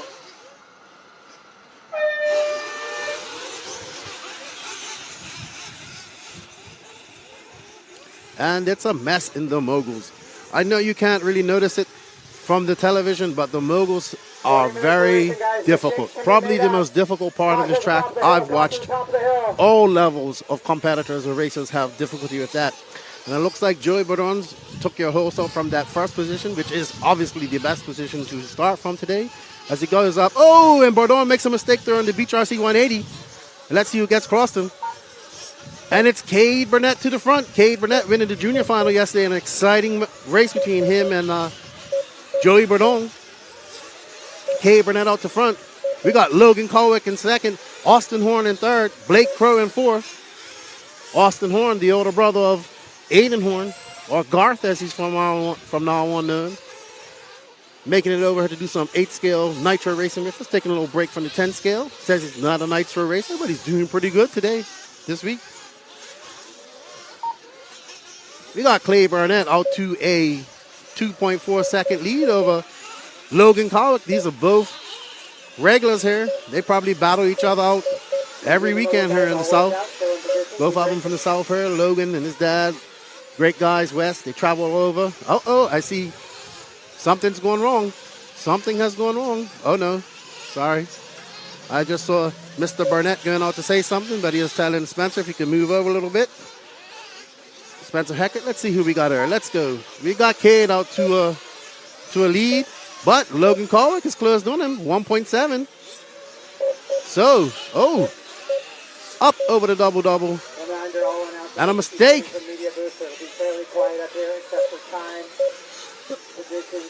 Cade looking good. Up through the Dragon's back. Down.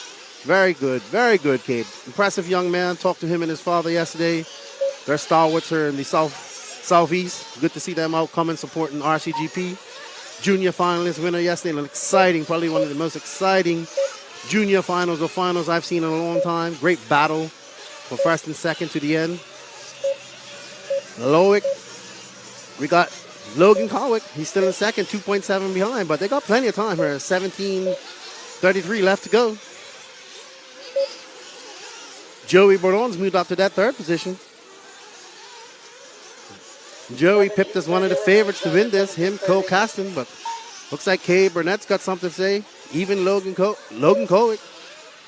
So remember, everybody, we have a mistake by Cade Burnett, and that allows, let's see, Joey Bourdon is up to the second position. He got past Logan Colwick. Joey has been showing some great speed this week. He's been showing great speed all 2021, the young Joey Bourdon. I think he just went 16. Him and his father have been hitting the race scene very hard. Saw them at DNC. One of my top young racers that has improved in the last year. He's ranked high. Great family. And now we got a battle between Cade, Joey, and Logan. Let's stay on that because this is the battle for first right here. Looks like we got Austin Horn, 1.6 behind Colwick. And wow, we have a great race from first to fifth right now. Even to sixth. Cole Chur up there, 4.7 seconds behind Robinson in 5. Robinson, our junior final winner from 2019, I believe. Him and his dad and his mother have made the trip here to RCGP once again.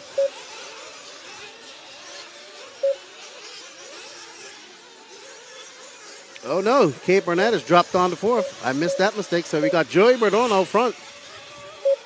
Logan Colwick chasing him down, 1.1 behind him. Can Logan catch him up?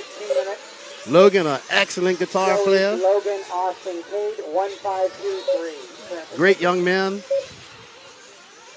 Him and his dad, a great father-son team here in the Southeast. Very good friends of mine. Glad to see them out. They've been waiting to come to RCGP for 2 years now. We're finally here and get to experience it. So happy to have him here. Austin Horn's in the move. He's 1.2 behind Logan Kowick. Let's see what we can. Let's stay with this battle for. Well, it's not really a battle, but let's see. Let things pan out a little bit here. Let's have a look in our chat, see how things are going. We got 41 people here, but we ain't got nobody chatting. We only got Wayne Adams and Salty. If you guys want to know how to use the chat, hit up Connie. It's pretty easy. Go into the House of Media package, and you can see the chat down below. Put in your nickname, and then come in and chat with us.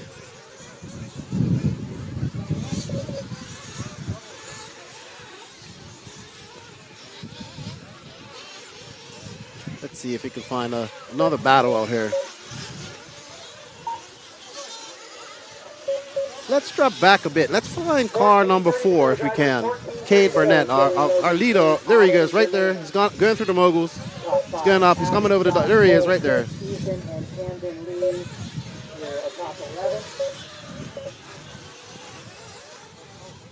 We got Austin Horn right behind Cade Burnett.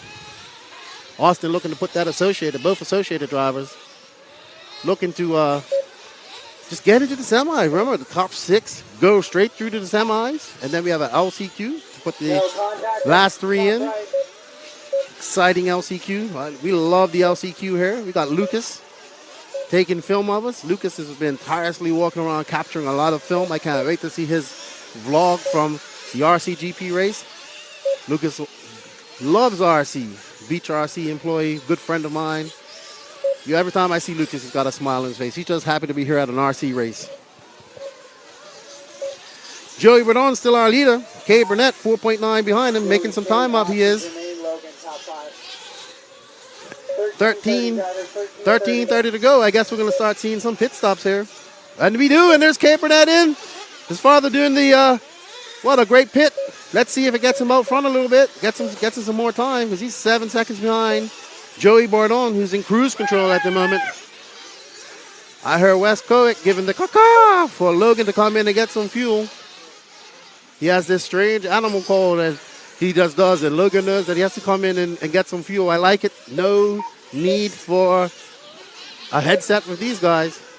Cade Burnett making a mistake up there on the back. Looks like, let's see.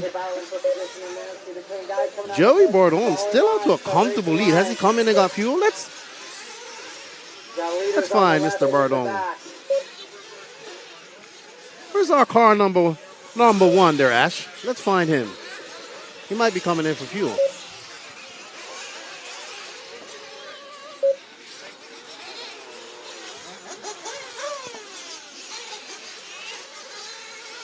Got the Canadian guys on here doing some mechanicking. Looks like they're doing some pitting for Abayi. He's made it up here. He's in 7th. He's still got a chance to make it up there. Austin Horn to the lead. Bordon must have came in for some fuel. Let's see. Let's fuel stops pan out.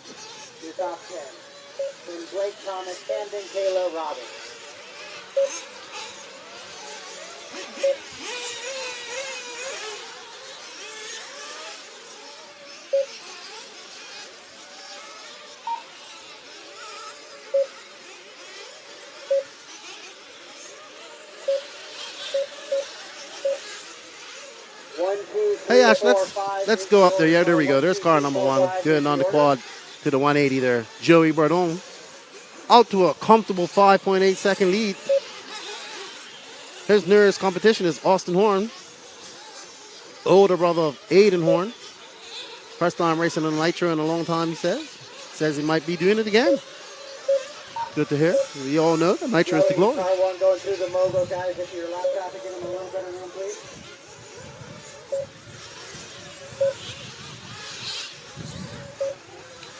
Cade Burnett has made his way back up to 2nd. He's 7.3 seconds behind Joey Bordon. He'd be looking to close that gap. I'm sure Cade would like his chance to start on pole. As we can see, starting on pole is a big advantage here. Jermaine Robinson's made some moves and got himself up to 3rd. He's 8.8 seconds back of 1st, 1.4 behind 2nd. Remember, guys, just your top 6 go through.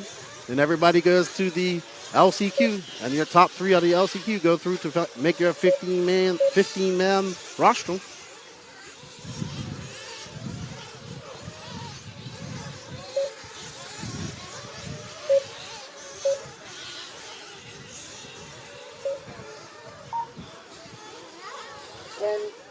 To go, drivers. 10:15 to go. 10:15 to go here in this semifinal A. 425. Joey Berdon got it out there in cruise control. This techno ride. Very impressive young driver. Coming here from Ohio. He's just cruising out there. Cade Burnett in second. Jermaine Robinson in third. Austin Horn in fourth. Logan Colwick in fifth. And Josh Hollyfield moving up to sixth. Veteran racer here in the southeast. Getting up here, mixing it up with these young racers. He says, I'm not going to let all you young guys have all the fun. We old guys can do it too.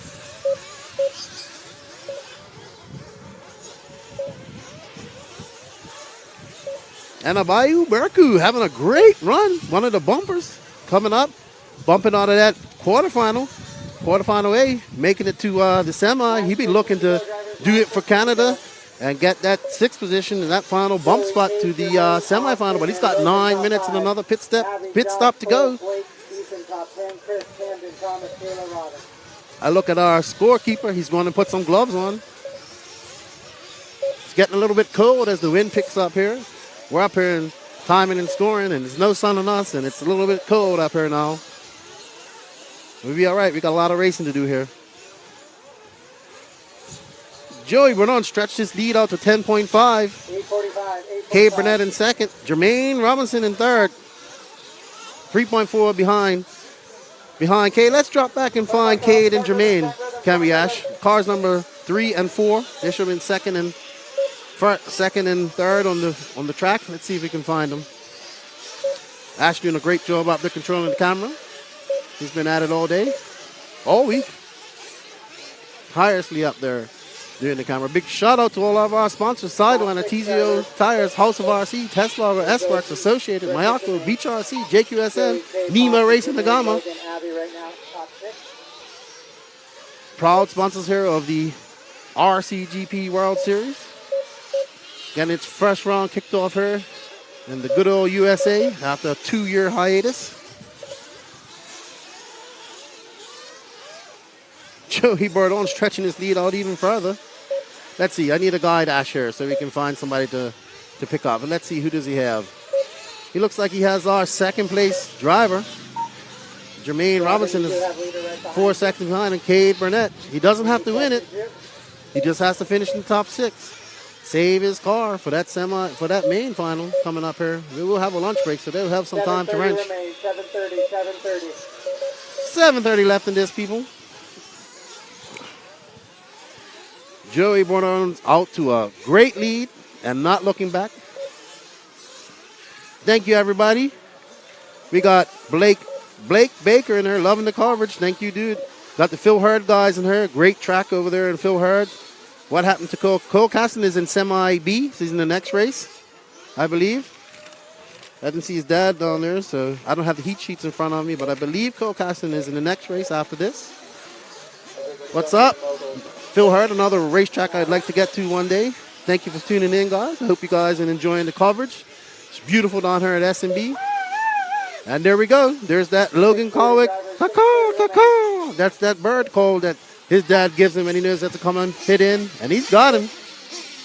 Great pit by Wes. We're still following Cade Burnett, our second place winner. He's our second place leader. He's got an 8.7 second lead over Jermaine. Let's see. Here comes Cade in for his last pit stop.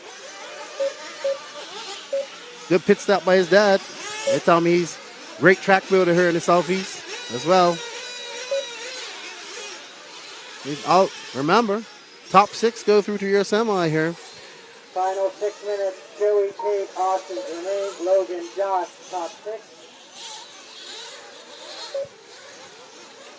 Let's go through the ages on this semifinal. First, Joey Bordon, 15 and 16. Cade Burnett, similar age. Austin Horn, 21. Jermaine Robinson, 15. Logan Colwick, 18.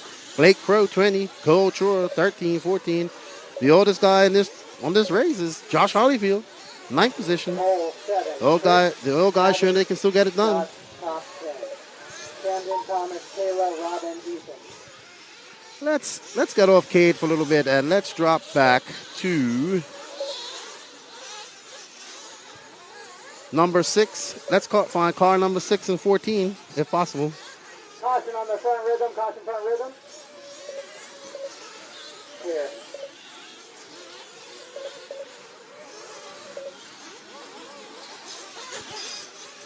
Let's see if I can find him for you.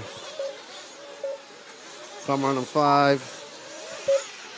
I'll find him for you, Ash. Top of the hill. Caution top of the hill. Clear.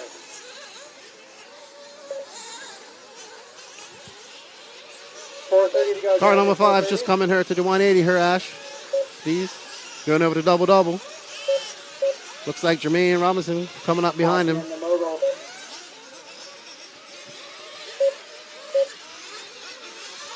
Drop back to that number 5 car, just going over coming around the 180. There we go, Logan Colwick.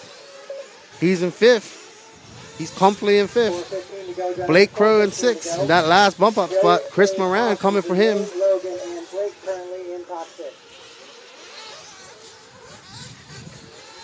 The race for the bump is heating up here as we got Blake Crow, Cole Chura just switched places. We actually have to drop back and look at that race because Cole Chura just bumped up to that 6th position with 3 minutes and 50 seconds left. He'll be looking to secure his spot in that semi.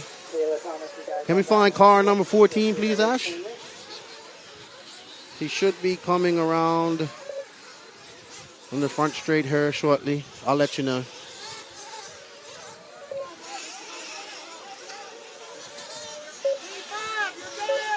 Joey, Cade, Austin, Jermaine, Logan, Cole, top 6. Chris running 7 in the chase position. 3:20 to go.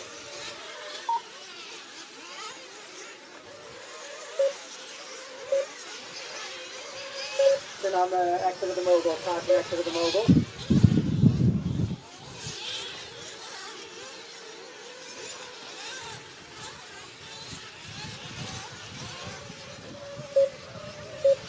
Let's go back to our leader out there coming up over the 180 there, Ash. Coming over the speed hump here. I think that's Joey Bertone. Yes, it is. He's on cruise control. Who we have here? Joey, Cade, Austin, Jermaine, and Logan, your top 5. Cole 6. Once again, all track announcements coming from the Car number 11, that's Camden Lee. Let's drop back to, we got a good battle going on with Camden Lee. Thomas Coughlin. 230.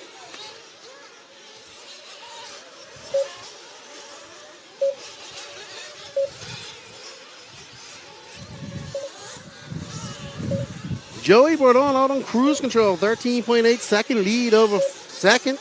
Cade Burnett in second. Austin Horn third. Jermaine Robinson, Logan Colwick, Cole Chura, your bumpers. All youth drivers. All very young. Good to see the young junior drivers doing well here at RCGP. This is their time to shine here in the RC2. And they are living up to their potential. Logan and Cole, your top 6. Chris, Blake, Josh, Abby, your top 10. Chris Morant be looking to pip Cole Chura. He's got 1 minute and 45 seconds, and he does. Chris Morant up to the 6th position. Let's fall back and find Mr. Morant. I believe that's him going over the double-double. Car number 7 out there, please.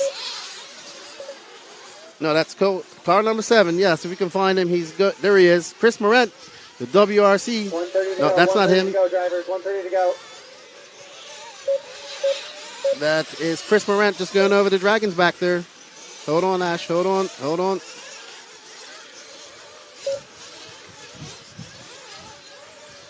Ash just looks like he's following Austin Horn. Good to see the 10-scale driver making it down here to race with his brother, helping his brother out here at RCGP and doing a little racing himself. Hopefully he sticks to it and does a little bit more nitro racing. I know he's a 10-scale specialist, but he's doing pretty good here at RCGP. 45, final 45. We got 45 seconds. Looks like Blake Crow's got past Cole Chura for that that bump spot, the last bump spot up for grabs between Blake Crow and Chris Morant. 30 seconds to go. Let's drop back and see if we got 15 seconds, 25 seconds left to go. And we have a battle between Blake Crow, Chris Morant, and Cole Chora. Let's get back to car 6-7 if we can. Are we looking?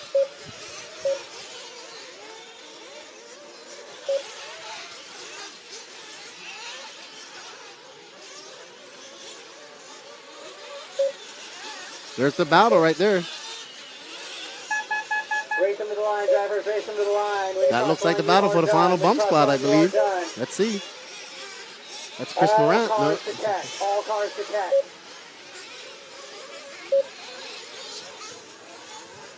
All right, so Joey Bardon wins that easily. No problem right there. Cade Burnett in second. Jermaine Robinson in fourth. Austin Horn in second. Logan Colwick in fifth. And that battle looks like Chris Morant will get that final bump spot. That final bump spot, he'll pip Cole Chora at the end here. Cole Chora, Blake Crow, Josh Hollyfield, Abayu Barco, Camden Lee, Thomas Kaufman, Kyle Esmanol, Robin Nelson, Ethan McAnnis, all will go to your LCQ. They still have a chance to bump up to that semifinal. It's not as bad as it was yesterday, but we definitely don't want that win coming back. Made it horrible. Good luck to Cade. We got a few people in here. Let's say what's up to everybody. We got Dav. Oh, that's David. Yes, it's very sad about Ronald Falk. He's feeling a bit sick too under the weather. He was telling me. What's up, Victor? Enjoying the coverage from Ohio. Good to see you in here. My buddy Victor. David Bowman. Let's hope Ronald Falk don't got that bad luck again. It's been a bad week for him, bad starts for him. Yes, Joseph drove very well, and Bornhorst is just on fire. Blake Baker says, good luck to Cade, the winner of the opening round of the SOS held in Phil Hurd. Look for him again to win round 2 at Easley. That's what people don't understand. The South here has us a deep racing culture. I think me and my buddy Mike, we counted, I believe it was 22 tracks within 3 hours here. So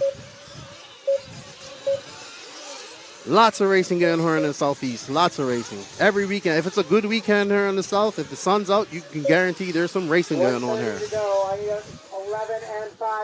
Happy to be back here in the South. Wish I was staying a little bit longer, but I got to go home.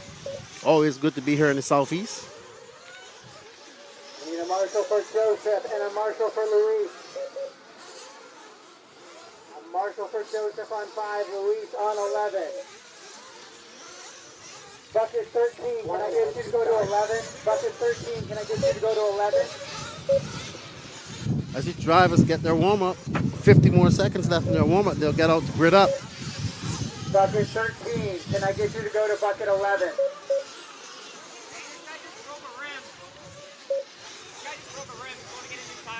Tell him 1 minute up there.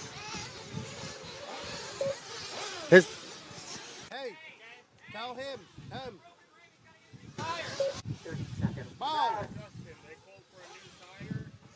No, him.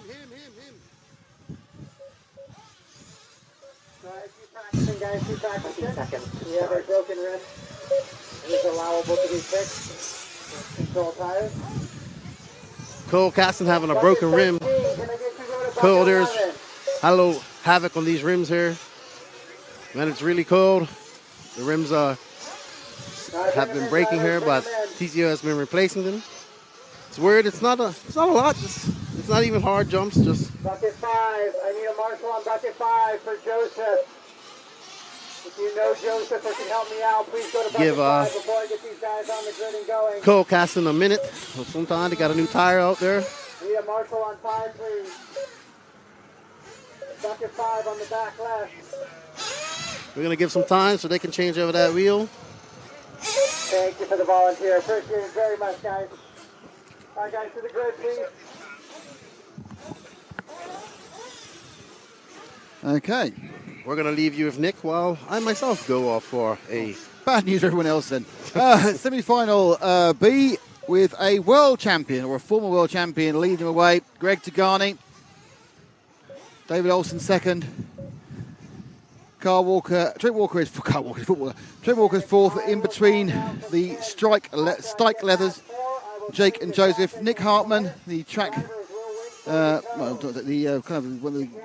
man who does all the work at the track, on the track team, in sixth. Cole Caston, Don Elliott, Gabriel Montel, Gia Helper, Louis Gildino, and the bump ups in the quarters, Cameron Saxon, David Harvey, Zach Rodrigue and Diego Malaquin. Cameron Saxon looked pretty damn fast, so I wouldn't put it against him getting into the top six. Top six go straight to the final. The rest goes to the last charge qualifier, which is in about an hour and 10 minutes. We have an RCGP qualifying round 3 and the RCGP Superpole prior to that. A little bit of tuning being done on the third place car of Jake Strikeleather. Just I think there's an idle tune, isn't it? 7, 6, Car's going down. Pierre Runnerfelt dropping the Degani car. And they're away. So Degani, the world champion, has a world champion's pit man in Pierre Runnerfelt. So it's the world champions are keeping it for themselves at the moment. Top of the hill, guys. It's carnage on that first thing. Let's work together. Lots of action, and away has gone Degani over the Dragon's Back, which has been named by Keenan in a brilliant way. I'm glad he found that, because that makes a great spiky answer to what's going on. So Degani reckon he didn't have the pace for this, reckon it was too quick. But he's leading the David Olsen car, which is the blue and white one. Third place is Jake Strikeleather, just behind them. And then in fourth place is Donald Elliott and DJ Helper up from 10th to 5th.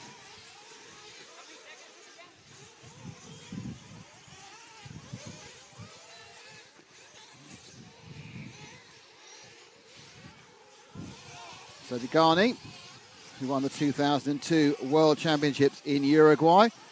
He's one of the biggest personalities in the sport. He's currently in second. He's now back in first again.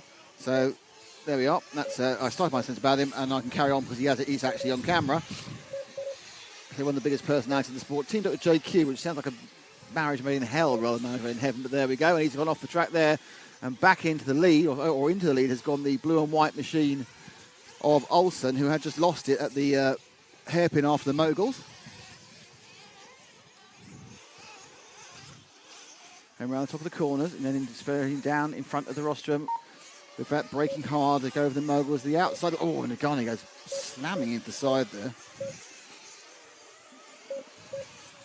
Third place, Elliott, up from 8th, Donald Elliott, so moving forward. Saxon, who's my tip. Let's move it one whole place so far. Drop back one, Ash. So Degani under a little bit of pressure now from Elliott in the second and third. Remember, the actual key point here is 6th, but we'll worry about that a little bit later on. Enjoy the marbles at the front of the field. That outside line through the moguls getting more and more popular.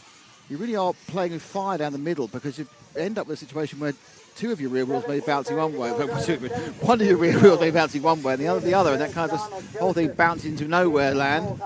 So second and third right together now. Actually third and fourth, that's the 8 car, isn't it? That's Elliott, yep, into second and third. There's pieces of paper blowing over the track. I hope it's not my pieces of paper.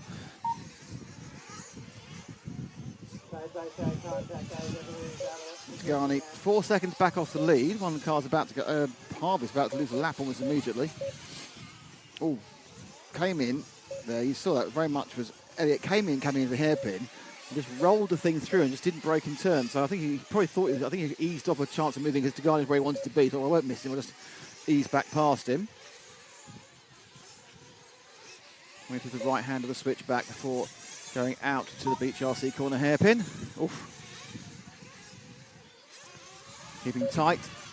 Degani again drifts out to the outside. They're both drifting out to the outside now of the moguls. Doesn't make the best line for the hairpin immediately after it, but obviously you're actually pointing in the right direction is the key point. And they're firing back and over the backside quad. Turning in the infield hump. Leader, Olsen, sort of 6 seconds up already, so Olsen's absolutely gone in the 2 car. There's actually a lapped car in between Olsen and Degani. 16 minutes to go. Degani in second, then there's a third.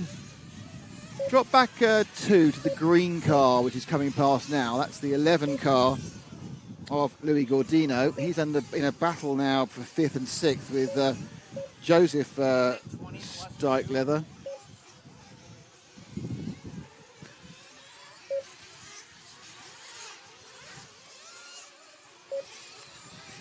Battling, might be losing actually. So these two battling in that 5th, 6th area. Right together up there at the hairpin.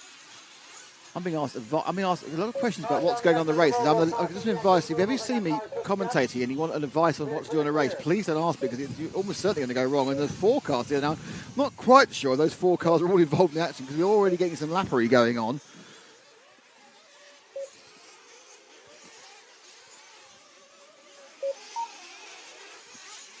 So there's a kind of melange of cars there. Harvey goes through a lap down. 15 minutes to go, drivers. 5 down, 15 to go. There goes Degani, then Caston, and then this is our combination of Steichleather and Gudino. So Gudino is the green car, Steichleather is the multiple coloured car on the 5 plate. So it's the 5 car, that's the leading of those two. It's got I think on the screen it probably looks very colourful. We just lost the position to the all green machine of Gudino. Both of them currently bumping up though. It's Gabriel Montel who's missing out. And in fact, we'll probably look for Montel in a bit to see how much further he's behind. He was a couple of seconds back, but we're not yet even at first pit stops. So the 11 and 5 battling in 5th and 6th at the moment. Putting on a bit of a show for us. They come down towards the hairpin.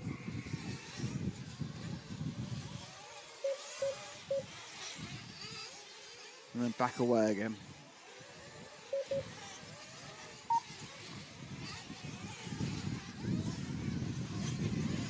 Over the Dragon's back. These two now together.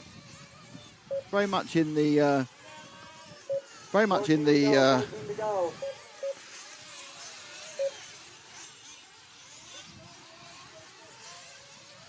early build parts. Very easy in a 20-minute race. You build it into 3 parts. You've got the in between the 2 pit stops. The first section, really, you just want to make sure you've not made any terrible mistakes before you get to the first fuel stop. In the middle, you start to really see what you can do. At the end, you're either at a point at the 3rd section, you're either in consolidation or you're absolutely going S or B to get up the place you want. Car 2 just rolled right in front of me, and that was our leader. So Olsen's just made a mistake and lost some time. So the lead that Olsen had, which was 9 seconds from Degani, has reduced down to about 3. Our curve now is Gudino and Steichleather in 4th and 5th, and that lead is nothing like what it was. So Olsen lost some time. People coming in all the time now for pit stops. We're at the 7:30. No one's having to push the fuel. No one's having to worry about making 8.5, 9 to cut down the number of stops they're going to make on this particular final. There's our leader into the pits. Fueled up and gone. Temporarily, Greg Degani takes the lead. And there's the fueling up for the all-green car of Louis Gordino. Was it slightly? I don't know, one of the 2.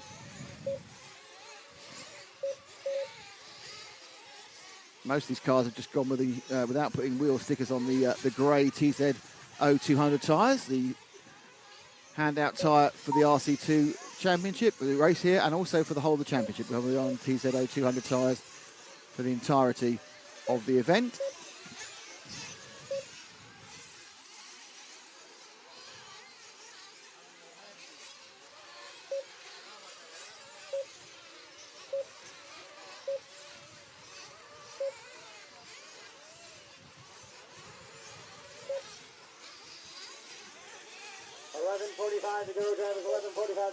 So Degani now has dropped to 3rd, and the leader actually is Caston. I wonder if Caston in the lead, which is car 7, Cole Caston, whether he's actually trying to do the whole thing on just one stop. I don't remember him being up there before, and he's got past both Olsen and Degani. I'm more interested in getting past Olsen and Degani.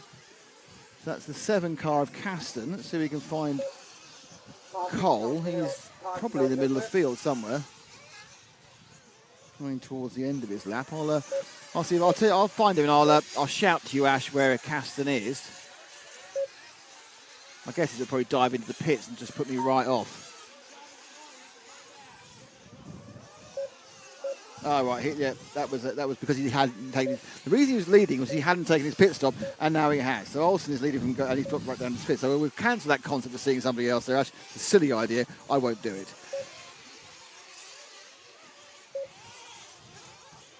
Move forward one, Ash. 10:45 to go in this one, David. Joseph. So we're up with the orangey yellow car, which I think is the 9 car. And that is Gabriel Montel, who is the man who, when he crossed the line last time, was in the final bump-up place of 6th. There is a bit of a kind of an all-in kerfuffle there with those 3 cars going past, which is the 5, the 9, the 11. And which is Stike Leather, Montel and Gordino. Oh, big roll up the front. So a little bit of an advantage, a bit of breathing room there for the 9 of Montel on camera at the moment. Hello, Nick. Hi, man. David Olsen, young local here from South Carolina himself. I believe he's based just outside of Charleston. Looking pretty good out there. But well, he was 9 seconds ahead and had a massive mistake. And did he? Yeah, lost it. But luckily, he's taken the lead, but he lost like most of his lead in one go. He had really carved out an impressive bit of lead over the former world champion or world champion of 2002, Gregor Degani. Cole Caston, Lou Godina, Joseph Stike Leather, and Gavin Montel are all battling. And I think actually Donald Elliott may have got past. I'm not sure. It's kind of a bit difficult to tell sometimes what's going on in the 6th and 7th battle. They go up the hill now and they come back down towards us. That Degani has dropped down, isn't it? I think Degani's had a bit of a slow period.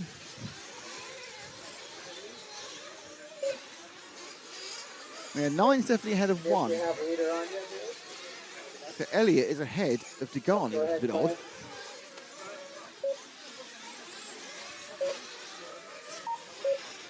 Yeah, Degani's now dropping down a little bit, but not that much. Yeah, so Degani had a bad lap. That was why I think he was appearing significantly lower than he was. There's been a kind of a shuffling about in that middle period. You probably saw it in the camera whilst Keane and I were looking at timing screen. So it's now Cole Caston from David Olsen, from Louis Godino, from Greg Garney. We're not really in the area of the second stops yet. Then Montel, then Elliott, and then it's Joseph Stike Leather. All these people are very much in with a chance. Stike Leather really in the 5 is the man on the cusp. And that's the 8 car that's rolled over in the background there. That is the 8 machine of Elliott, which I think will actually put Stike Leather ahead of him.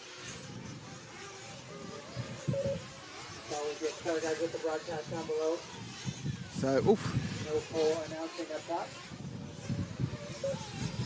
the whites of his eyes that go round the back of the track. We're currently still with the is that a Caston car with, or is it the Walker car? We're currently, yeah, we've picked up the leader there. He's upside down though. That is Caston we're looking at, who is the leader, 7. Caston making a trip from, I believe, Georgia, here with his father and his mother. Ash, can you drop back to the sort of 4 cars that are about to go on the quad, please? There we are. That's the back end of the 4. There are they. This is the kind of battle around the 4th, 5th and 6th place. I'm particularly confused who it is. It's the 8. But get through into the final bump-up place. As round goes the 6th. There's a few lapped cars and it's slightly confused. There's the 5. There's Degani. Drop back 1, Ash. And you've got the bright green car of Godino. And then you've got Elliott behind him in the 8 car. And then there's a bit of a run back before we get to Montiel and Saxon. So Saxon, who we tipped, both myself and Keenan, to come through the field. It's taking a long time to do it. We said he was fast enough in his semi to get through the final. Sometimes we roll in front. I'm not sure. Not every roll, not every piece of action is actually important, because sometimes the back marker is rolling out the way. But this bright green car, as second fuel stops to take him up and through. Stops underneath us. That's the 11. And that's Godino, who came in 5th. So when he comes out of the this pit stop cycle, he hopes he's still in 5th. Nightmare, not so bad in 6th, it'd be obviously much worse in 7th, but he's been clean so far. We've seen a lot of drivers make mistakes. Oh, that blue and white car's got the issue. I think that's our second place man. That's the 10 car actually, who's getting all over up in his grill. That's DJ Helper. But when you fueled up, you need to put in a very solid out lap, and he's got away with that one. Lost about 2/3 of a second, and he's got himself a little bit of traffic. He's gone out wide, and engine bouncing off the outside pipe from the mower is actually one of the least bad things you can do, actually, because it tends to mean you just hug that far left, which is the safest route. So throwing it in, always upside down now, this could be an issue indeed. For Godino, the strike leather's only 1.17 seconds behind him. Strike leather. Big gaps now. I'm not quite sure whether that's prior to or after fueling, or is that strike leather just in front of him? Get a car check number as he goes past. That is the 5 cars. That is strike leather. That's 5th and 6th. And the key thing, of course, is Keenan. It's all really about 7th, because that's the first person who's got to go into the last chance qualifier. Yeah. Trent Walker's moved up to 7th. Florida native. Good friend of him and his father made the trip. Trent was also a part of RC2 back in Thunder Alley. Great young man. I had the pleasure of knowing him for many years now.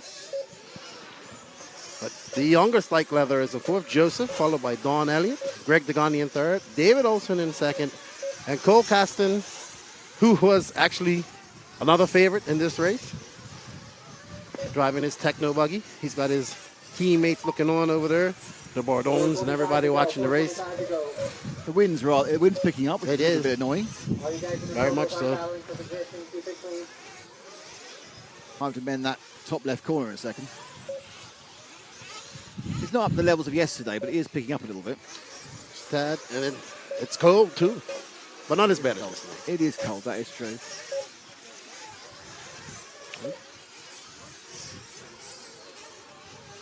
We've got 3 minutes and 56 seconds left. Walker trying to catch up to Luis Guidino and get that bump spot. Luis trying to keep that bump spot. Luis making the trip from Mexico. Yeah, it's 4.5 seconds now he's got on Walker. The battle with strike leather is never ending. And they're coming across the line now, the pair of them. 10, 5. Yeah, I think it's just changed to strike leather. Strike leather now is the one at the bottom of that pile, but Walker's still 5 seconds behind them. I just saw a car go completely the wrong direction. Not sure which one it was. The 9 or the 8? Montiel. Montiel, the 9. It is.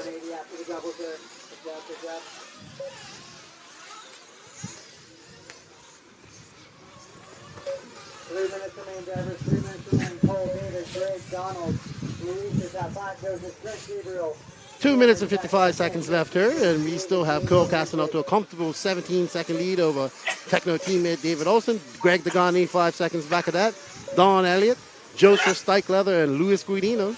If the semi-A was full of young guys, we have 2 young guys, 2 older guys, another young guy, and an old guy here. Just a bunch of OAPs, you're saying, isn't it, really? Cole Caston has the fastest lap, and he's also leading.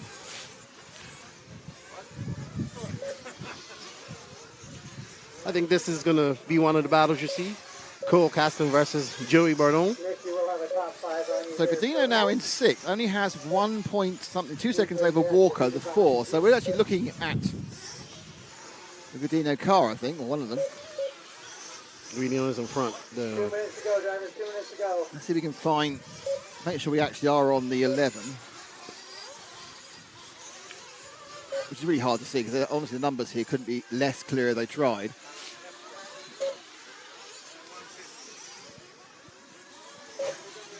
There's the 5. So yeah, the green car is the 11, so we're on the right car. So I'm not quite sure. So Walker goes across now, and he's got 2.5 seconds. So realistically, the green car Godino needs to avoid. He got taken out from behind. Needs to avoid those issues. 1:30 to go, drivers. 1:30 to go. Walker comes after him. That gap is 4.5 seconds. So it's basically not really a problem unless there's a mistake made by Godino. It's not the end of his day because he drops into the last chance qualifier. But you want to get that secure position. Absolutely. You don't want to leave it to the end. Cole Caston's really put down some. Once he's got in the lead, he got past Olsen. He's really put down some laps now. He's something like 15 seconds ahead. So it's been a great second half of the race for Caston. We'll be seeing him at the front of the final, I'm sure. Little error there by Godino. Well, he was the fastest in qualifying, I believe, and then the qualifying race was actually, I think he had a DNF. So. Oh yes, I remember that. Yeah, he ended up being overall the lower qualifier because he didn't even get a lap, did he? But this is sixth main Godino. Last time round he was. Oh, he had a 9-second lead. Walker's made a mistake as well. So he's looking quite secure. It is, remember, a timed race of 20 minutes. They're probably going to get 2 more laps, actually, because it's 30 seconds to go and the laps are only 32. Oh, well, no, that's where it's all going to go wrong. Now, if only Walker hadn't made a mistake earlier. Yep, Walker's back there. So even though he's just made, a 4-second mistake, he's still okay. And interesting, that mistake may mean that he'll actually end up being caught by the timer, not have to do the lap. As we're down to 9 seconds. And it's been a fantastic performance by Cole Caston, it has to be said. I mean, he's really, really top-notch. Yep. Showing why he's considered to be one of the favorites to win this. His toughest competition over there, keenly watching him race. Olsen's been caught by the timer, as has Godino, Saxon. So we have our result effectively. Cole Caston, David Olsen, Greg Degani. So Degani's made the main quite easily, which I'm sure was his aim from point 1. And then we have Joseph Steichleather, Luis Godino, and then the first person to go into the last chance qualifier is Cameron Saxon, then Gabriel Montel, Trent Walker, Zach Rodbury, Didier Helper, Nick Hartman, Diego Malaquin, David Harvey, and Jake Steichleather, who was unlucky with problems in that race.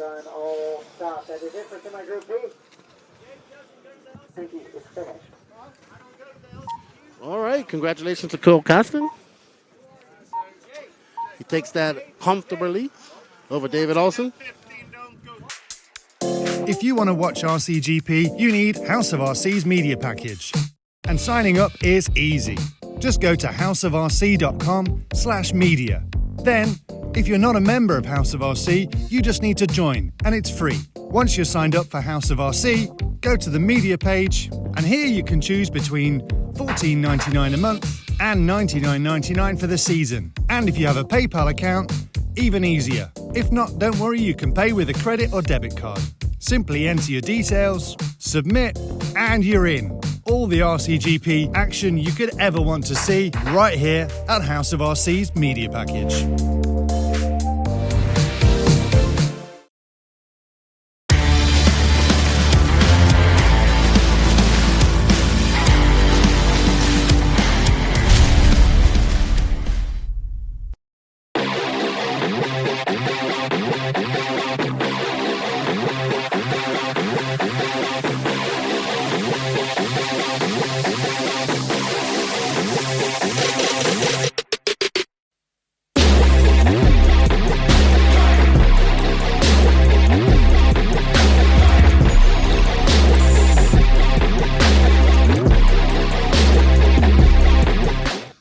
Welcome back to the S&B Raceway in Piedmont in South Carolina for the third and final qualifying round for RCGP race number 2 and after that, with no break at all, Superpole. Anyway, we saw Brandon Rose come second in this last qualifier. I mean, a lot of strong performances by Brandon and Lee, and of course they're using their Agama cars, but this is the older Agama, not the special secret new Agama. Let's see what Nemo had to say and what they'd show us of their revolutionary new chassis.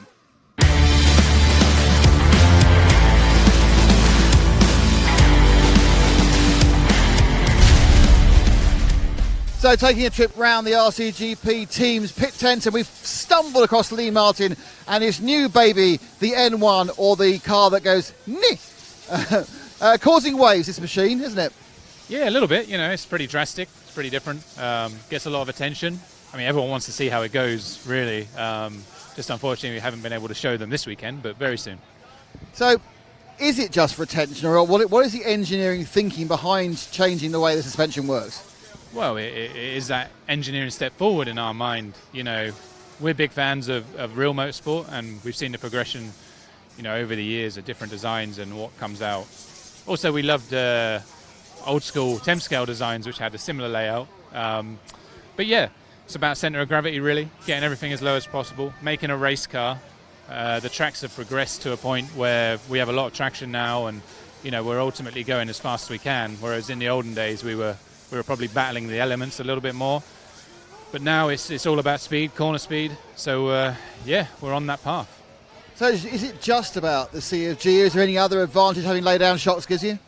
There's quite a lot of advantages. Some of them we knew would happen, and some have been new to us. The shocks stay very clean because they're pretty hidden. They work all 4 shocks at the same time. When the car's working, it's always working all of the shocks rather than just one side, and it's making one side kind of semi-redundant. They don't heat up or anything really because they're out of the way of the engine and all that stuff. We haven't seen many disadvantages. I'm not going to lie. The shocks are very linear. There's no extra forces put on them as a sideways force, so they stay very consistent, and it really shows in lap times. They're very, very consistent to drive. So they're in the shops by Christmas? We're pushing on, and Q4 is our estimated so far. Very lovely. Hopefully we'll see it out in Italy in RCGP round 2. Yeah, for sure.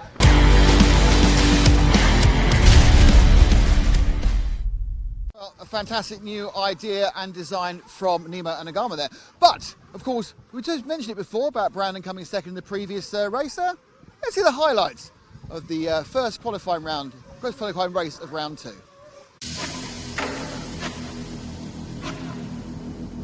That 100, that is, of course, JQ.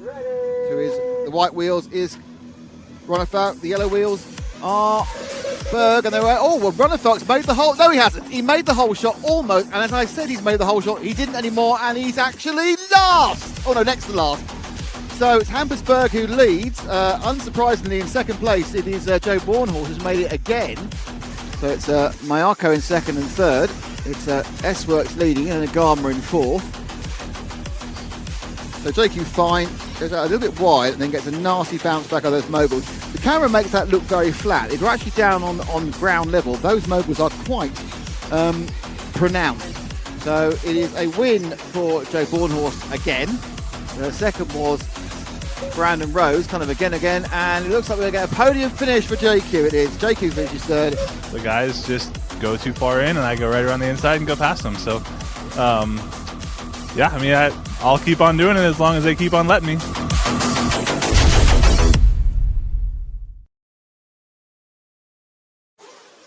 Super dramatic there. The music kind of came to a crescendo and then we were left waiting now for the final round of qualifying. So just so we know, we have the final round of qualifying, but let's see the order of the grid for the third qualifying race. Starting in first is Aidan Horn representing Associated, followed by his teammate Cole Effin Pollard representing Associated Scuderia Scampi Rosso. Doing it for the Queen is Lee Martin representing Nemo Agama, Evan Vale, the local hero, representing Beach RC and Associated, Cody Watson looking to get up there and finish on a top spot after some hard luck, representing Invisible Speed and Mayako, Camden Line 6th, Joe Borno 7th, Brandon Rust 8th, Joseph Quagraham 9th, David Ronafalk 10th, and Hampusberg and Spencer Heckett 11 and 12. So we have a 5 minute plus 2 lap qualifying race coming on. And then after that, of course, as quickly as possible, there is going to be the Superpole, which is basically 3 laps at the top 3, and the fast individual lap puts them on pole. Because don't forget, we have got a grid start for the hour-long finals. This is their last gate start of the day, of the week, of the event. Let's see who gets away fast. As you can see, that is the Lee Martin car in front of us, and the Evan Vale and Aidan Horn. We got a misnumbered car. Stop. We got cars in the wrong spot. Oh, it's all gone horribly wrong. Full start. What's gone on there? A full start. Someone's in the wrong spot. I'm not sure who that was. So you say it's Horn and Tollard and Martin and Vale and Watson and Lyon will be on the front row. Not a massive advantage in fairness. They're all back on again. Everyone happy with the amount of fuel they've got, because obviously they've got to do 5 minutes and 40 seconds. And it's Superpole. Superpole. Go on, give me a Superpole. Superpole. Hey, here we go. Yeah, because obviously it's not. There you go. Here's the sheep. Going to drop, and they're gone. Oh, and it's squiddly at the front. Oh, I've worked out what the problem is. Both Cody Watson and JQ got white wheels on now. Now, how far back is Ronner Falk? And the answer is he's 10th. So Ronner Falk's ends up in 10th. Out and away might be Camden Lime. He's one of the Beach RCs or the associated. Second place is Lee Martin, definitely. And third, I think, is Aidan Horn. Fourth is Bornhorst. Fifth is one of the JQ cars, which are now, the JQ SM cars. So actually out in the lead was Evan Vale. Yep, and it's oh no, Vale's upside down, so Lee Martin takes the lead. Oh, and oh dear, that's all gone horribly wrong. Bornhorst is in second. Let's see the marshal fall over, because it's always fun. There's Vale, all going very nicely. Ends up with a bit of a roll. And he's gone, and up the inside goes Martin, and now he gets, Marshall's off frame there, it's no fun. So it's Martin from Bornhorst at the front. Bornhorst making a triple win across the three. Behind them, I think is Aidan Horn. It is Aidan Horn, and then behind him is Evan Vale. I think it's CFT. Cole Effing Tollard is in fifth, and then Ronald Falk is again coming through from so far behind, it's just not fair. I think it's pretty likely Ronald Falk will not make the Superpole. So Martin just going over the Dragon's back there. Staying ahead of Bornhorst. Bornhorst, again, not having to push any of this, really, because he knows he's got 2 wins and everything's fine. But looking around the inside again. Taking a middle line there, Bornhorst, which is interesting. Most people have been moving more to the left hand. Again, he's got the up and under. That's the same up and under he used to get past Tollard yesterday. And Bornhorst gets into the lead. So now Martin has to decide we can do something about it with the standard Agama, not the special one. And then you've got the Horn and Vale. So you've got an associated Scampi Rosso car. And actually Horn now gets into second place. So it's Horn now in second as Martin made a mistake. Right at the far in the corner. Let's have a quick look at that one again. So Martin, Martin bounced the wrong side. That's some good opportunities movement there. And now Horn is absolutely thinking about moving forward towards Bornhorst. So Horn now looking to make a battle of it. But Ronnefeldt's got himself into 4th place. So Ronnefeldt absolutely driving the wheels off that car. That's and that's Horn's made a mistake. Lee Martin back into second. Ronnefeldt is in 3rd now with Bornhorst ahead. So it's Bornhorst from Martin, from Ronnefeldt, who's absolutely on a mission. Then you've got Vale in 4th and Horn in 5th. Now, Ronnefeldt, can he finally get some sort of result today? I mean, obviously it's the hour final that counts, but there are points, a few points for every single qualifying race. And look at the inside he's got him. So that's it now. Ronnefeldt finally gets to have a little bit of a look at whether he can actually close down Bornhorst. He's got himself into 2nd. And there is the 2nd place man of David Ronnefeldt as he now looks to gain on Joe. Now, whether Joe's going to give it everything he can, because he's already got 2 wins. And Ronnefeldt, perhaps this win might actually put him into Superpole, if he gets the win, because he's got a couple of sorry results so far. So I'll be interested to see that. You see where Brandon Rose is. He's 7th. He'd be a favourite to get in there as well. But absolutely, to have any chance, I think, of Superpole, Ronnefeldt needs to catch up to Bornhorst. Bornhorst just a little bit ahead of him. You'll see him now in the frame, and the gap is officially 1.2 seconds. Vale's had a bad lap. Martin's going to 3rd again. Vale now in 5th. Tollard has picked up 4th. There's not really seen much of Cole so far in the heat, but we didn't see much of Cole in the heat yesterday either. And there he was in the end, in the finals, and he's all over him. So, it's kind of a situation where he was just particularly good towards the end of the day. Not so much in the qualifiers. So 1.257 seconds it was last time. Looks a little bit further this time, actually, as Bornhorst screeps in underneath us. Well, we're right. It was actually that's a mistake by Ronnefeldt. No, but Ronnefeldt just lost it. He's pushing hard, and I think that's going to be rather a pleasant feeling for Bornhorst, because Bornhorst, I'm sure, is driving within himself. Ronnefeldt's pushing as hard as he can to get up to Joe. But at the moment, the S-Works and the driver seems to have everything for Ronnefeldt, and Ronnefeldt, has had a bad day. Let's be honest about this. Tends to like US tracks. He said this is his first time on red clay, which it doesn't look red anymore. But honestly, when it was wet earlier, it looked very, very red indeed. Now it just looks like clay, but it was bright red when it was damp on Thursday. And this time round, Ronnefeldt is definitely quite a bit close. I think Bornhorst was a little bit of drive moving away from the camera hairpin. I mean, but they will have 2 laps when they come around here. Time's up, so they've got 2 laps, and Bornhorst lost a bit of time. Ronefalk went 2 wheels over the right-hander there, but I don't think he lost too much time. But the net effect is it's probably about a second the lead. Well, I got that within 15,000. I got that. That's how good my visual, that's how good my lucky calls are. So Ronefalk now can see the back of Bornhorst's car. It's way more important for Ronefalk to beat Bornhorst than it is for Bornhorst to beat Ronefalk. And Ronefalk really pushed the second part of the quad there, but that meant he overshot the braking on the landing and had no gain. So he's kind of learning a few things here. One of which is it's really quite difficult to catch up to Joe Bornhorst. About to start the last lap with these two. Now, neck and neck. Bornhorst will be in the Superpole for sure. Not sure about Ronefalk. I think definitely getting past Bornhorst will give him a chance. But the fact that Bornhorst's done so well means that there aren't that many points being divided so much between the people behind. But Ronefalk's had a bit of a nightmare. And 1 second place probably isn't going to be enough. You look up the inside now of the Dragon's back. Can he land and turn? Up really now got as close as he can, but Bornhorst is going to shut him down, I think, and that's what's going to happen. So Bornhorst is going to take his 3rd win, his clean sweep of qualifiers. Ronefalk in 2nd. It's going to be Tollard in 3rd. If it is Tollard in 3rd, it's a long gap actually, but if it is Tollard in 3rd, that actually works quite well for Ronefalk. Martin in 4th again. None of those have shown in the earlier rounds. Rose 5th, Heckert 6th, Berg 7th, Horn 8th, Watson 9th, Quaggreen 10th, Vale 11th, and Lime 12th. So the top 3 is quite, apart from Bornhorst, I'm not overly sure who the top 3 are going to be because everyone's now had a bit. I think Brandon Rose will be in there. But Evan Vale, who did well, he's had a horrible one as well. So it's all really now kind of up in the air about who's going to do what. Oh, that was a big gust of wind. The wind has picked up again. Hopefully it'll drop again.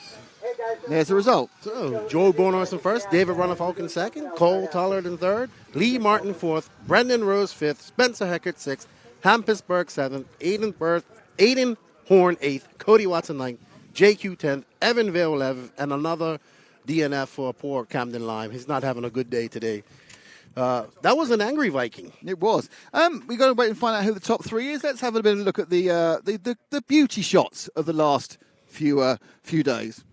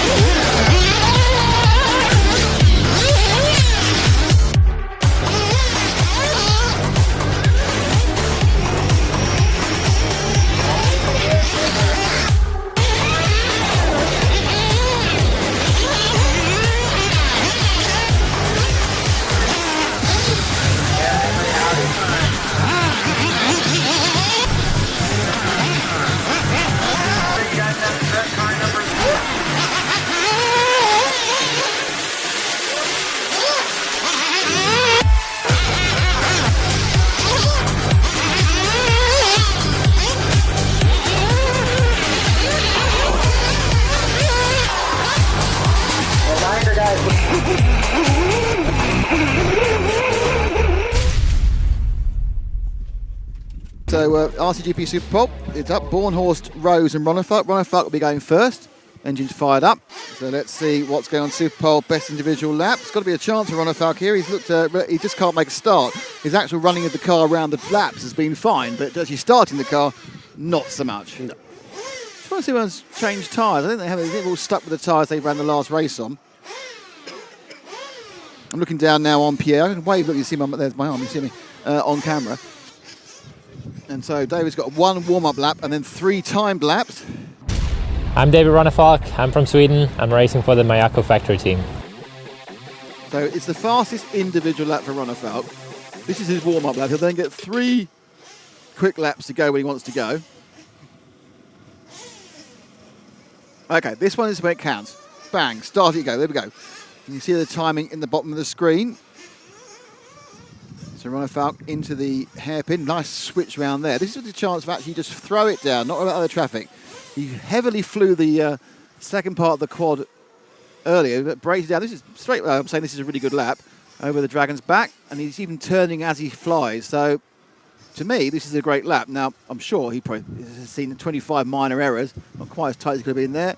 Powers down, and he puts down a 29.3, which is within about a tenth of the fastest lap. I think I've seen a 29.1 at one point.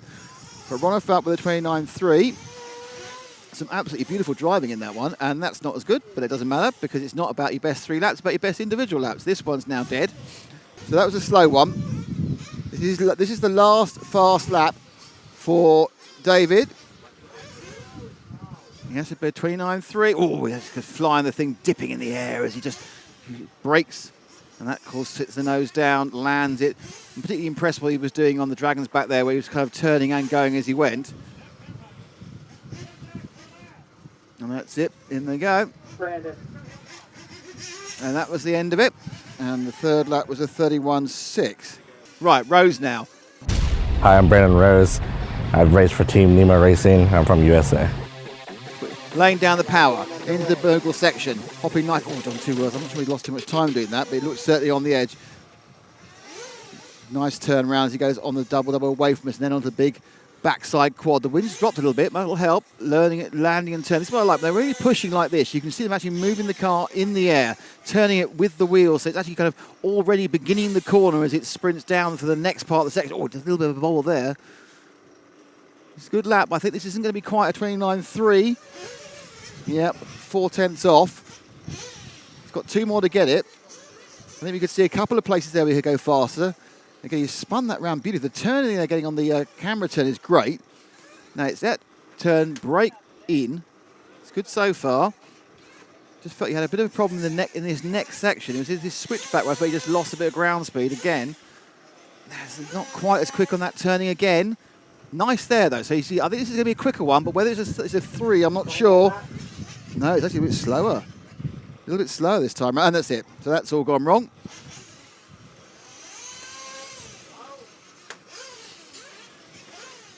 So that won't be going any further. So Rose will be at best second. There's a 29.3 to beat, 29.7 from Brandon Rose. And now we can begin the warm-up lap for Joe Bornhorst because Rose is not going to improve on this one. Joe Bornhorst, USA, S-Works. So, Bornhorst now, he's been the class of the field all day, won all 3 qualifiers. Now he has to lay down a particularly fast lap. Let's see if he can do it. Lap 1. There's Bornhorst. I'm sure we've seen a 20. I'm sure I've seen a 39.1 from him. But whether that's still in the track or still in the car this time of day, I don't know. A little bit slower, I think, round the. A little bit 29.1. A little bit slower around the hairpin. I felt there. This might be one of those things where it's effortlessly quick. It's not. Doesn't look quite as busy. Doesn't look quite as spectacular as Ronefalk's lap.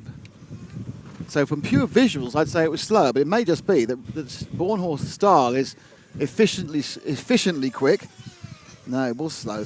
I think there's a couple of points there where you thought that wasn't quite working with Bornhorst, was particularly when he came down the hill at the end from the Beach RC hairpin. But you can build up to this. That's more like it. A bit better on the back quad. Comes over the Dragon's back again. That was better as well. I'm not sure it's 7/10 of a second better, to be honest. Goes wide. And again, that's a slow. That's slow there. And he's twice now. He's not really nailed that top section. So he's quite a long way off the moment. He's actually behind. He's actually in 3rd, which is a surprise, really. So Bornhorst, who's absolutely aced everything so far, just struggling a little bit with the Superpole concept. He's about consistency. And having to push now is perhaps not really working for him. This looks as good as the previous. It's really about this top end of the track where things have been going slightly wrong from. That's better, much better. So this is going to be quicker, definitely going to be quicker.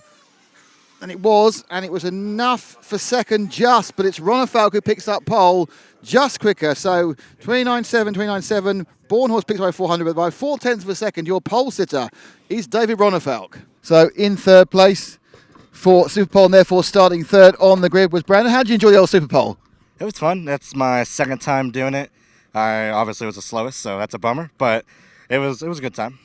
How different is the challenge of trying to lay down a quick lap than actually just running with the car during the laps? 20 times harder. Everyone's watching you. You get nervous. All the other drivers are watching you. And yeah, it's a little harder, but... Starting 3rd, hour-long final. You must be confident.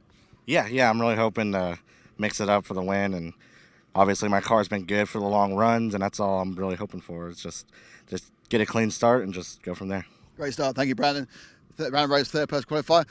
Now I get to talk to Joe earlier than normal because Joe's won everything so far, but apart from Superpole. So, Joe, explain to me what went wrong. Basically, just RCGP doesn't make a whole lot of sense. I dominate the whole day, and I go 4/10 slower in one lap, and I get to start second. So, doesn't make a whole lot of sense to me, but it is what it is. So we'll go back and get prep for the 60-minute final. Good job to David for going fast for one lap. I went fast all day, but it is what it is. We'll keep on trucking. So was it because your car wasn't really set up for one quick lap, or did you just not nail a particular lap? No, I think I nailed a pretty good lap. I have a little bit more comfort built in my car right now. Kind of thinking towards the final. I was tested a few more things there, but it's all good. It's not going to matter on the start. I think we'll probably get out and get going. David would start first or second probably regardless. So I think chasing's a little bit easier than leading here. So I'm actually all right with it. Joe, thank you very much indeed. So we're starting second. And finally, David's managed to sort his day out. I mean, let's talk about the qualifying race where once again you were nowhere at the start, but you got through to second, and that just screeched you into Superpole. Yeah, I don't know how I ended up third there overall. I walked down the driver's stand like I was in top 3. Then I saw. I waved you back. You know. Yeah, I saw I was third there. So yeah, then I knew. I mean, my car has been good. It's just the starts. I mean, three out of 3 today. I've probably been like last or second to last on the first lap, and yeah, it's been tough from there. But I mean, the speed has been there all day, and the car is feeling good. Made some changes for that one, which made it even better. So was able to make a good first lap there.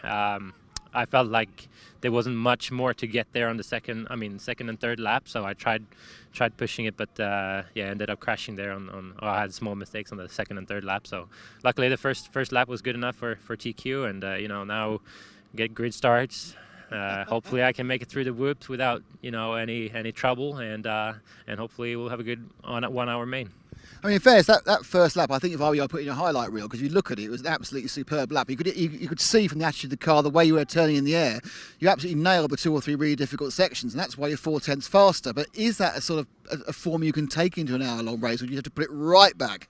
No, for sure. I mean, the funny thing is, like, that lap is probably the lap where I just focused, on the line, didn't overdo anything, and that's when your lap times drop. So you don't really have to push, especially when the grip is this high. It's almost better just to keep it, smooth and steady. And that's when the lap times are gonna drop. And like you said, it was a great lap. I think I had on the jump here in the front, maybe I missed like a 10th or 2 because I went a little wide there. But overall, I'm very happy of the car and everything. So I'm looking forward to this hour main, and hopefully gonna have a good one. Great stuff. Thank you, David. Okay, so that's all the qualifying over.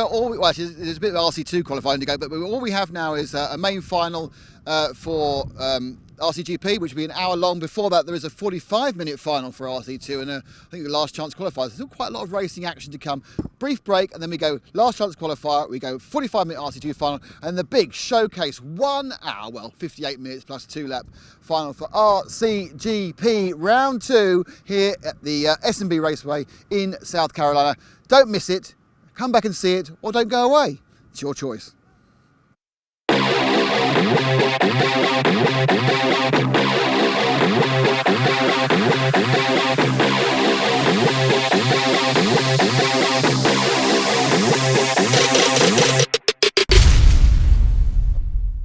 The people from the semis, we got 14 racers from the semis. 3 of these will bump up and claim their place in the final. Just talking to good friend down there, Jeff Lumia, winner of the Barn RC race over there in Georgia. Came by to see what's going on. Him and his friends Robbie Smith and Michos, Owen Simmons. So we're getting cars warmed up here. This is a 10-minute LCQ, I believe. Let's see. LCQ is 14 minutes. No, sorry. A finalist to the track commercial. I'm about to send the LCQ out, guys. Let's see what's going on in our chat. I know we had some questions about Superpole. So just a little information about Superpole. That's how they do it in IC. So the goal was to bring a little bit of excitement. Everybody likes hot laps, so let's go down and have some hot laps. Got David Bauman in there.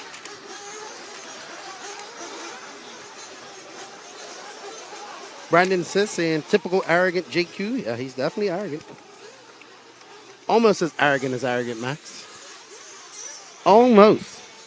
So let's see who we got in this this final LCQ.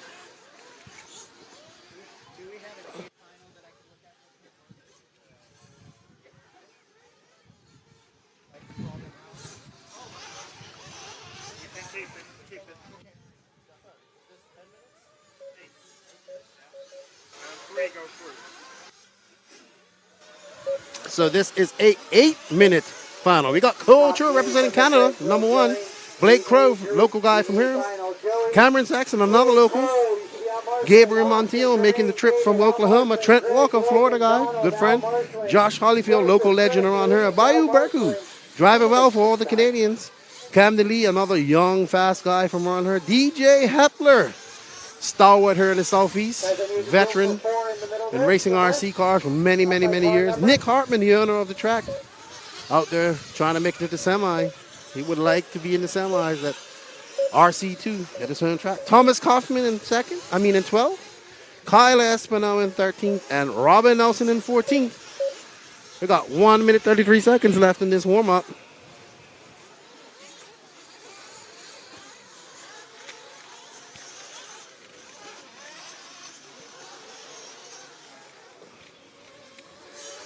Beautiful day down here in Piedmont, South Carolina. The sun is out. A little bit windy here, but not too bad.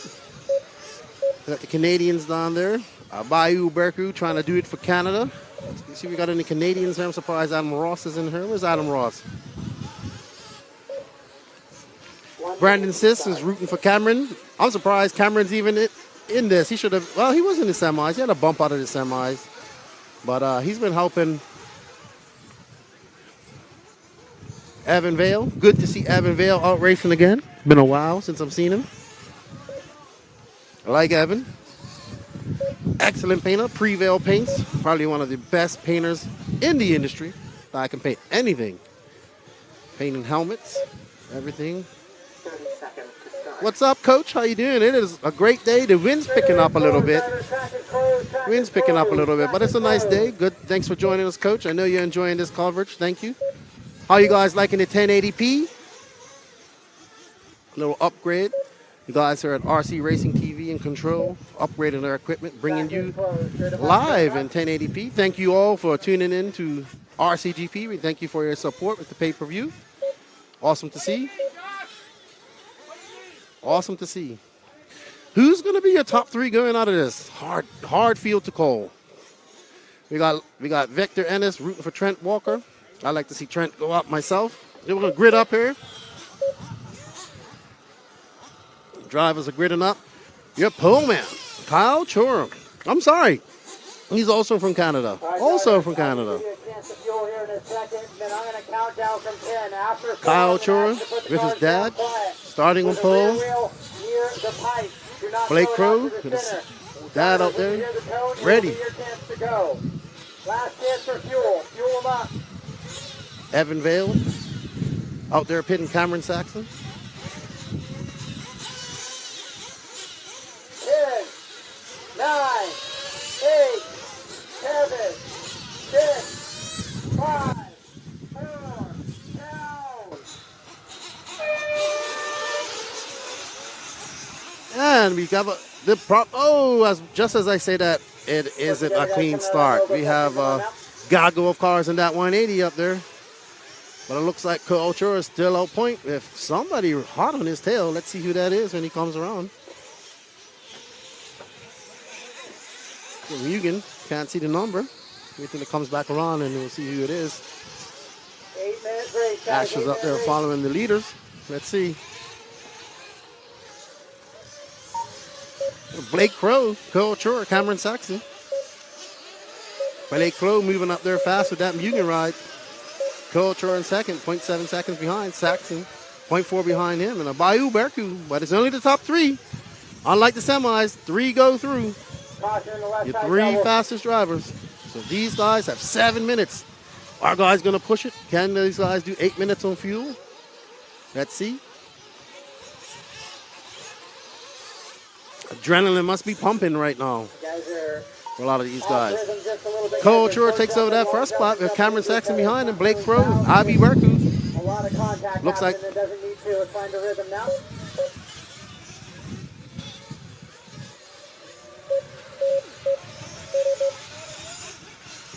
last chance qualifier here at RCGP for the RC2 guys. Your top 3 go through to your final. Mike Walker, I have no idea. You can go check it out on Everlaps, Adam. I am unsure how Mike Walker does. His son Trent's in 6th, though. Trent needs to make some moves. He's got to make up 3 spots if he wants to bump up to that final. There's Trent right there. Who are we following here? We're following our leader, Cole Chura, followed by Cameron Saxon and Blake Grow and Toe. Abby Berku is 1.5 seconds behind Crow. He'll be trying to get up to that 3rd position so he can bump up and do it for Canada. In the final here, it would be great to get 2 Canadians here in the final. It'd be awesome.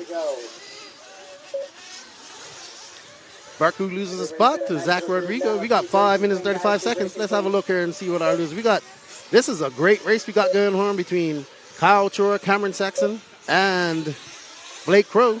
Cameron Saxon and Blake Crow have raced against each other many times here in the Southeast. Both are Southeast young, fast guys. Well, Cameron not so young anymore, but still racing a lot. Well, hasn't even racing much lately, he told me. But definitely used to race a lot. Him, Ryan Millington, Evan Vale, all good friends. So all race together. Kyle Chura pulling out a little bit of a lead there. He's got a 1.2 second gap over Blake Crow just now, but looks like on camera, Cameron Saxon and Blake Crow are duking it out. If they're smart, they're just trying to run fast and finish 2 and 3. Remember, the top 3 drivers go through. They don't want to mess each other up. They got over, Cameron over around the Beach RC 180, and it looks like we have Blake Crow in 2nd. This guy's come through the moguls. The moguls look so easy on camera, but trust me, they're extremely hard here at the Shake and Bake S&B Raceway here in Piedmont, South Carolina.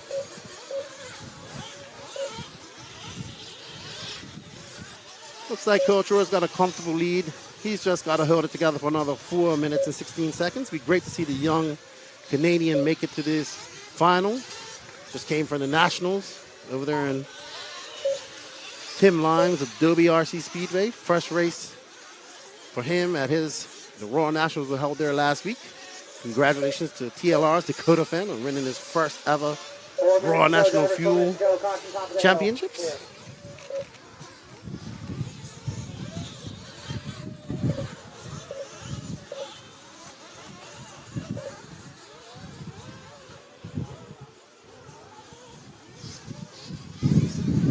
Let's go back. Let me find a battle here, Ash, because Cole's kind of walking away with it. Looks like Blake. Let's see, is that a battle there? Is Rodriguez? No, Rodriguez too far behind, it looks like. That was. We had somebody come in for fuel. 3:15 to go.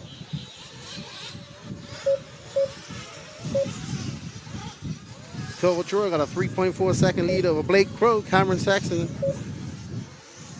0.5 seconds behind Crow.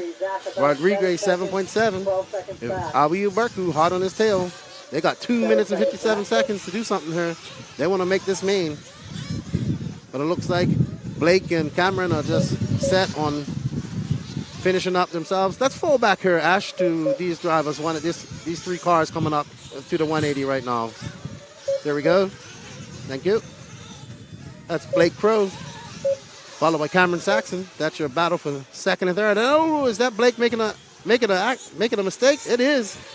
He's just got to keep it on all 4s for the next 2 minutes and 26 seconds, and he will be in the final. Top 3 go up. Bump up.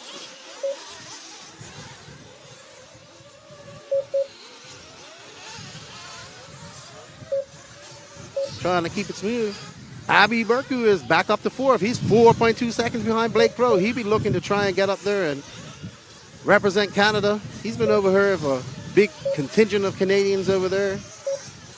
Bunch of, like I said, those Canadian guys know how to party. I'm surprised Adam Ross isn't in here today. Surprised he isn't. 2 to go in this one. It's Cole, Cameron, Blake. Now Cole, Blake, Cameron, Abby, Robin, Trent, Zach, DJ, Gabriel, Josh, Nick, Camden, Thomas, Kayla. Abby dropped that lead down to 3.7 seconds, but he's only got 1 minute and 36 seconds to catch up. Can he catch up and make it a race for that last bump up spot? Let's see. Let's see where Abby is. We're on board with Blake Crow. He's comfortably in second. Cameron Saxon in third. So Cole, Blake, Cameron, and Abby. Abby Burku in fourth, but he's dropped on. He's lost just under a second. He's 4.1 seconds behind. He only has 1 minute left to make a move. You can see him. So cars are going through the rhythm section right now. Car 12, you will have a leader on you shortly. Not yet, though. So when you do show the all white car there, give him some room. As he's trying to chase down the leader.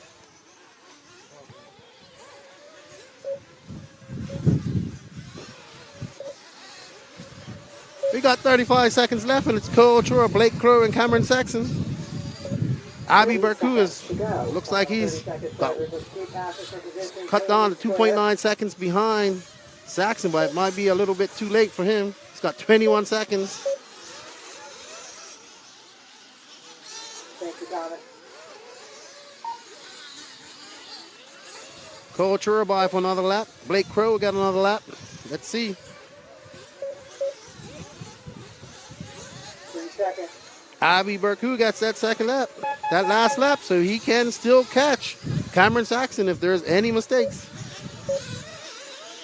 But Blake Crow is comfortably out there in second, followed by the young Canadian from Vancouver, Kyle Chura, in first, looking to get back from his bad start of the weekend.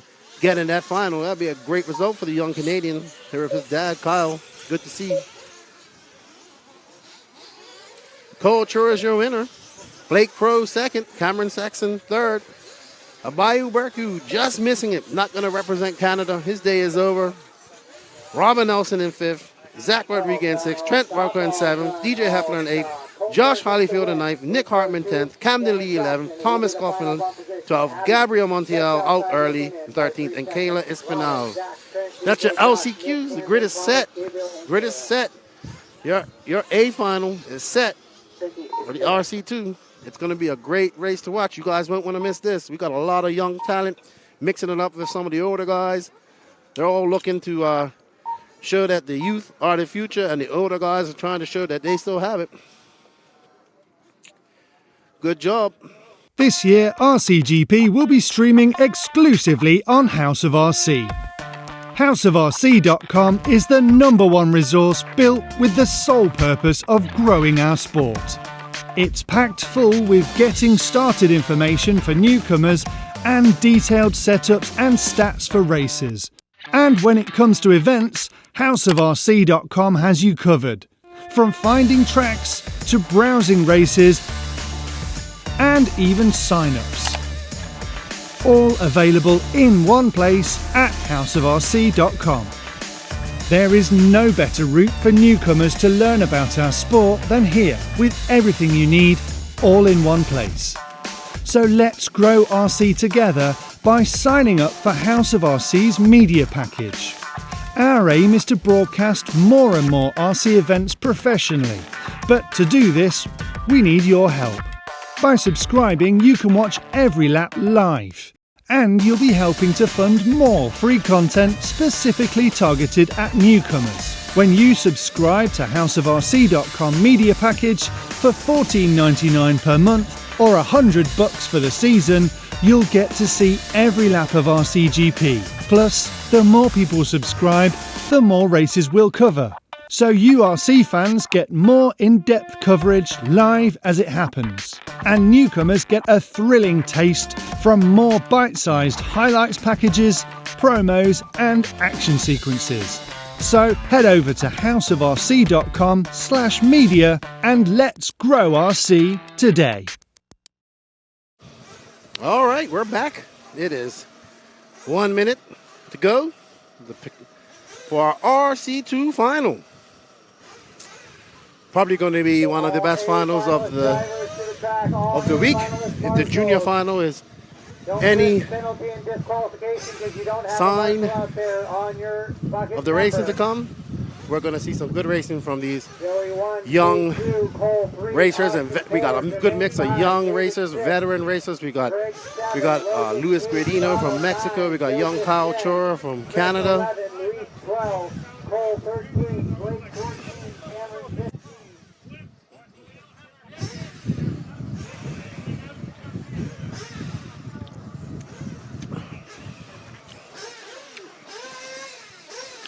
Sorry guys, you heard me smacking. Having a little Red Bull here. Gotta get me some wings before we get up with this epic 45-minute main from these lot of young racers. And it's really good to see a good mix of young and middle age or a little bit older gentlemen, and then the older crowd here racing together. We got WRC's Chris Morant here. Joseph Steichleather beating on his older brother Jake today.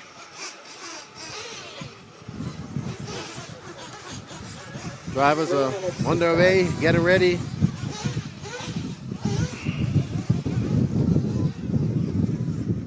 Let's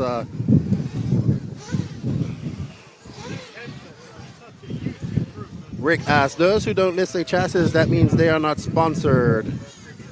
Are you talking about in the overall finishing?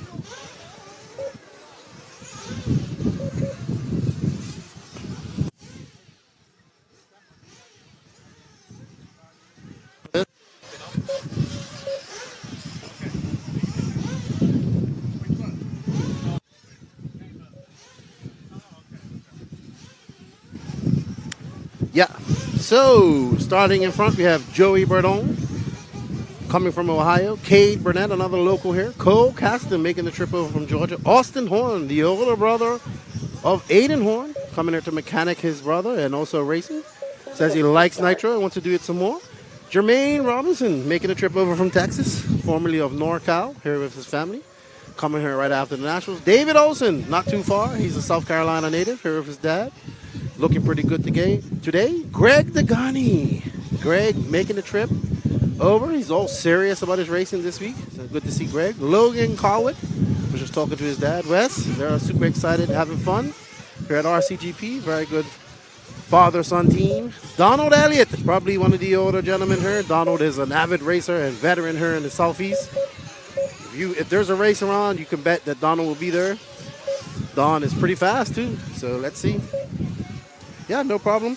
Joseph Steichleather, the younger of the Steichleathers, he was able to make it to the final. His older brother, Jake, wasn't. Chris Morant starting in 11 for WRC. Luis Guduino making that trip from Mexico. S-Sparks. And our three bumps from the LCQ, Cole Chor, the young Canadian. Probably the youngest driver here. I'm not sure how old he is. I think he's 13, 14 years old. Blake Crow, another Southeast fast young guy. And Cameron Saxon, who's like a middle age almost. Yeah, Cameron said he's 30 the other day. So yeah, he's getting older now. Let's see in our chat. Why don't we have chassis that what they're driving? Because RCGP, they do not sponsor RCGP. 30 seconds to start. This was a rule that RCGP made, back when they first started, to make it fair for the sponsors that do pay the entry fees and the money to get their drivers here. So unfortunately, if you are not a sponsor of the podcast, I'm so used to saying podcast, if you're not a sponsor of RCGP, you will not get any representation digitally.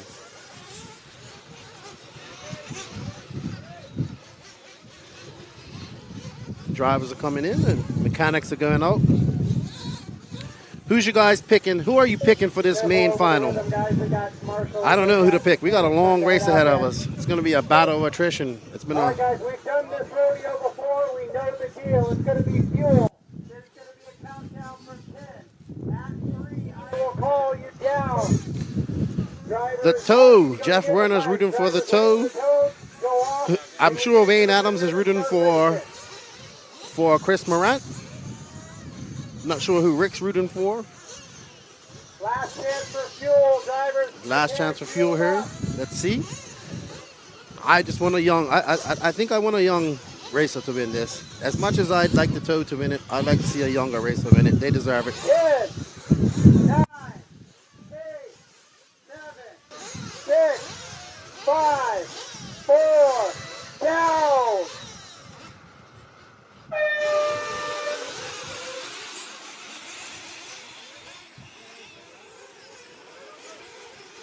And that is probably one of the cleanest starts I've seen today. We only had 2 casualties, 2 accidents in the...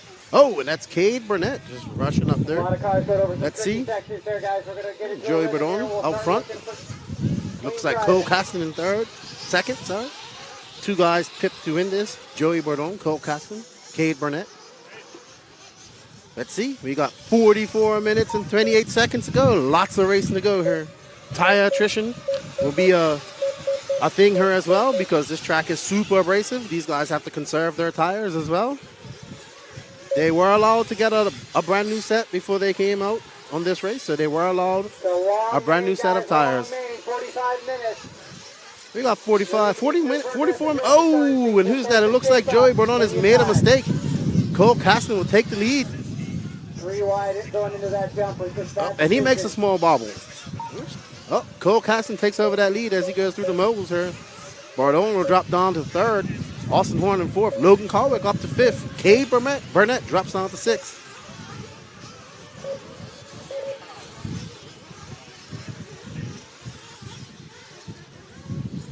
Cole Caston being the oldest of these guys, probably 20, 21 years old. All the rest, all below 20. Some below 16. Good to see. Cole Caston just clips off. Cole Caston clips off as 31 flat. Looking good and confident out there.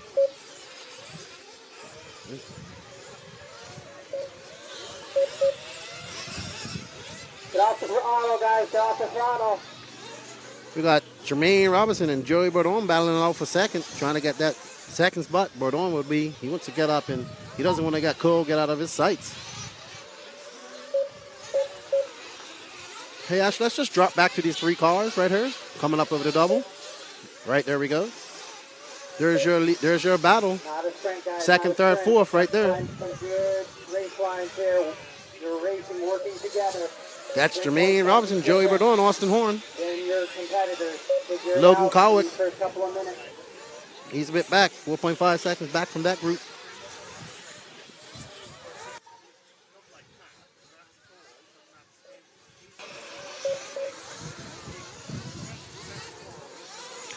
Got 42 minutes, 13 seconds.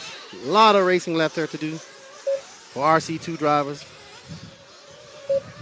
Just as it was back at Thunder Alley, the RC2 drivers provided some great racing, some great entertainment for all of us. This is a great concept, I feel. This is the only way we have some sort of separation between amateur and pro here in RC. The RC2 system gives these drivers, preferably these young drivers, something to look for. Maybe a pathway to being a pro if this ever really gets accepted. If RC ever gets its act together and starts taking itself seriously a little bit. We might see some advances going on here. Well, looks like Cole Caston. Who we got here? We got Cole Caston, Joey Bourdon. Ah, Jermaine Robinson is taking over the lead. I must have missed that. Jermaine Robinson got past Cole Caston. I didn't see that on camera. Joey Bourdon. 1.9 seconds behind Cole Caston. Cole Caston 2.4 behind Jermaine. We got Austin Horn. He's 6'4" back. But there's lots of time. Who's that over? That is Austin Horn, number 4. Out there like a turtle. Jermaine Robinson, your leader.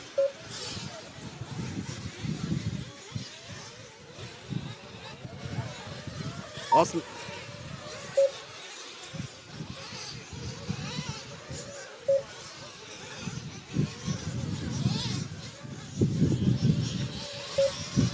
Cole Castens got back onto that lead. Let's go back to our lead driver, our lead racer right here. Just coming over the speed hump here, Ash, and going over the Dragon's back.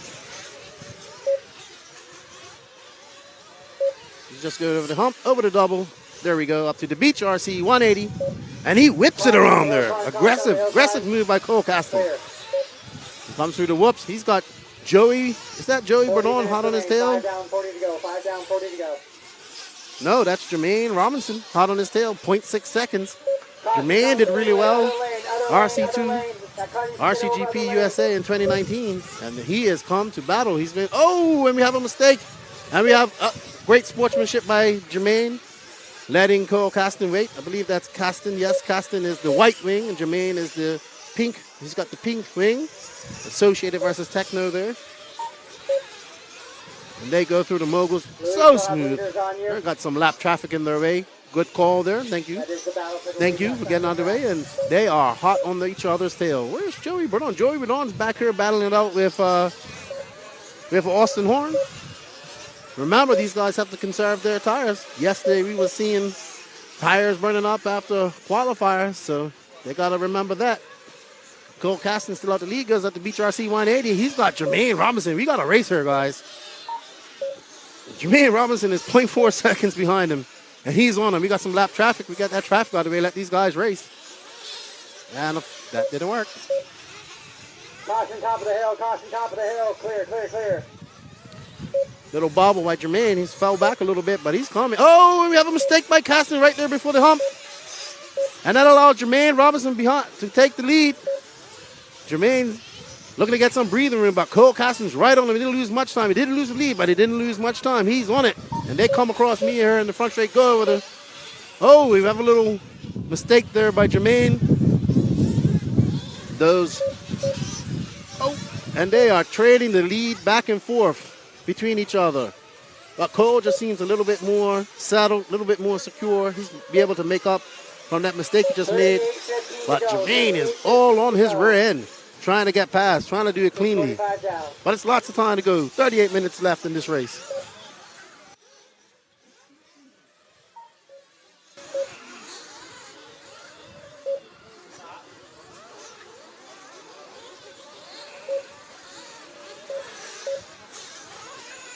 Let's keep following this race here because we got a good one on our hands. This is what I hope to see in the RCGP, a good race. But we got the car number 3 of Cole Caston still out in the lead, but he hasn't got much breathing room because Jermaine Robinson is coming. He says he wants an RC2 win. He just doesn't want to be known as a junior champion. But it's a long race left. We have 37 minutes, 26 seconds left.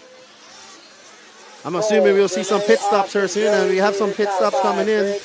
But we'll wait for our leaders. That's good sportsmanship on lap traffic. That's Don Elliott letting the youngins go by. And we have a flame out. It looks like Chris Morant, WRC, having some issues. His pit man's running for him. And we have Jermaine Robinson and his dad's got him. Oh, what a fast pit stop by Mark. Will that help? Nope, he's still a bit behind. That's Cole Caston will be coming in next. He's got a little lap traffic he's got to get around.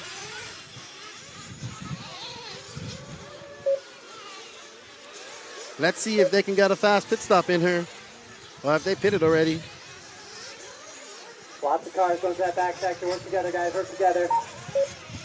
Well, Cole Caston to come in. I don't know if he did his pit lap. I can't see.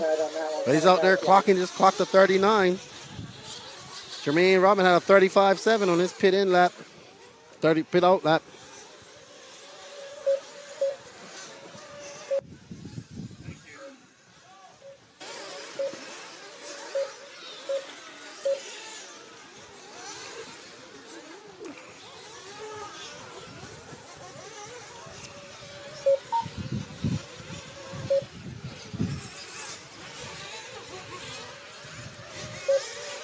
Oh, and here we have it. We have Jermaine Robinson. Cole Caston came in for fuel. Jermaine Robinson right on his tail now.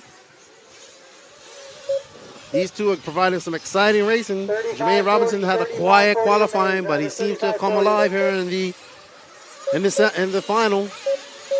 Very talented young man. Him and his father, great son and father race team here with his mom.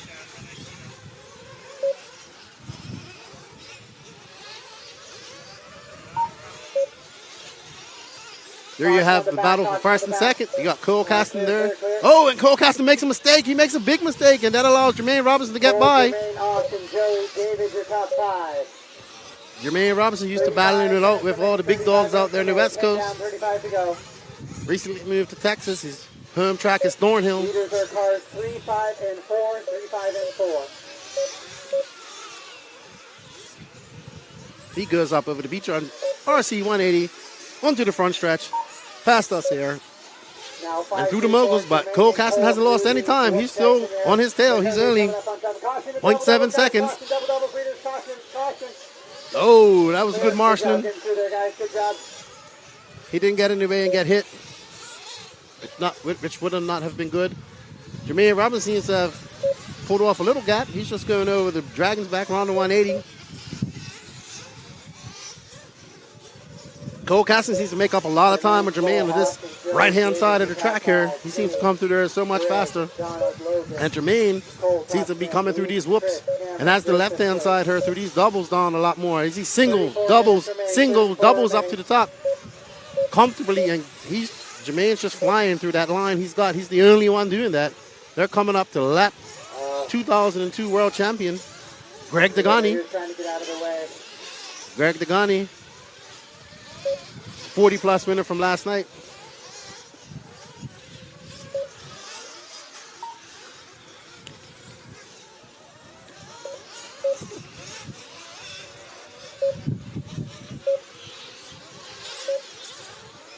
Jermaine Robinson able to stretch out a little lead here on Cole Caston.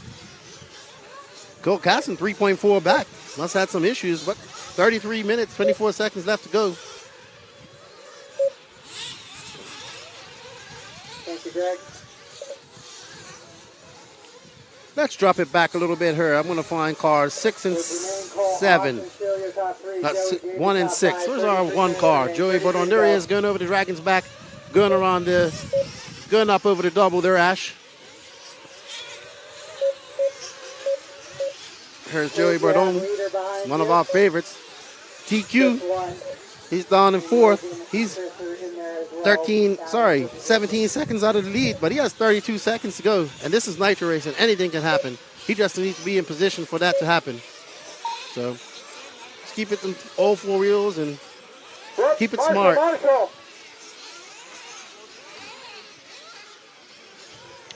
Dave Carmendi out there doing an excellent marshalling job. Jermaine Robinson stretched out that lead to 4.8 seconds over Cole Caston. Austin Horns behind Cole Caston, 14.5. Joey Bordon, 3.8 behind that. David Olson, 1 second behind teammate Joey Bordon, and Greg Degani 1 lap down. These guys were lapped up to 6. The young guns are showing they ain't here to play. It's a new era. They're here to show. We're here to race. Take us seriously. The youth are the future. I'm sure he's running the B4. I'd assume. Not sure, Coach. I haven't been over and asked him.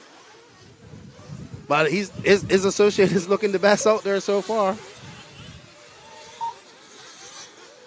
Jermaine Robinson stretches that lead out to 9.7 seconds. To go, drivers. 31:30 to go.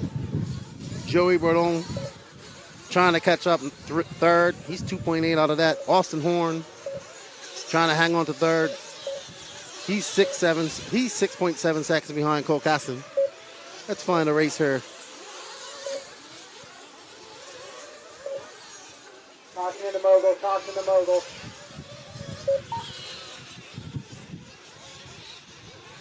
We got Joey Bordon and Austin Horn battling out here for 3rd and 4th. Bordon looking for that power move around him. He's obviously faster. Goes over the Dragon back. He takes it wide, goes wide, but he's going to set it up for the inside. Oh, and Austin Horn slams the door on him. They go up to the beach RC. Oh, and we got some traffic problems there. Cade Barnett, it looks like. Looks like Austin Horn made a mistake. Oh, and we got collected. Caution in the moguls, guys. Moguls. Careful, careful, careful. Joey Bordon got out in front of Austin Horn after a mistake. Let's see if he can put his head down and catch up Cole Caston. He's got 30 minutes to make up. 12.6 seconds. Jermaine Robinson, 9.8 seconds, clearing the lead. Be good to see Jermaine win this. 5-3-1. One of the younger racers here, probably 15 years old, I think, maybe 16. 4 and 6. 30 minutes down. 30 minutes to go. 30 minutes to go. 15 down. 30 to go. 15 down, And as we get a big gust of wind here through the booth, we feel it here. We know the turn marshals are feeling it, and these drivers have to feel it. We'll see how much the wind starts to affect the cars.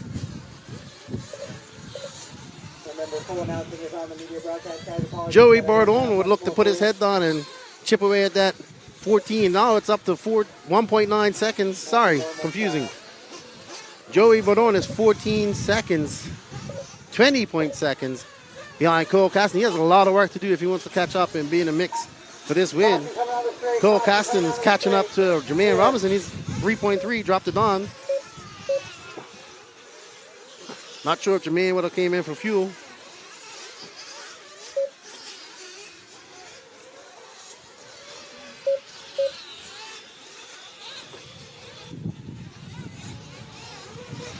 All right, Ash, let's go to our number 1 car.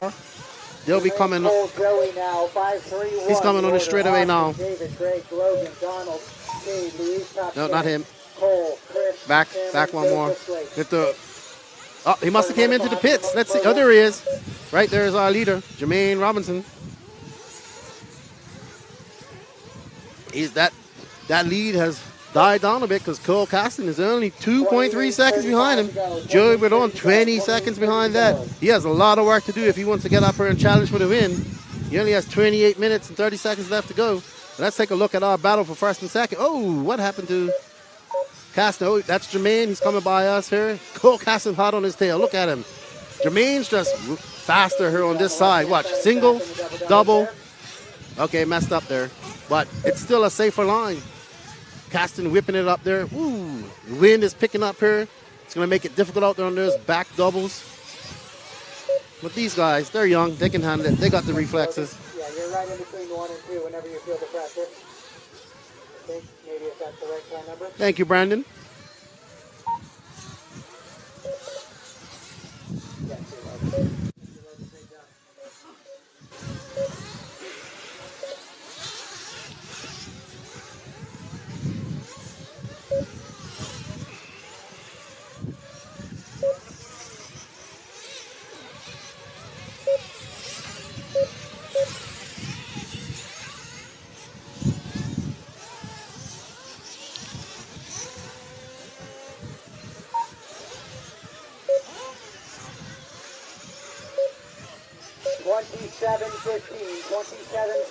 to go. As you see, we got Jermaine Robinson right there in front of us, but Cole Caston is coming. He's dropped that deficit down to 1.4 seconds, and he is coming over the speed hump. This is where he's faster, right in this section over the dragging back up through these doubles and that 180. He makes up a lot of time there on Jermaine. Order is Jermaine, Cole, Joey, David, Austin, Greg, Logan. Donald, But Jermaine has got it on cruise control. He comes through those moguls so good. Single, double, boom. Only other person I saw doing that line was Greg Degani. Joey Bordon trying to make up that deficit. He's still 23 seconds behind second. He's 25 seconds, just over 26 seconds out of first. 26 minutes left. Joey and Cole. Good job, guys.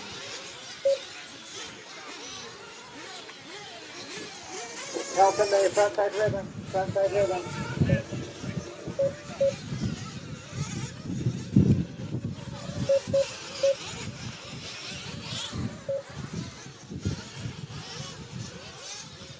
$26 minutes to go. 26 to go.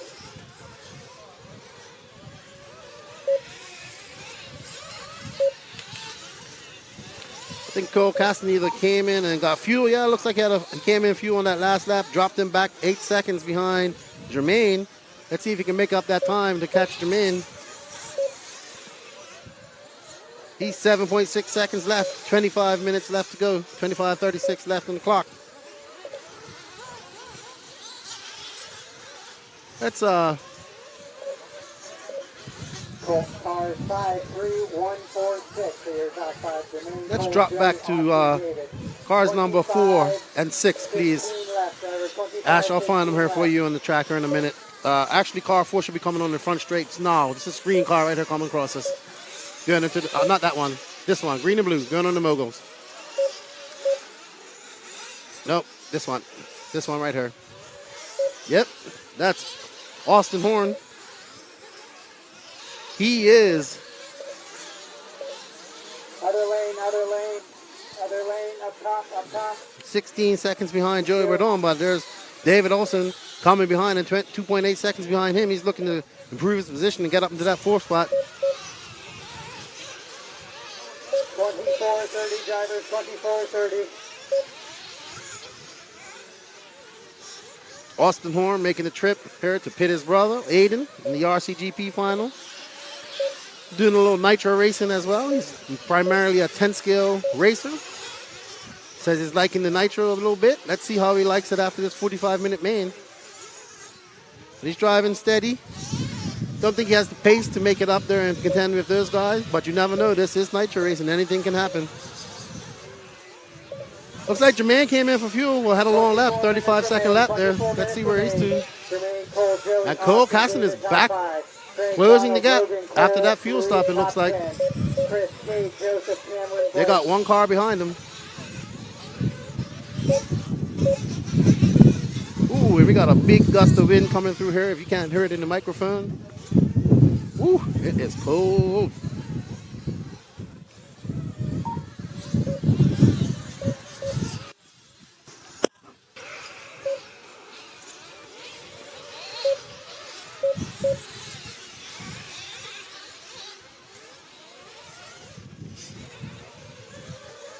Caston to the lead. Let's get up there and see what happened to Caston. He's actually in the lead.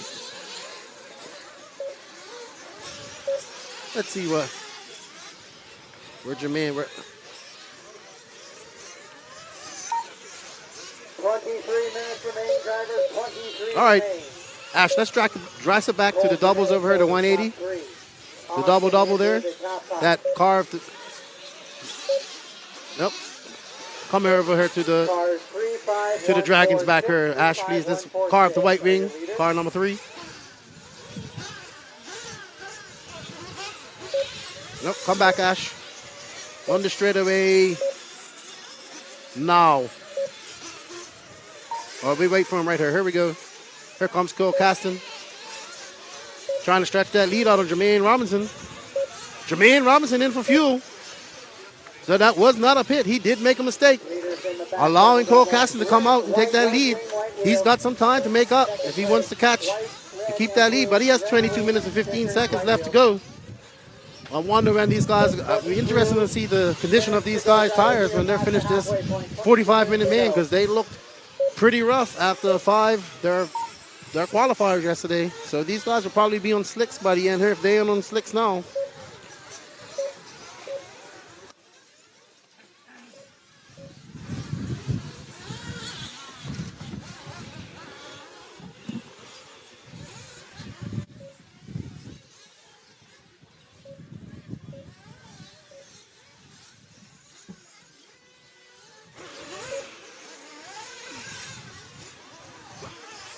Cole, Jermaine, Joey, Austin, Davis, still your top 5.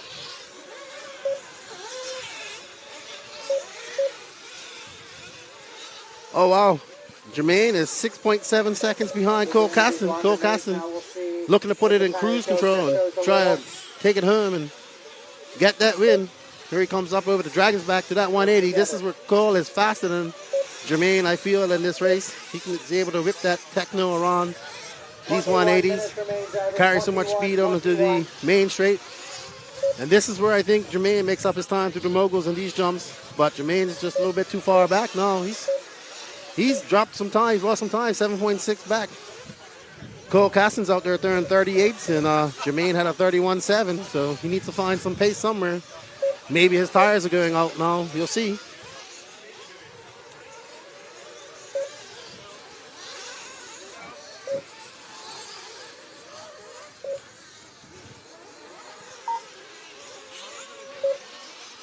Go ahead, Jermaine.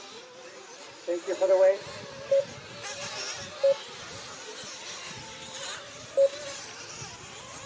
Well done. Oh, wow. Cole Caston getting a gap from Jermaine. He's falling 12.5 seconds behind. Still top 5 as we hit 20 to go. 20 to go. We got 20 minutes to go. Cole Caston's got a 12.5 second lead. He's looking to win this and put it in cruise control and bring it home, but he has 20 minutes to go. And as we know, this is nitro racing. Anything can happen. But it's the glory.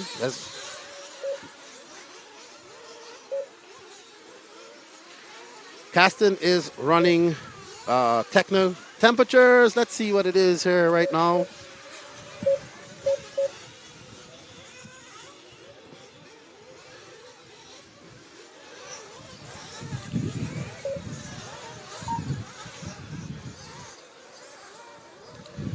$63 degrees. Sun's out, but the wind's out. Thank you. We got wind at 12 miles per hour with some gusts. Not as bad as yesterday, but still a little bit windy here. All right, I don't know. We need to fall back and find out what's going on in timing.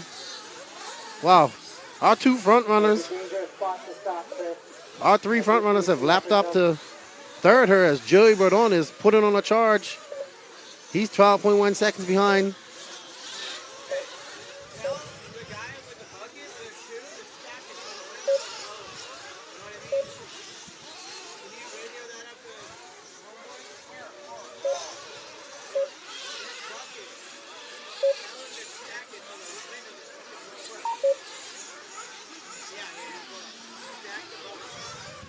Put up, yeah.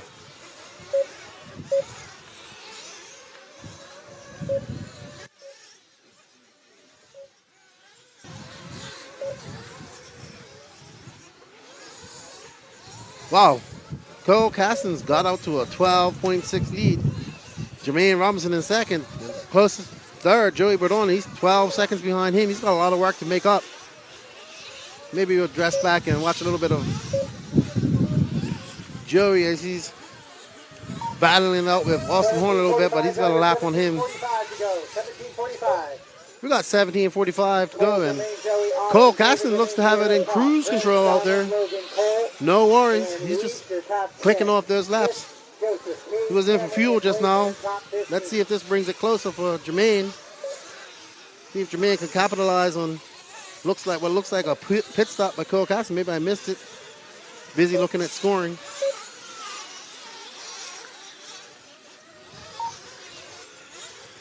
Man, Cole Caston is in the zone. He was your fastest driver out of qualifying. He just had a very bad, he had a DNF in his qualifying race, and he had to start way down in the semi-B. But that didn't stop him because he's here, this 45-minute main. He came to race. Again, announcing is with the media booth, guys. I'm sorry, it's not more full announcing up here. Caution on the second double, caution on the second double. Stay inside, stay inside. Clear, clear, clear. Let's fall back and let's look at Cole, is your reader going into those back double? car number 1. Where's Joey Bourdon? With the pinkish red and the white buggy white wing. With the orange, red, and white.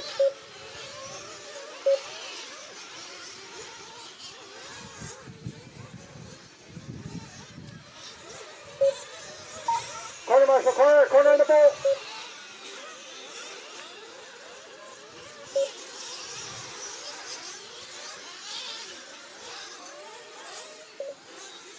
Second place shifts into the moguls now.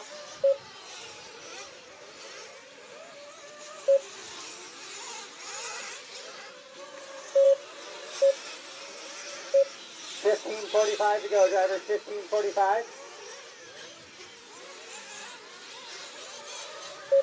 Cars 35146. 35146 are the top five. Hey, Ash, let's get up by, follow this car, number one, just going up over the double, up by the Beach RC 180. It's going to come on, it's just coming on the, and just as I say that, he has a flame out. Oh, the camera crashed just as I put the camera on Joey Bardon. He has a flame out, has an issue. As they rush him back, there's his dad. Let's see what's happening. Follow them, follow them, follow them. Let's see if they get that refired. He does have a good lead. He can still come out in third. He is car number one. They're trying to get it. They got it refired. They got it fueled up. Good job. That allows Austin Horn to take over the lead. Joey Bardon after that flame out, it looks like maybe they're trying to push their fuel strategy. This track got a lot of grip. It can fool you into going to using more throttle than you need to. Joey Bardon pushing. Unfortunately, looks like he ran out of fuel, had a flame out. That takes him pretty much out of contention unless anything happens to our leaders here. But Cole Caston out to a comfortable 19-second lead as it looks like Jermaine Robinson comes in for his pit as well. Let's see if Bardon can make up some time. He's trying to hunt down his teammate, David Olson, but he's got a 12-second deficit to make up. That's probably one of the worst spots you can flame out in. It's only a turn away from the loop. That allows David Olson, another technical driver, to make it up to fourth. But he's 13 seconds behind Austin Horn, who's in third.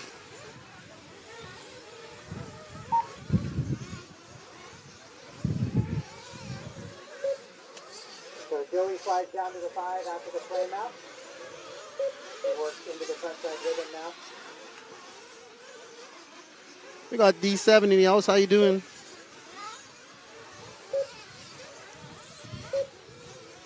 The RCGP engine. So the Cloud dude's asking, there is no RCGP engine. If your company has not sponsored or anything in RCGP, they will get no digital representation on the screen. So if you see an engine company there, they have paid sponsor money to be a part of this. That was a decision made by RCGP, which caused the whole huff and puff back in many years ago when the whole concept was released, as have many people huffed and puffed about RCGP. We got other race promoters making funny posts on Facebook and all that. Shows the maturity level of some of the other race promoters. Compensating.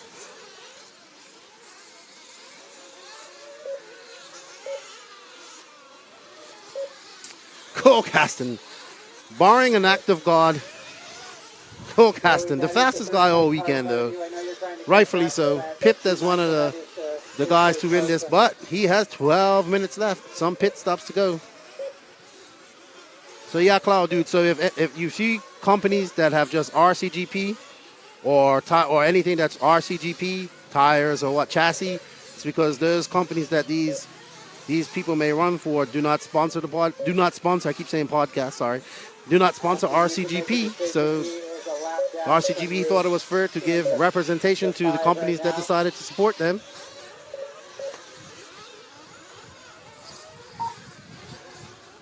Caution after the front side rhythm. Wow. Cole Caston is on fire. Joey Bardon has made up some time with his teammate David Olson. He's back up. Chased him down. He's 3.9 seconds out. He'd like to get up in that fourth position. He doesn't look like he has enough time to catch Austin Horn, but he's flying right now. There we go. There's Joey and Austin. Oh.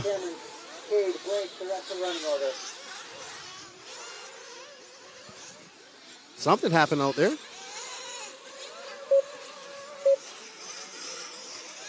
Well, that's Joey and Austin going up there over the Dragons back. I'm here busy looking at time, and I got the race here on the screen. Joey Bardon is on the hunt. He wants to make up for that flame out. He was on the hunt before he flamed out.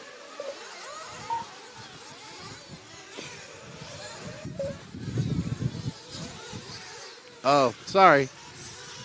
It looks like Joey Bardon is trying to get that lap back from Austin. 10:15 to go, drivers. 10:15 to go. That's what happens. Needs to get that lap back from Austin. Then chased on his teammate, David Olson, who's 4.2 seconds back.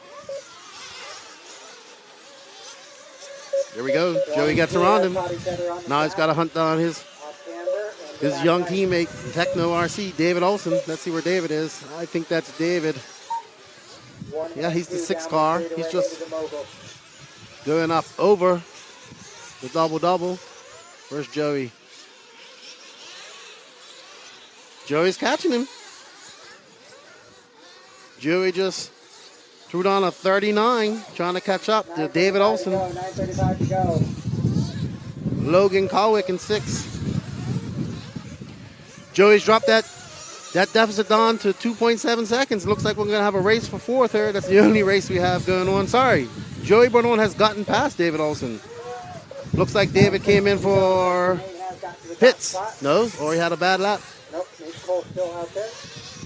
Yeah, Cole is almost a full lap. Joey Bardon back up to 4th. Too far out to chase down for 3rd. But anything can happen here in the next 9 minutes of racing. But Cole Caston looking to be on cruise control. He has a 34 second lead. He almost has a lap lead, and he's just in cruise control. Cole Caston being the, unfortunately didn't show in his semi starting position, but was definitely the fastest. I believe he TQ'd qualifying and just had a DNF in his qualifying race. That's why I had to start so far down in the semis. 8:25 to go, drivers. 8:25 to go. 8:20 to go.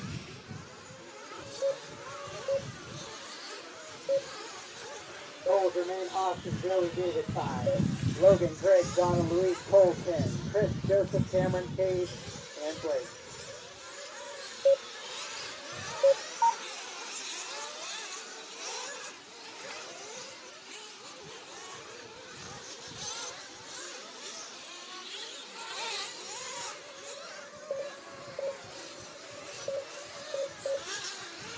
And Cole Caston isn't showing any signs of slowing down as he goes out there and throws on a 35.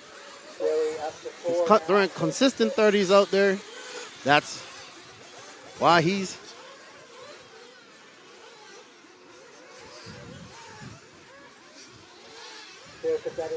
thank you guys for the compliments.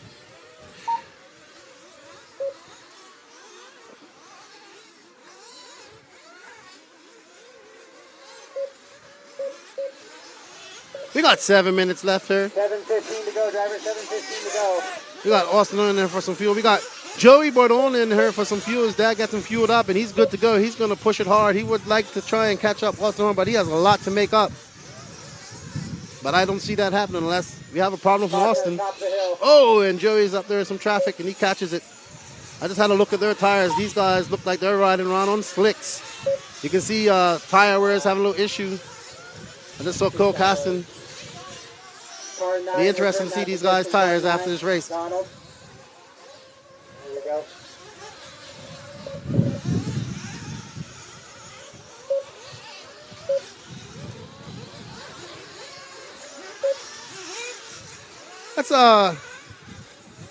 Let's show our leader some love. He's out there throwing some hot laps on. Let's find car number 1 here. I'll find him for you, Ash. There he is. He's coming up to the 180 here on the left, over the double doubles if you can, Ash. Our leader. Out there in cruise control, going up. Nope, up over the double. Oh, you can leave it there. Come back, Ash. Leave it there. We'll see him come over the Dragon's back. I'll let you know. There we go. Car with white wing right there just went cross. There we go. There's Cole Caston. Just looking at his tires, man. He looks like he's on slicks. Let's see how he... Oh, man. Cole Caston up to an 18-second lead with 5 minutes and 42 seconds left to go.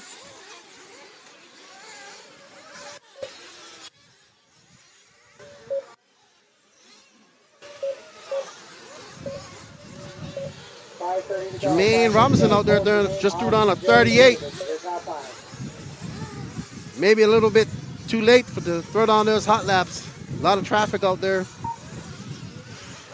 He let Cole Caston kind of get away, run away for a little bit here, so he'll need a mistake for Caston, a couple mistakes from Caston, and some no mistakes from him to make up some time here. He wants to get into that first position, but Cole's got a 17-second lead over Jermaine. 5 minutes to go, drivers. 5 to go. They just threw a 30. They both just threw 31 flats, so no gain for Jermaine on that lap. Here's your leader, Cole Caston. On cruise control right now, pretty much running. Oh, as you can see, he's running out there, pretty much on slicks. It's all right as long as you're in that line, but once you get out in that fluff, it's like ice. Ice with oil. He comes up over the dragon back. One of my favorite features of this track. Good job, Bobby Moore.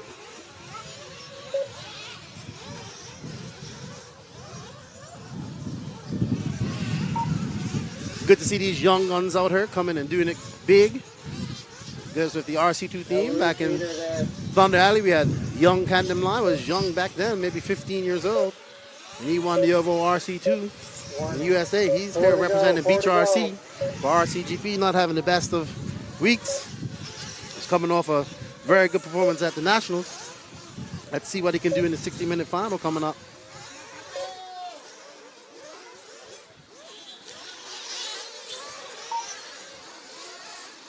Caution, frontside rhythm, need help. We got 3 minutes and 35 seconds. Cole Castle just needs to keep it on all four wheels. Nice job, thank you. And he's got this in the bag. Jermaine Robinson, Luis, you have leaders 15 seconds back. Next one as well.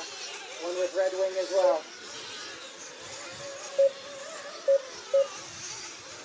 Thank you, Luis. I know it's tough to drive your line when you're given space. I appreciate it, though. 3 minutes to go. Cole, Jermaine, Austin, Joey, David, top 5. Logan, Greg, Donald, Luis, and Cole, top 10. Chris, Joseph, Cameron, Cade, and Blake.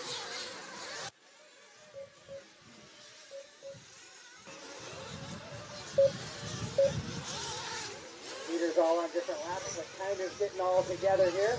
Left side of the track.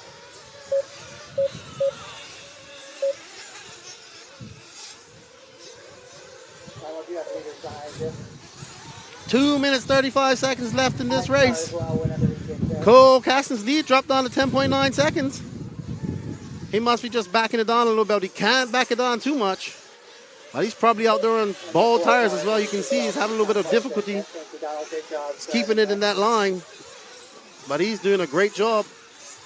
That Techno looking good out there. Been looking good all weekend, to be honest. All the Techno cars have been looking good here all weekend.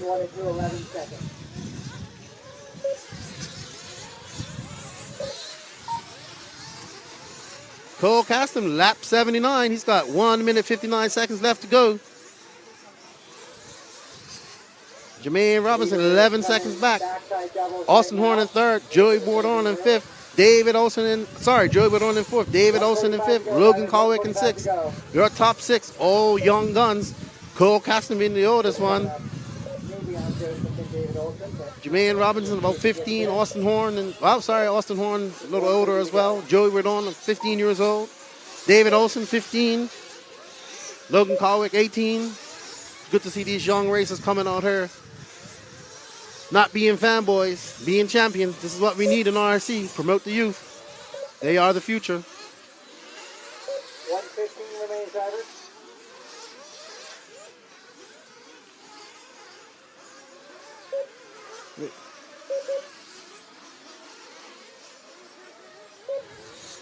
One minute left. We follow our leader here.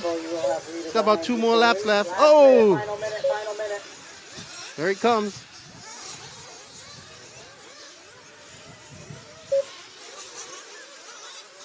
Cole Caston got over that double, on that 180.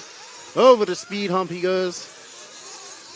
Through the Dragon's back, oh so smooth. Keeps it tight on the pipe, back over. This is where Cole was shining all race on this side of the track. Just this side of the track. He's able to get around her so fast, make up so much time on guys. He comes across. This will be his last lap. No, he'll probably get one more. Let's see. 24 seconds left? No, I doubt it. Robinson dropped it down to 10.8, but a little bit too late for him. But a great drive by Robinson nonetheless. They gave us a good race at the beginning. But Cole Caston, the techno driver from Georgia, I believe it's from Georgia. Somebody will correct me here eventually. Looks like he will be your winner as he will not get another lap. And Cole Caston is your RC2 winner for 2022. Well done to Cole Caston and Techno for winning RC2. Congratulations. Good job to Cole Caston.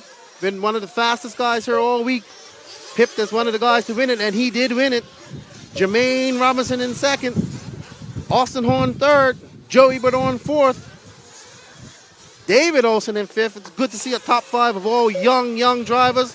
Kudos to all of those guys that came out here and braved the weather and showed them that they are here to be champions and not fanboys. Good to see this top five full of young talent. Good job to all of them. Excellent race. Excellent race.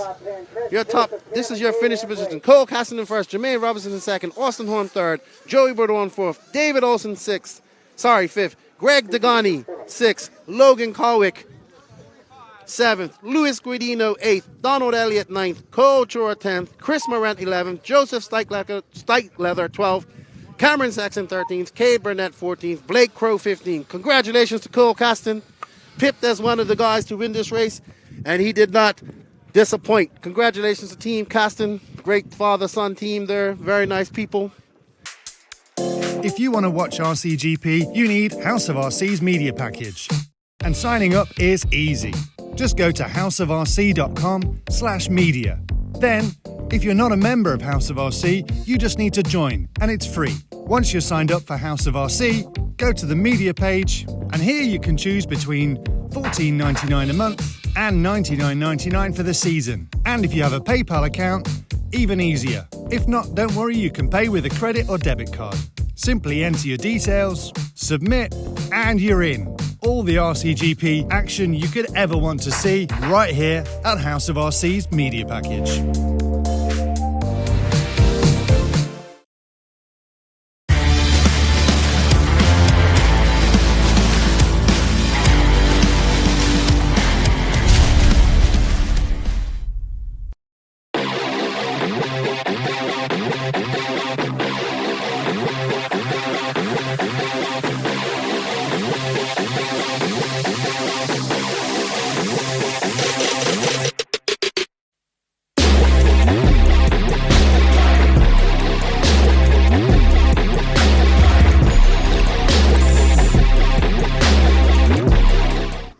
Hello and welcome back to S&B Raceway here in glorious South Carolina for the main final of Sunday and the main final event, the 58-minute plus 2 lap event. It's going to be a grid start. Thank you, Aidan.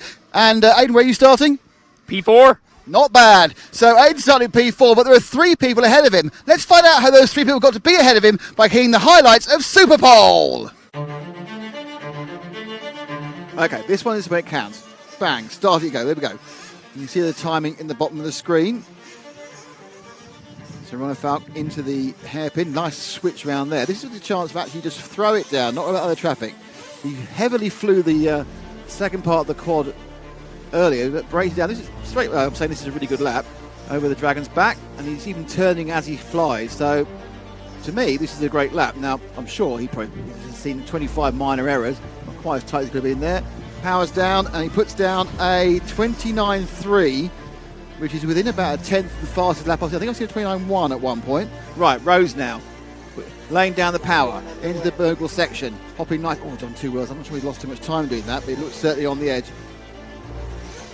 Nice turn around as he goes on the double away from us, and then onto the big backside quad. The wind's dropped a little bit, but it will help. Landing and turning. This is what I like. They're really pushing like this. You can see them actually moving the car in the air, turning it with the wheels. So it's actually kind of already beginning the corner as it sprints down to the next part of the section. Oh, there's a little bit of a bobble there. It's a good lap. I think this isn't going to be quite a 29.3. Yep, 4/10 off. Bornhorst, who's absolutely aced everything so far, just struggling a little bit with the Superpole concept. He's about consistency, and having to push now is perhaps not really working for him. He looks as good as the previous. He's really about this top end of the track where things have been going slightly wrong for him. That's better, much better. So this is going to be quicker, definitely going to be quicker. And it was enough for second just, but it's Ronefalk who picks up pole. Bornhorst picks by 400, but by 0.4 of a second, your pole sitter is David Ronefalk.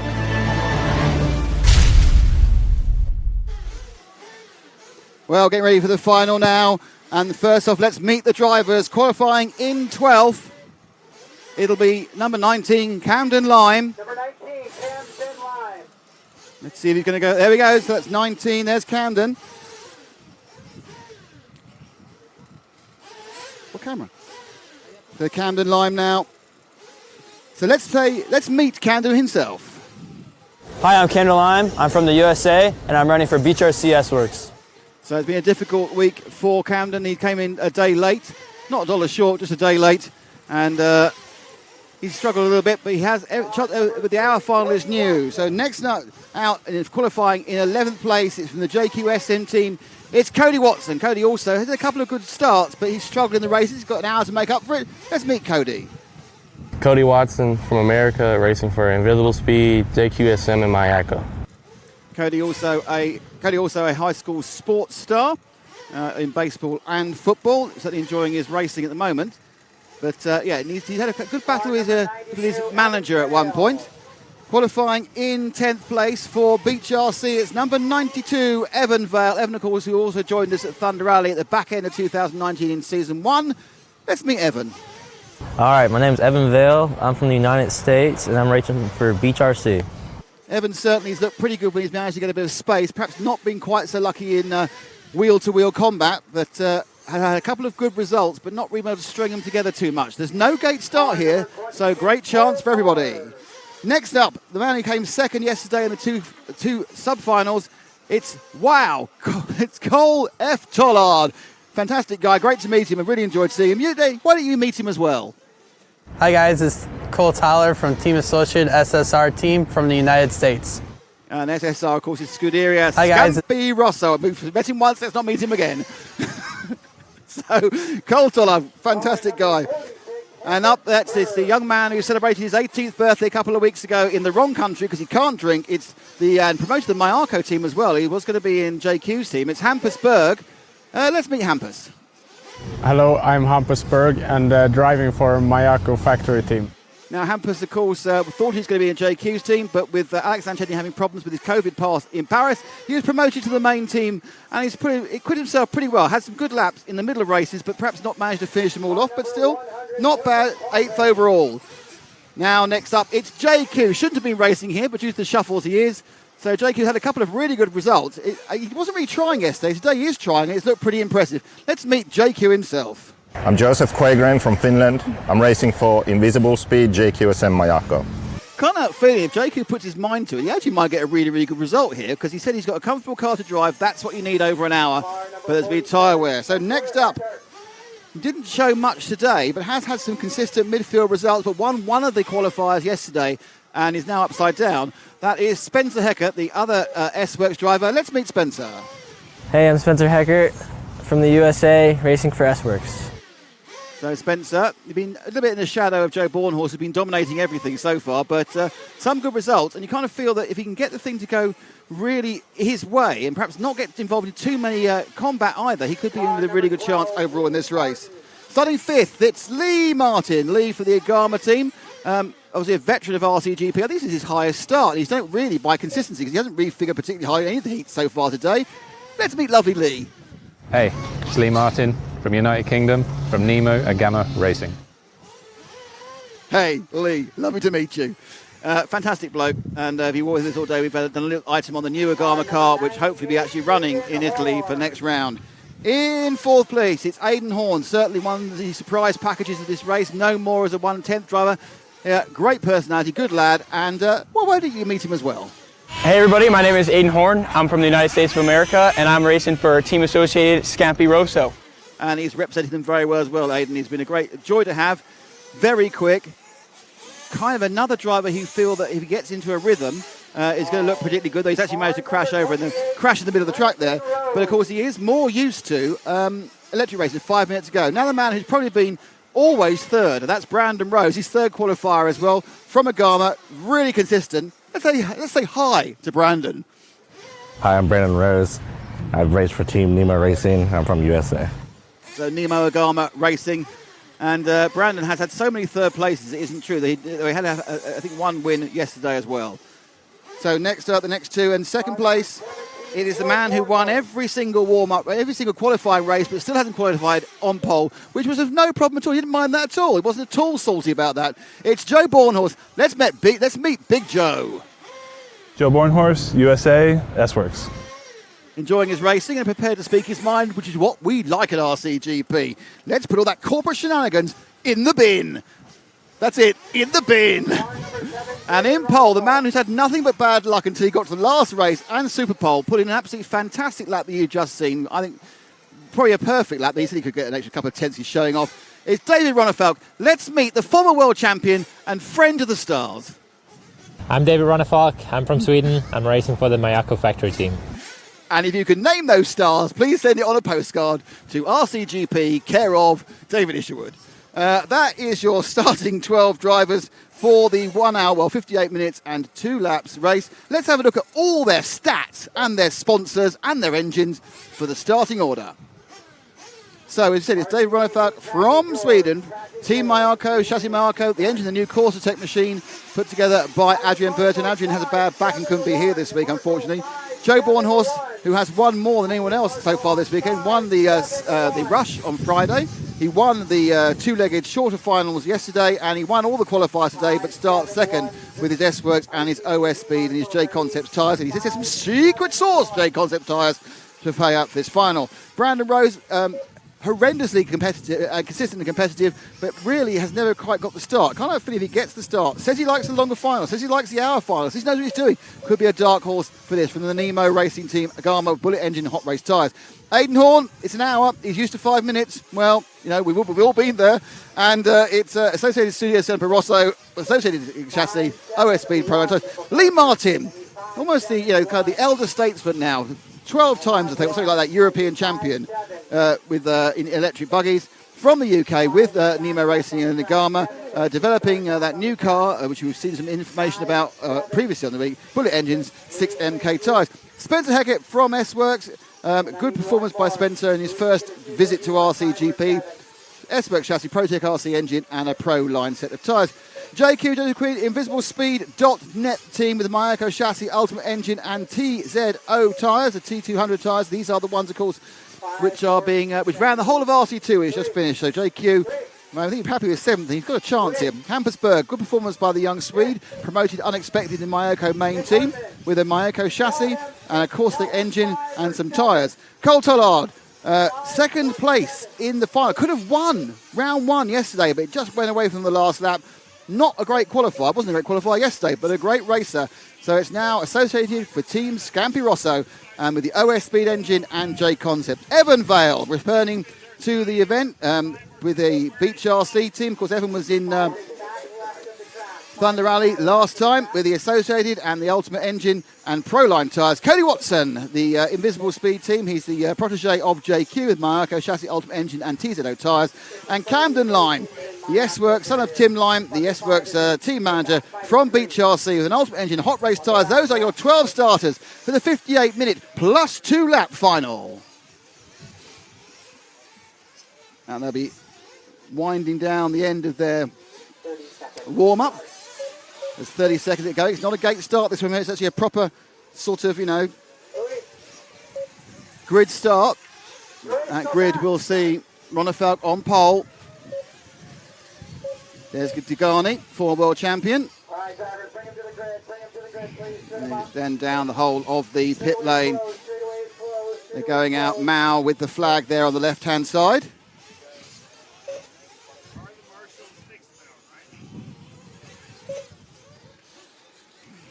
Number of cars already going to the line.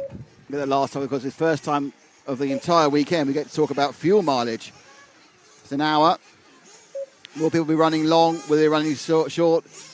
Can get very confusing after a while when the fuel tactics come in. Seems to be about 8 or 9, even 10 seconds for the fuel stop. You are coming off a very fast part of the circuit into the pit lane.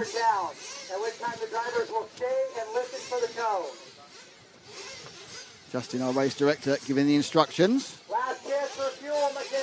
Let's look at round the side. There's Cole Tollard's car, the 26, being fueled up. Down in position number 9. Cars are down. They'll go down on 3. Now very bravely standing in the middle of the track there. They're down. And they're away. Clean so far. Ronefalk leads in the first corner from Bornhorst. Oh, and it's Brandon Rose who gets tagged on the first corner, goes from third to last. But third actually running now is his teammate Lee Martin. But straight away we have the Ronefalk and Bornhorst show as they streak round over the infield hump and onto the Dragon's back for the first time. Now the left and the right on the infield, and they'll then accelerate way up to the top of the circuit in the Beach RC hairpin before getting a bit of a power straight before they come out and brake heavily for the very difficult mogul section. They have been moving more and more to the left, the drivers, as they go. So 1, 2 is Ronefalk and Bornhorst. Third is Martin. Fourth, Camden Lime from absolutely dead last. Great start for Camden. Spencer Hecker is in 5th. And then it was Cody Watson who scored 6th at the end of the first lap. Then it's Vale, Tollard, Horn, Quagreen, Berg and Rose. So Brandon Rose, a big loser there from those first couple of corners. So we have, again, the battle for the lead at the moment. Bornhorst perhaps just drifting slightly off the back. It was 0.419 last time. Looks a tiny bit more, but I could be, it's another 10th. And it's still... Oh, Ronefalk went a bit wide there at the camera hairpin, and he's lost those couple of tenths. This is the battle we've wanted to see the whole time. We haven't, for some reason, just never happened so far, mainly due to the unreliability and bad starts we've seen during the gates from Ronefalk. But Ronefalk, of course, 2016 world champion, the penultimate world champion, of course, but the current world champion, Davide Ongaro.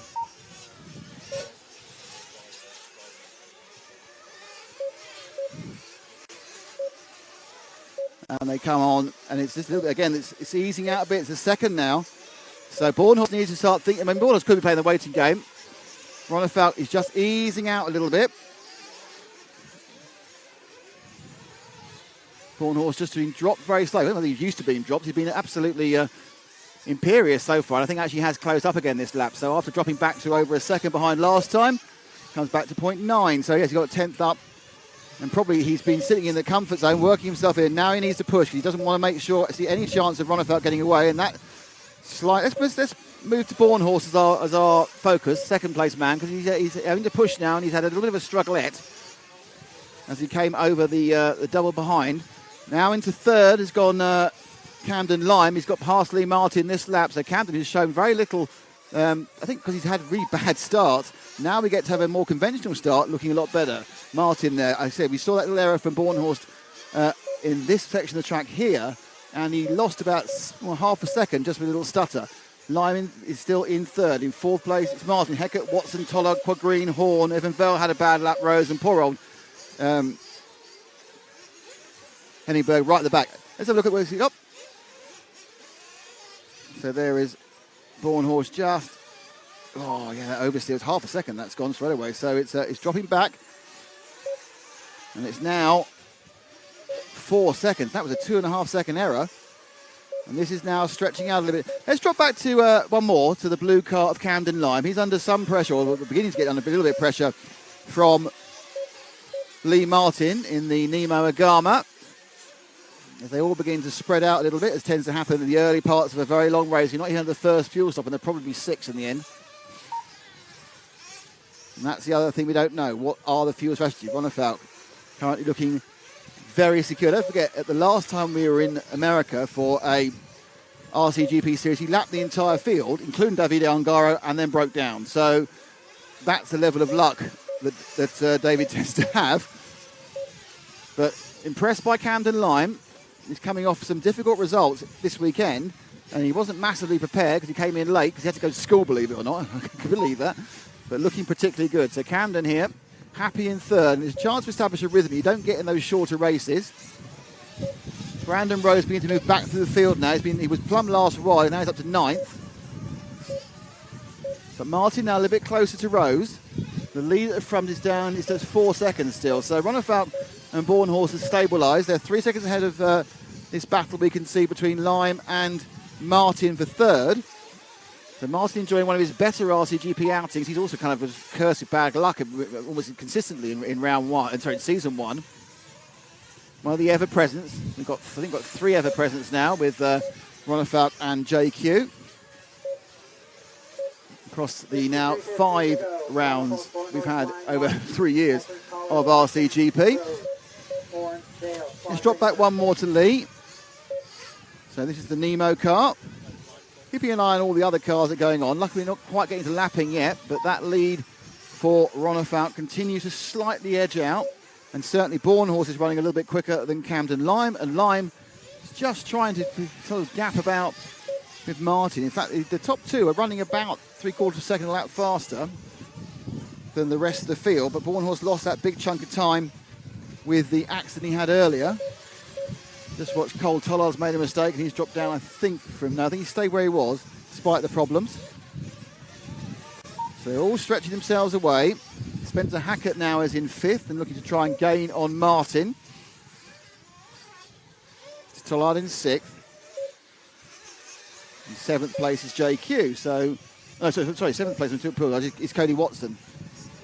JQ currently bringing up the rear just ahead of Hammersberg. Aidan Horn. So Horn's good start's disappeared.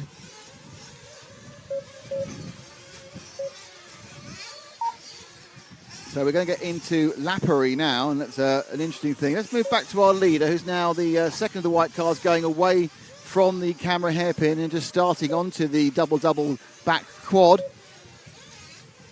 Now he's got a lot of traffic to get through now. This is the first of the worrisome moments for him. He's already got past JQ. Next up is his teammate, but there's been a bit of scuffle and he got away with that one. That's quite lucky.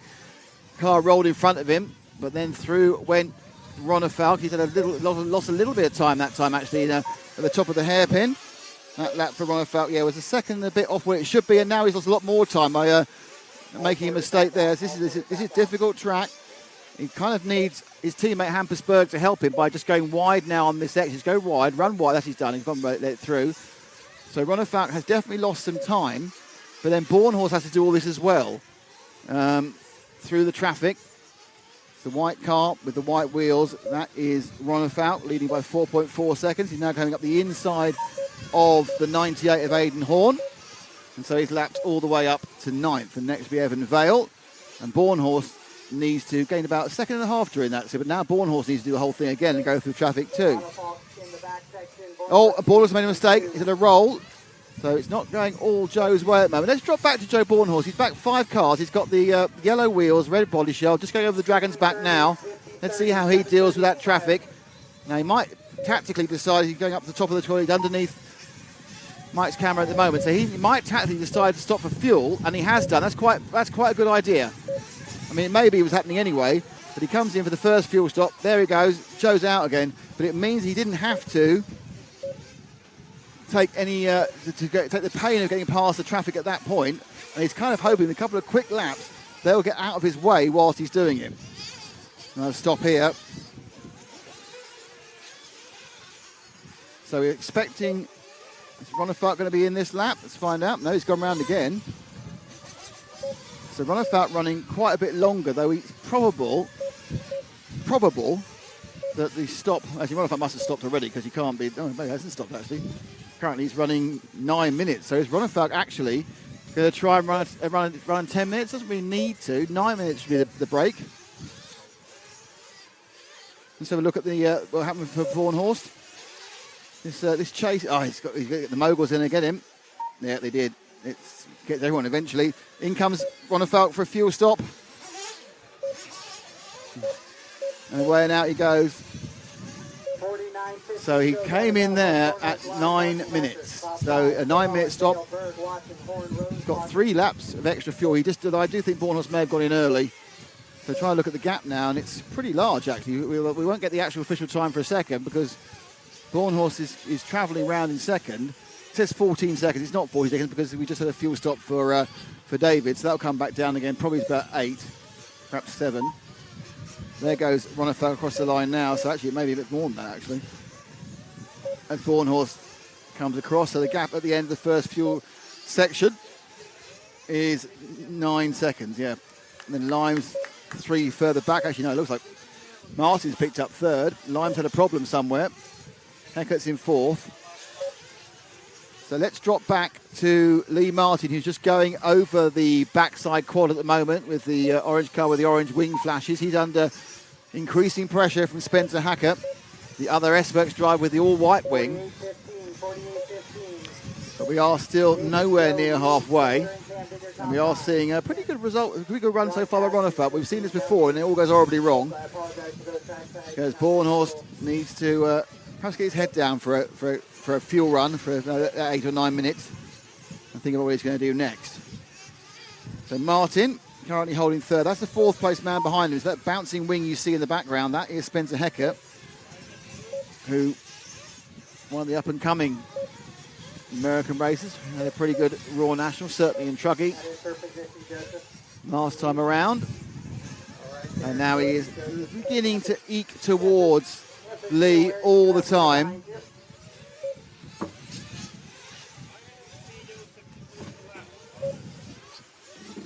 Oh, and that's gone wrong now because he made a mistake. So he was getting close to Lee and he made a mistake just behind him on the top of the first half of the back quad. Go there, dragging back now. Just drop back 1 to Hecker. Let's see what he's doing. He's obviously missed his accident, which is fine. As the cars begin to move out a little bit.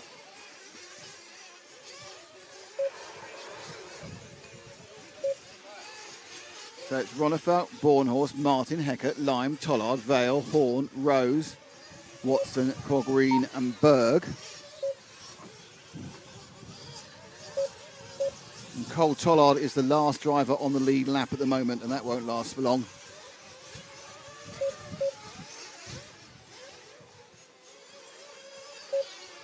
There goes Hecker underneath us now.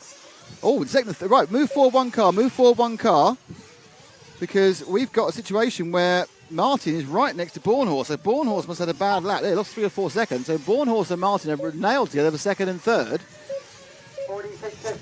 So suddenly Bornhorst is just drifting off the back of Ronefeld, who's leading by 17 seconds. But obviously there's a lot to go, and many other things happen. Now, interestingly, Lee got very, very close to Bornhorst. So Bornhorst now putting down a bit of manners on him. But that was a mistake previous lap by Bornhorst. Now 2nd, 3rd and 4th aren't that far apart.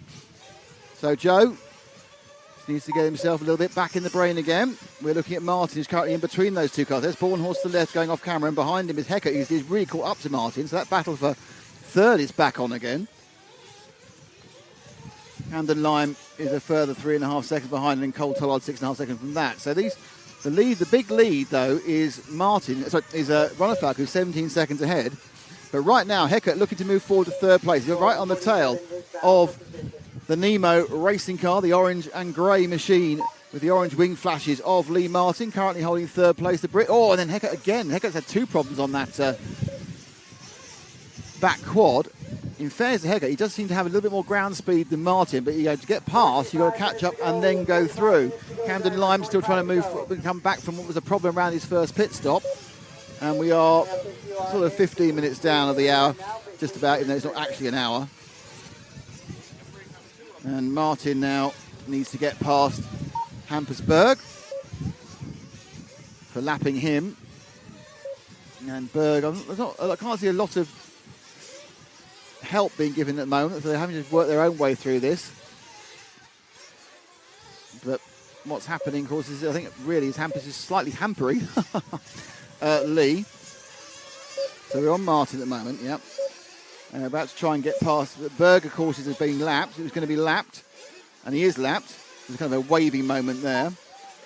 And that now puts Hecker a little bit behind him. The lead's moving out again. It's now 19 seconds. Ronefalk really has found his groove for the first time this weekend in this hour-long final. I think we're all now sitting here waiting for his car to break, because that's what tends to happen normally. Getting close to when they have the second pit stops. We are actually 15 minutes of running. Sorry, we're 14 minutes of running down. Started on 58, and then we of course have 2 extra laps.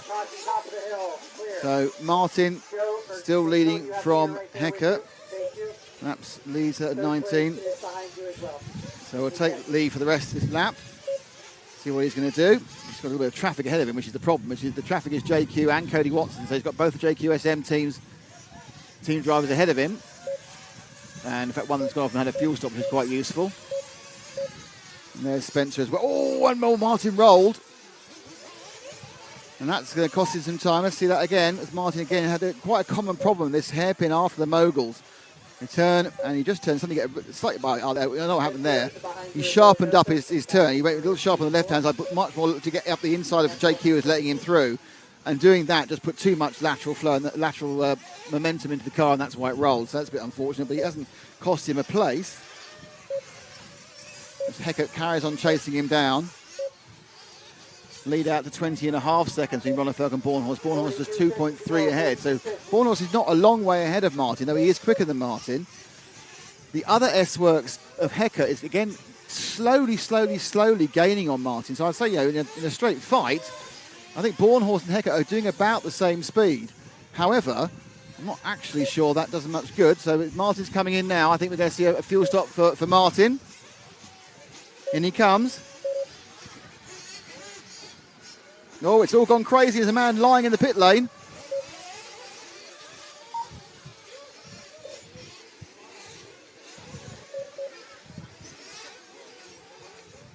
So Martin comes back out again. And continues where he is. Now, the interesting question really is, where is Heckert now? Heckert's right behind him, so they've obviously stopped at the same time, despite the kind of... So those two are right together in the battle for third. Martin and Heckert. Heckert right behind him with the white wing. Now, can he get past for third place? They're battling down the main straight. Coming into the hairpin. Ooh, dear, oh dear, oh dear. And the wind picks up, and that, whilst a slight worry for us, is a major worry for the drivers, because what will happen there is they will end up with problems at the back jumps, especially. The car will get blown all over the shop. It won't be consistent. And consistency is what he wants in an hour-long final. One that is currently 18 minutes old, but now, sorry, 17 minutes old. Oh, bad landing. And Heckert gets closer, and every single time just doesn't quite go for it. But look at it now. Suddenly, Bornhorst and Martin are right together. So Joe's having, I don't know if that was a longer fuel stop or a problem, but Bornhorst and Martin back together again in the battle for second. 24 seconds ahead is the leader, Dave Ronefalk. So this is the battle for second now. So Martin has been incredibly consistent, whereas the S-Works around him, I think, are slightly quicker, but have made mistakes. So Martin now looking to challenge Joe Bornhorst for second place and seems to suddenly have much more momentum. Bornhorst sweeps round on the moguls, and he's got a bad run. Oh, and he's got through. Wow. So, and now Bornhorst drops down. So Martin gets rid. Bornhorst pushed it, and suddenly cool Joe, not so cool. What happened there? So he comes in. We can see the pressure. It wasn't really. It was just a bit of a bad bump. You need to be further to the left. Those middle moguls are a nightmare. So Martin now picks up second place.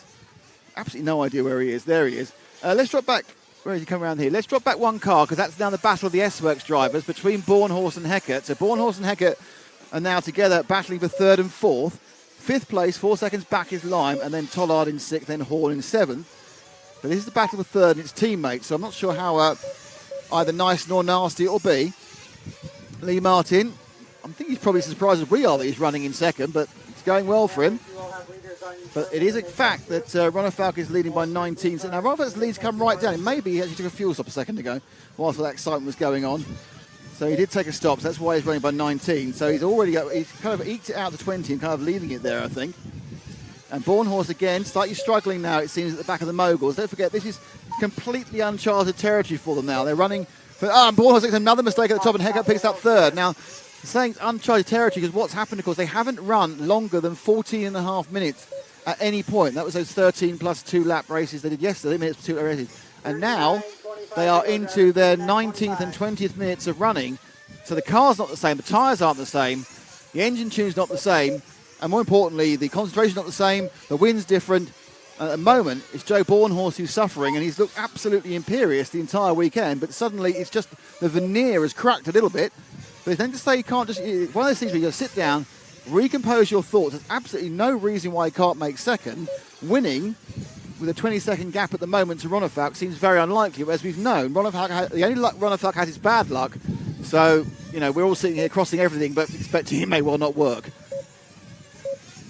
So Bornhorst slightly dropping off Heckert at the moment, but I think it might be. And Heckert's 2.5 behind Martin. Bornhorst just under a second behind Heckert.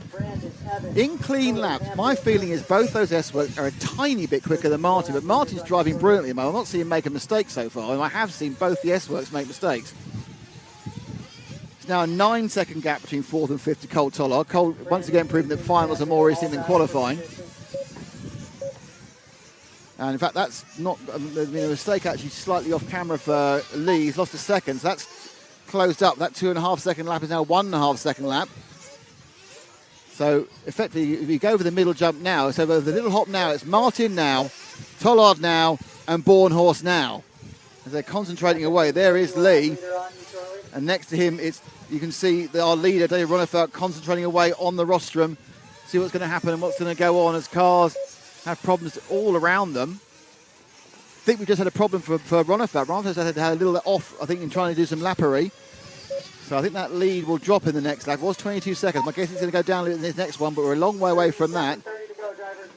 So Martin now, 1.3 seconds ahead of Heckert. Heckert is the focus. He's in the middle. He's either going to go forward or back because Bornhorst is all over him. So it's the white wheels, white wing of Spencer Heckert and the yellow wheels and yellow wing of Bornhorst as Heckert gets hung up on the pipe around the Beach RC hairpin.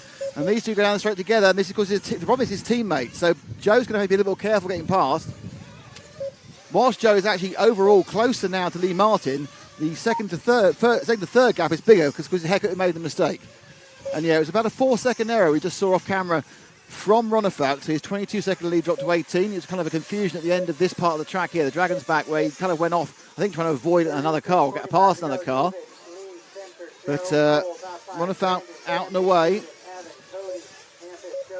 as these battle now, the internecine battle of the S-Works for third overall in round 2 of RCGP of event 1 here at the Shake and Bake Raceway in Piedmont in South Carolina. It nudges towards its halfway point. It was just over a third of the way down, 22 minutes down so far. So it just shows you how long these guys have to work, because this is a World Championship length final of an hour, effectively. European and Championships are only 45 minutes. I think Raw finals are 45 minutes. I could be wrong. I've been wrong before. But so it's a very, very long race, and the cars will change all through those races. The tyres get more worn as the track gets more worn, as the temperature changes. Concern all down the pit lane as they watch the cars. That's Brent Densford from Beach RC. He'll be pitting up for Camden Lime. As Lime comes into the pits. Lime currently came in from 7th. Don't forget, Camden running second for a while there. Good stop though. Camden leaves. So back up with, and look at that, Bornhorst just oh no, that was absolutely sporting. Bornhorst had got the drive, but then you could see it was going to be a bit aggressive to stay ahead of Heckert, his teammate. I'm pretty sure that Bornhorst wouldn't have given that space at all to anybody else apart from Spencer Heckert. And so Bornhorst and Heckert, the net effect of that is they dropped a little bit further back off Lee Martin. And realistically, if we're just running for teammates, we can have a quick look at Joe concentrating as he goes through. Let's see that one again. So Joe basically carried on going. Anyway, so now it's Bornhorst and Heckert. The gap's down to 1.1 seconds. So Heckert's got a bit closer to Lee. In fact, I'm looking for Lee. Where's Lee gone? I think we've got a problem. Lee must have fuel. So Lee's obviously going in for fuel. So that's what confused me there. That's why it went down, because you lose about half a second during the run. Lee goes in for fuel. So there's going to be some fuel stops now for both Spencer Heckert. So both the S-Works coming for fuel now. You see where Lee Martin comes out in comparison. Down they go, out and away, and they are still behind Lee, and it's still the same order. So it's still Heckert. And what is happening is that Dave Ronefalk is about to lap Bornhorst. It's on a stagger because obviously Ronefalk needs to fuel, but effectively now, that's how far he is ahead. So if you look at the third car in that train is our leader, David Ronefalk, who is right behind Bornhorst. And I think they're going to pit him now. They're going to pit our leader now. So a good chance to watch this on close up because Pierre Ronefalk getting ready for this. He didn't get over the traffic. Here comes Ronefalk, our leader, into the arms of Pierre. Bit of World Championship filling up. Take over Adrian Bertin's roll and off they go. And that's a great stop. So Pierre can give himself a high five for that one.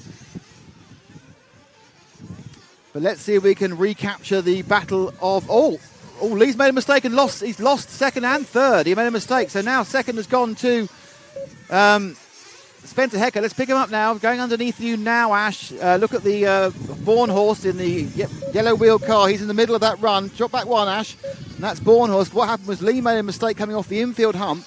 Came off the track. Lost about 3 seconds. And, of course, that was enough to drop him from second to fourth.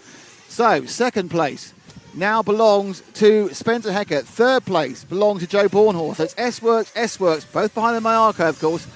But the big loser of that little moment there was Martin. And 3 seconds has gone from, it's like a 0 to 0. He's gone from second to fourth. It's hardly the end of the world.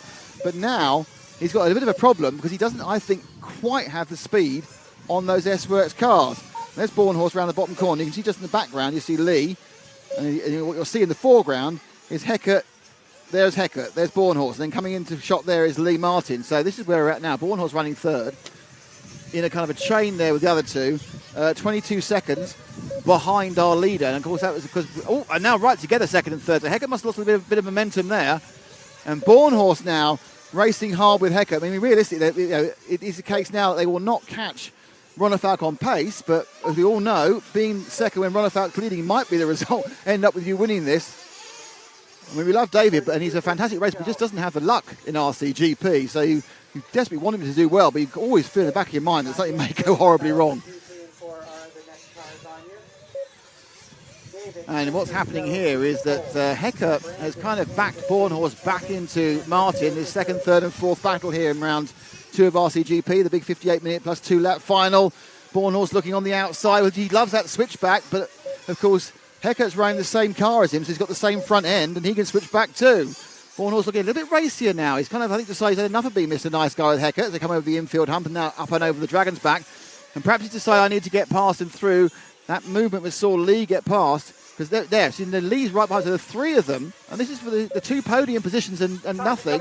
Oh, and there's a bit of a problem there. Martin was the worst off there for the Marshal. And then Bornhorst has gone out, and that's going to put, not gone out, it's gone over, and that puts Martin back into third. Let's see that one again. Is it the mobiles have caught Joe out for another, again, he just drifted wide, and he gets in the wrong line. That's the second time that particular mobile, I think he'll be stamping on that at the end of the race. Let's put him out. Good marshalling, though. Oh, and we've got a runaway engine. Is that Lee Martin's car that's gone? Yeah, Lee Martin's got a runaway.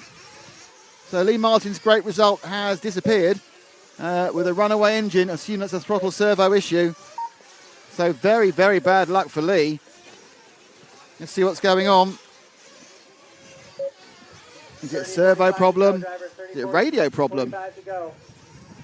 Right in there, he might be the switch as the car just ran away there. John Hazelwood trying to work out what's going on with the car. In the background, it's still Hecker 25 seconds behind, but this was a great run by Lee, and it's all gone wrong. It looks like they don't know what's happened. It's almost like it's had a radio weirdness and then gone with a runaway. Quite remarkable, that one. So that's one's going to be packed up. So back on the track as the car gets packed away.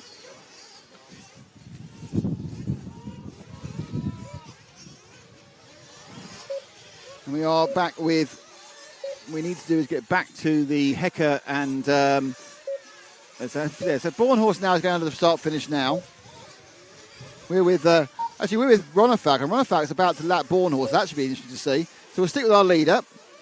So it's now 2 S-Works in second and third. Mayako leading, and the Nemo having a bit of unlucky radio problems after a great run by Lee. And Lee also kind of shares that problem with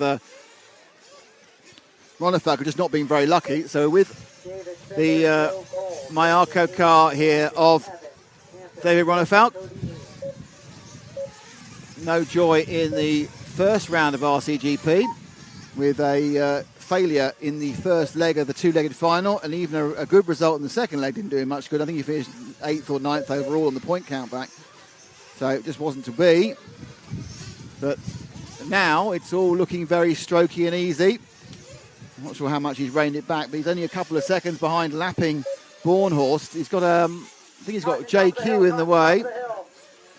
And JQ's in the middle at the moment.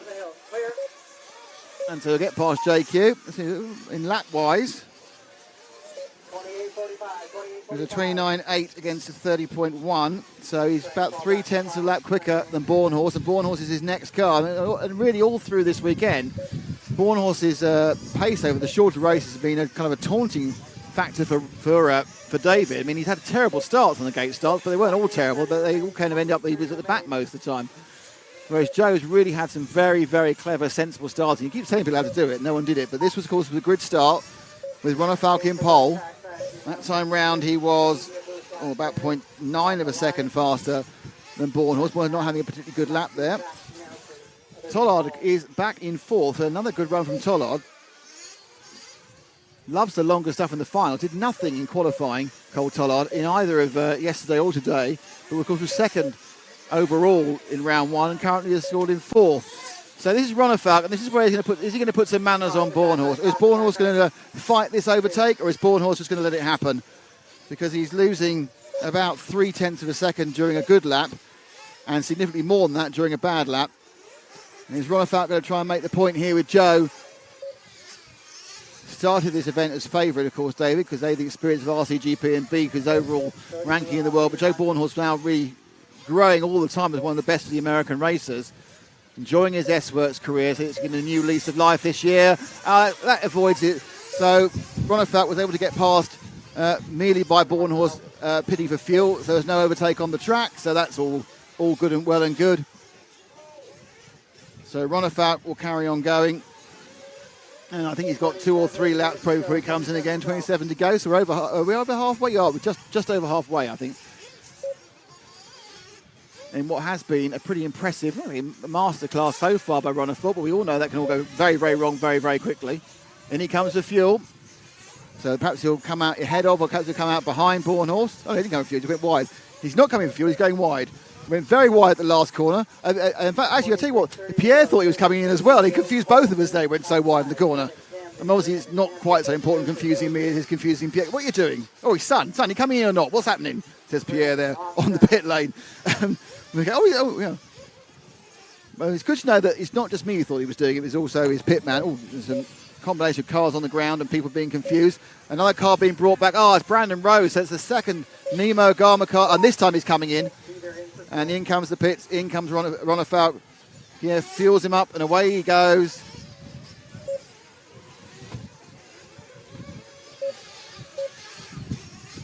And has he come out ahead of Bornhorst? I can't even see Bornhorst. Where is Bornhorst? Oh, he's in the pits. So he lost Bornhorst as well. Oh, that's Rose's. That's Brandon Rose's. That's Brandon Rose's car that's broken down there. I just can't see Bornhorst because I'm blind. I found him now. But they are a long way. Actually, it was Ronald Falk who lost time. So, in fact, they pulled away from him. This is Brandon Rose's car in the pits right now that's also retired.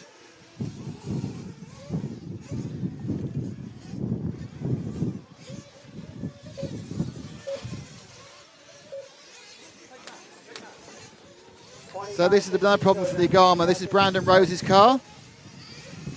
So both the Garmas have had mechanical issues. Brandon's been really, really strong all race. And this is a problem. It looks like it's this one's like a more, out that hurt. As his mechanic burns his hand on the exhaust pipe. They're going to try it. Is this it? Or they're going to try and get the thing running again? The clip's not gone back in again. And we're back with, Ronald Falk as he makes a mistake up on the double-double. Interesting, he's lost a bit of time. He was a lot closer prior to the last event, the last pit stop. Lost some time. Let's go back to Bornhorst and Heckert. They're getting interested again. Bornhorst with the yellow wheels just coming into the camera hairpin now. So we'll drift towards that one. He's up on the double-double on the big back quad now. And he's just getting back close to Heckert. The lead's down to 23 seconds. from 25. Slightly, Borner's gone off the track there. Oh, Borner's got a problem. No, he wasn't a problem. What happened there was he actually rolled off the track and then waited rather than he jumped a bit of the circuit, so he waited. So very fair stuff from Borner. So I thought he was stopping, but what he was actually doing was saying, I've cut a bit of the circuit. Rather than being marshalled, I'll wait. And he's overweighted, so he has lost time by that accident. So very fair stuff from Joe there. That's, again, just getting that rhythm back. He's got some very over-eager marshalling there. Man wasn't even upside. So let's give you a rundown. We lost a couple of Yagamas, but we have Ronnefout leading from Hecker, from Bornhorst, from Tollard. Evan Vale now in 5th. Aidan Horn in 6th. Camden Lime in 7th. So those are 3 young Americans in the blue and white cars. Then it's Hampersburg ahead of JQ and Watson, with the unfortunate Nemo team both suffering from problems. So we have a run between 4 and 7 of all the associated and Beach RC cars, which have been painted the same way. Interesting now, the cars are even looking even more similar now because they're getting covered on the sides with dust and grime from where the exhaust have exited out, put out a bit of oil, and then just sticks the dust from this red clay here at the S&B Raceway. So Bornhorst now looking to try and gain back the time he lost on Hecker. In fact, Hecker's doing pretty well at the moment. He's slightly closing the gap on Ronnefout. Bornhorst has lost some time. Almost about it might be Tollard. Let's drop back one car. We don't actually see anything of Cole Tollard in this one. Here he is in the blue and white car with the yellow wheels. Number 26, Cole Tollard, a late substitute for David Ongaro after his family contracted COVID and couldn't travel. So Tollard is about to get lapped, actually. Again, didn't do much in qualifying. Now he's upside down. Oh, the pirouette dance. We'll see that again. Let's see that again while I talk about him. He's going to let... let's see Tollard. There he is, up in the... concentrating away. Cole watching the car. And he's obviously been a very sporty man and going to let him through. So Tollard now coming down the straight. He's got Ronnefout right behind him. Obviously, there's none that's moving over and letting the leader through, so it's a bit trafficky at the moment. But I was saying, Tollard did nothing in qualifying yesterday, and then was brilliant in the finals with 2 seconds and very nearly was in one lap of winning the entire event. And he was absolutely rubbish again in the qualifying again. Puts us like gate starts, but he's just showing once the race gets going. So Tollard now in 4th. Not that far behind from our pre-race favourite, Joe Bornhorst. Hecker is definitely gaining on Ronnefout, but I think this is mostly because Ronnefout has suddenly started pacing himself against Tollard rather than doing his own thing. So Tollard, I think Ronnefout actually probably needs to push. Last that round, actually, he was a little bit quicker, but he's been lost a bit of time. That 22-second lead is down to 19 now. 10 cars left with 21 minutes and 2 laps to go. So Cole Tollard currently was 3.4 seconds behind Bornhorst last time round. And this time round, it's 1.7 because Heckert stopped. Because Heckert's dropped behind Bornhorst, and that was a big lead. I'm not sure whether Heckert stopped. I didn't see a fuel stop, so I think Heckert's made a mistake whilst we weren't watching. And then Heckert has made another one there. So Heckert now has dropped down. And they're both, so you got Heckert, you got Cole Tollard now in 3rd, Heckert in 4th. And they're about to be lapped by Ronnefout, possibly. So this is your 3rd place man now. The blue car with the yellow wheels. Behind him is Heckert with the red car with the white wheels. That's in 4th. And your leader looking to lap. Not sure who the dead car is, or just a broken car rather than a dead car. No, it's a dead car. We lost another car. We'll find out who that is in a minute. One of the Beach RC or Scampi, either a Scampi Rosso or a Beach RC machine. Blue and white, just had a glimpse of it. So Heckert now is looking. Heckert seems to have lost a lot of pace all of a sudden, and now we've lost JQ as well. So suddenly they're dropping like flies with 20 minutes to go. Down to 8 cars running. Not sure they get rescued or not. In they come. It's the JQ car that's gone, and I think it's Camden Lime's car that's also broken down. Yeah, so Camden Lime, great start for Camden, and then JQ as well. So we'll have a look in the pits a moment, see what's going on with those cars, see what the problems are. Was it just fuel, was it? Tigani is trying to refuel JQ's car and restart it. So it's just a flame out, simple flame out for JQ. That's lost him a lap or so.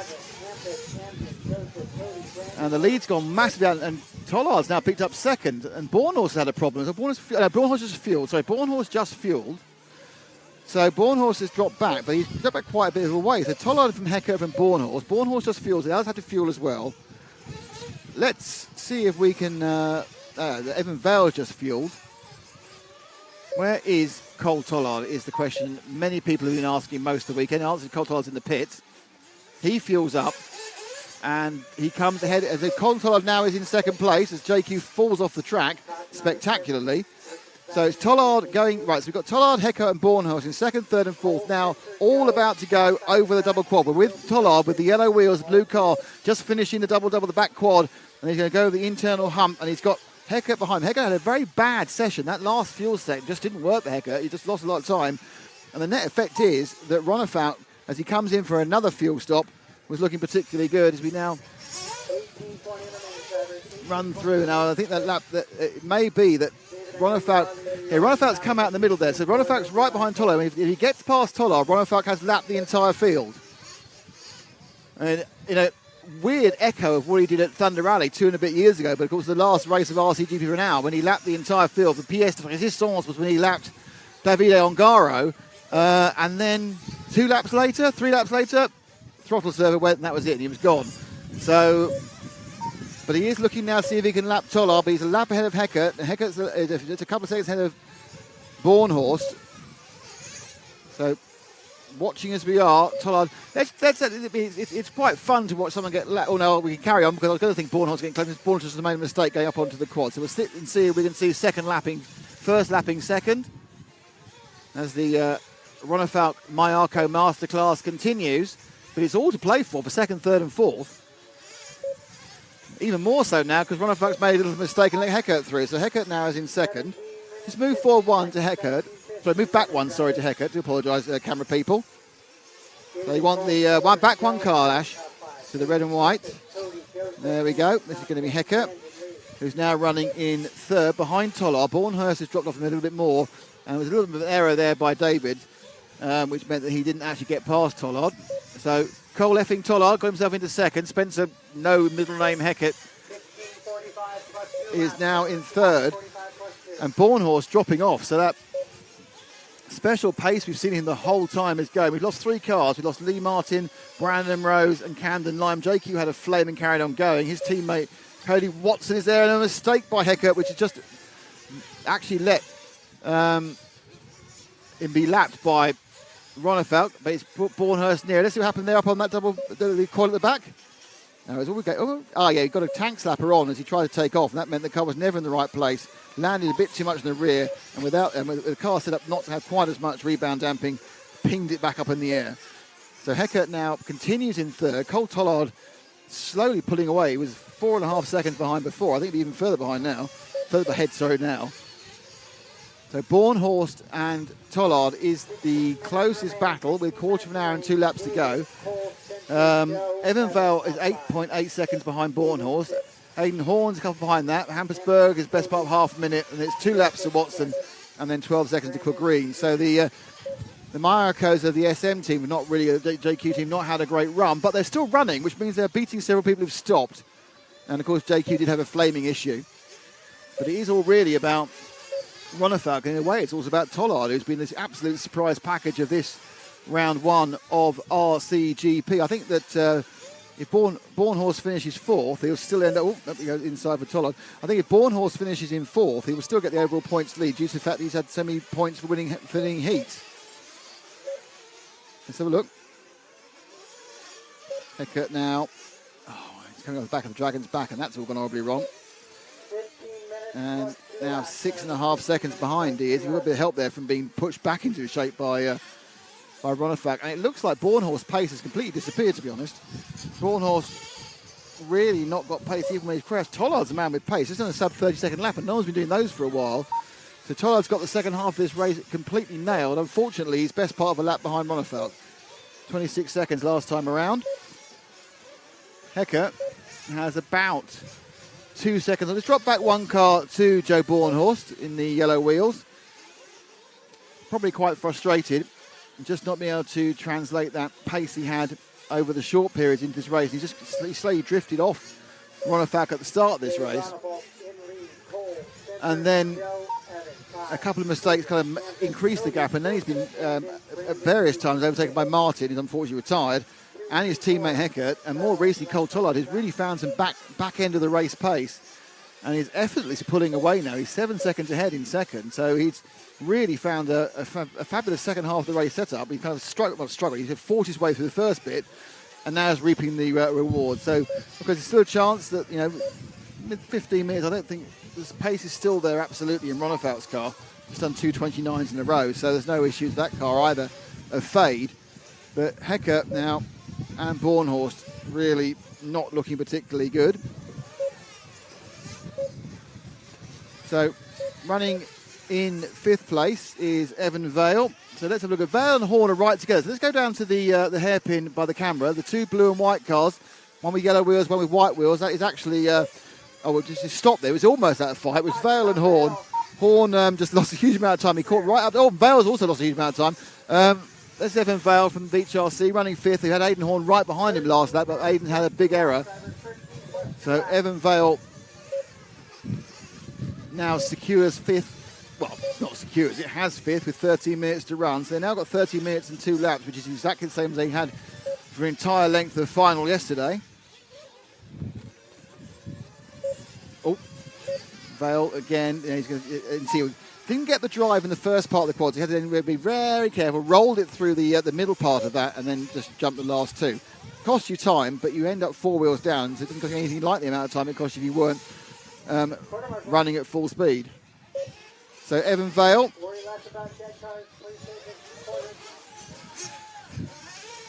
So the fuel stops are looking tummy again. Bornhorst has got some problems. We've lost Bornhorst fuel stop. The problems are Bornhorst. Oh dear, oh dear, oh dear. So it had been fading slowly. I don't know what the problem was for Bornhorst. He came in a second go. So he's just fueled up, but I think he must have flamed as he fueled. Oh, he stopped. He flamed on the track. So, having can't watch everywhere, thankfully we've got our pit reporter, Matt McCallum, pointing out that he's flamed on the track and was brought in. So a few errors been coming in now, and Bornhorst has dropped down to 7th. So it's Tollard from Heckert, from Vale, from Horn. The Vale and Horn battle is getting back up and interesting again. So I think they've managed to get Cole Tollard in between them. They have, yeah. So it's Vale we're watching, and the other yellow wheel car behind him is 2nd place Cole Tollard. So it's Vale from Tollard, but they're a lap apart. And then Horn trying to catch up.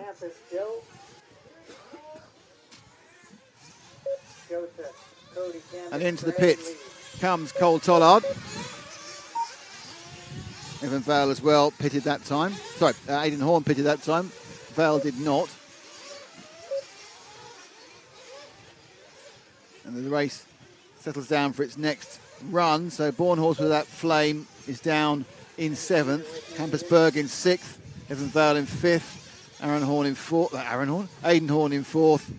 And then it's Spencer Heckert and Cole Tollard. Tollard 28 seconds off, just a lap off the lead. And then there's a 15-second gap to Heckert. Vale now gets past Horn during the fuel stop. In comes Ronafalk for another standard fuel stop. Out he goes again. He went in there a lap ahead. I think he's come out a lap ahead as well.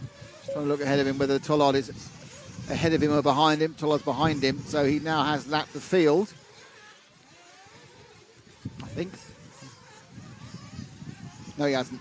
It's 2 cars. He hasn't quite lapped the field. He just made a little mistake as well there. So as we continue with Vale. He's got Hampersburg behind him, Vale. That's a lap difference almost. Oh, and the leader and Bornhorst and Ronafalk come together there, just sort of off camera. It wasn't deliberate. Just kind of one was finishing an accident, one was trying to avoid it. But another problem. Bornhorst again having problems. He's just really not his hour. Final here. Evan Vale comfortably staying ahead of his main rival, which is Aidan Horn. Berg and Bornhorst. So at the moment we've got 9 minutes to go. A very, very spread out result so far. Ronefalk leading by just shy of a lap. Then Tollard is 10 seconds ahead of Heckert. Heckert is 15 seconds ahead of Vale, who we're looking at the moment. He's 4 seconds ahead of Horn. The car he's fighting with is Hampusberg, who's a lap down. So the young Swede has obviously got the ground speed, had a loss of lap at some point during this race. I mean, it's so many battles and little accidents we don't see. It's quite easy on a short lap to lose that amount of time. But Hampus, I think, will be quite pleased with his race. Let's drop back 1-2 Hampus, the 46 car, because let's talk about Hampus. He didn't even know he was going to be in the Mallorca team. He thought he was going to be in the JQ sort of development squad. And then Alexandre Chetin, who should have been in the Mallorca team, had a problem with his COVID pass at Paris and couldn't travel. So he was instantly promoted. JQ was promoted to the race as well, and JQ currently running in 8th. So Berg, I think, should be. Yeah, he's shown good flashes. He's just 18. He won the European RC2 Championship back in season 1. He's certainly not been outclassed, and that's the key thing. He's shown he's absolutely right to be in this company, and I think he'd be very pleased with that. 18 years old, birthday a couple of weeks ago in the States. So behind him are Evan Vale and Tollard as well. So Berg makes a mistake there, so we'll perhaps let's drop back one more, and that's Tollard in the again in the ever grubbier 26 car. He's 26 seconds behind Ronefalk. It's interesting that Heckert is dropping like a stone, but there's no one else really around, so he's not going to lose his place. Heckert's lost 4 seconds to Vale in the last couple of minutes. I'm not sure there's one accident or it was a gradual slowing down of the car as the tyres go off. But Vale still theoretically possibly has a chance of picking up third. I don't know. Let's see if we can... there's Bornhorst. Let's see if I can find Heckert. Oh, it looks okay. So Spencer Heckert, you pick him up. He's the white car, sorry, the red car with the white wheels going through the camera curve now. Another replay here. This is problem. Basically, I've seen someone else has a problem. I bet that's Tollard having an issue there, putting his brakes on hard. And now another mistake there. He came back to another mistake at the end of the quad for Heckert, and Heckert now has Vale right on his tail for third place. So absolutely, the S-Works just doesn't seem to have the pace towards the back of that. My guess is he's running on nothing at all. We're getting the famous Richard Saxon wave as Evan Vale gets closer and closer to Cole Tollard, to Spencer Heckert. Tollard still, despite that mistake, a long way ahead. But it's now, can Evan Vale pick up third place? And it's going to be really down whether Spencer Heckert can keep the car 4 wheels down. It doesn't seem that the ground speed's missing a little bit from that car now. And certainly that 9-second lead went down to just 1.1. There goes Heckert. There's Cody Watson. Vale's coming for fuel. Wasn't a little bit of a finicky sort of fuel stop for Vale. So Heckert has got, I think it's Cody Watson behind him. Just to remind you, Dave Ronefalk is leading by a lap, and Cole Tollard is beating Heckert, who's on camera by 18 seconds. Oh, another mistake for Heckert, and this is going to be that. I think that when he comes in for fuel, if he needs to come in for fuel in the near future, and he is coming in for fuel now, so Heckert's fuel stop coming up. In it goes, and away, and he has lost the place. Oh, he's come out neck and neck with Ronefalk as well, but what's happened is Evan Vale has picked up third. So Vale picks up third after that mistake at the Reach RC hairpin. And now Ronefalk is looking to put a second lap on Heckert, whose pace in the second half of the race has disappeared. Bornhorst coming in for another stop, kind of a sad stop now. He's really just trying to get the highest number of points you can get at the same time. But it's looking good for Vale because Heckert's pace has melted in the last bit. As Ronefalk comes in for a stop. This will be his final stop. Ronefalk has 5 minutes to go. His last fuel stop's gone, so that's one of the markers there. One of the problems that may not happen. So he's not going to flame out during a fuel stop in the last 5 minutes. But can Heckert get anywhere near Evan Vale? So last time round there was a gap of 3 seconds. Is he getting closer? Or who's that making a mistake? It was one of the JQ car. Oh, no, and Evan Vale's upside down. Lost a bit of time there on the moguls. And lost another bit of time on the moguls. They're much closer now. So that 3.2 is nothing like 3.2 now. And another mistake. Vale's made 3 mistakes in the lap, and Heckert goes through. So third place changes on the top of the hill there. So Heckert now, after 3 errors in the start of the lap by Vale. So the red and white car battling for third there. It's Heckert with not an injured car, but I think a grip-wounded car. And Vale, who was looking quicker, has lost it by a couple of errors. And now he needs to be the chaser. And often it is easier to be the chaser than to be the chased. But there they go. We're down to 3 minutes, 53 seconds and 2 laps. Vale and Heckert battling for third. Second is comfortably Tollard. First is very comfortably Ronnefalk. But this is the battle on the track. And another error by Vale means he's dropped back a little bit further from Heckert. There he is in the background. So it was Heckert making all the mistakes. Now it's Vale making all the mistakes. 3.5 minutes plus 2 laps of RCGP round 2 here at the S&B Raceway in South Carolina. And it's been a really interesting race. We've perhaps lacked some of the drama so far. Let's hope we don't get any drama, because any drama that could be now is another problem for Ronnefalk. But Vale now kind of got his head back together a bit, and he's getting a bit closer to Heckert again in this battle for the final podium position. Spencer Heckert, Evan Vale, S-Works and Beach RC. He keeps it, much, much closer. So, Vale, now he's got back on pace again. He's got more speed than Heckert, but it's all about errors. It's all about how you get past. They come with the second part of the backside quad. They turn round. They come into the infield hump. Oh, a bit too fast, a bit too hot there for Vale. He goes to the Dragon's back. He lost half a second, perhaps 3/10. And now he has to get back up again. Let's have a look at that one to see how you can just lose tiny amounts of time.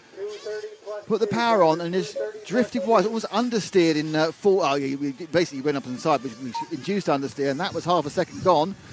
Has to get that back again. 2 minutes 20 plus 2 laps, and that's not helped him either. So Vale just needs to put 3 laps together where he doesn't have an accident, and Heckert's car, that really doesn't seem to have any sort of pace at all about it, will be fair game. But that's a big if and but. And Heckert, despite the problems with the car, is driving very well at the moment. I'm pretty sure that car's either got bald tyres or another problem somewhere, because it just hasn't seemed to have the ground speed. Cole Tollard's still in second, and our leader is still David Ronnefalk, obviously, and there are big gaps. So we're concentrating on the closest gap, which is the gap between Spencer Heckert from S-Works in third, and and Evan Vale from the Beach RC team in fourth.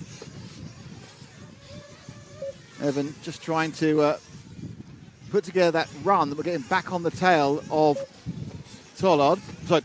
Heckert. Aidan Horn in fifth, about 7 seconds back from the pair of them. And another error from Vale seems to have perhaps confined that one to not happening. So it's really whether Heckert can keep it all 4 wheels down for the next couple of laps. He just slides it round. As Vale's pushing has kind of led to mistakes. So as we get towards the end of the race, 1 minute. Oh, then it's a mistake by Heckert, and there we go. So now third has changed. So Vale picks up third place on a mistake by Heckert with a minute to go in 2 laps. And luckily for us, David Ronnefalk's right behind them. So following Ronnefalk over the line is not going to be an issue with these two still scrapping. So it's Vale with the yellow wheels, the blue and white car for Beach RC being chased down by Heckert. He is quicker, I think, at this point in the track, but in the race, but it's more of a question mark about whether he can avoid the exit. And Heckert now really pushing hard to try and get that final podium position to come round in front of us. Over the moguls. And we are now down to 3. There's this lap and 2 more in the first round, first long race in RCGP. RCGP round 2 here in event 1 at the S&B Raceway. Oh, and a mistake by Vale, and in back into the lead goes Spencer Heckert. So Heckert gets ahead of Vale. If Ronnefalk's got any... Heckert's going over and under, and he's been lapped as well. And that's going to probably put it... I think that maybe it's a new one. Let's see what happens then again at the back of the Dragon's back. Comes up and over. He's leading at this point. He just go a bit short. Yeah, just a bit short. Land the top, then sprung over. And it's... I'm watching it still. It's still very, very close between those two. And we're down to the last 2 laps. Now, the interesting thing is, I think Ronefalk is going to finish, and they're going to have another lap to go, because they will not have finished that lap. So what we will do is you move back to Heckert as the concentration, the second car as your concentrating point, because we now can pick up the last lap of them. Now move back to Ronefalk for his last lap. But when we get over the line, we need to move back forward again, because they won't have finished unless he manages to lap either of them in this lap. So Heckert is ahead of him, but this is Ronefalk, and it's been an absolutely superb performance over the course of 58 minutes and 2 laps. He took the lead. He's never lost. He's never looked challenged. Beat away the big challenge of Bornhorst in what has been a fantastic performance for David Ronefalk. Ronefalk is going to take the win. And now we need to move forward to the second and third battle, because the second and third battle is still live for this last lap. Fantastic. Oh, and Heckert makes a mistake, but Vale wasn't particularly good round the corner either. Let's move forward to Vale in the with the yellow wheels to see if he can bring it home in third. Cole Tollard will be second. Another fantastic result for the American, but it's now can Evan Vale pull it through for Beach RC to make it a 1-2-3, which no one would have predicted. But here we go. Vale's got 2 corners to go. He has to get over the line. The race is not over as far as I know. He has to cross it. He has done it. Vale picks up third. So it's Ronefalk from Tollard, from Vale, from Heckert. Great racing. Ronefalk, absolute masterclass of driving in every possible way. Fantastic performance by Ronefalk. You really can't do any better than that. Great stuff. Didn't work out for some of the others, but it did work out for Ronefalk, and we'll make sure he gets held there, I think.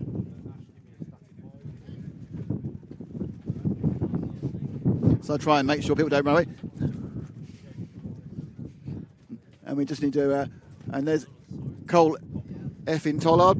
So we need to get our cameraman back here, and he can turn on the cameras and everything else. We'll have a chat with the top 3 in what was a cracking race, constantly exciting, constantly interesting. And as the drivers line up after the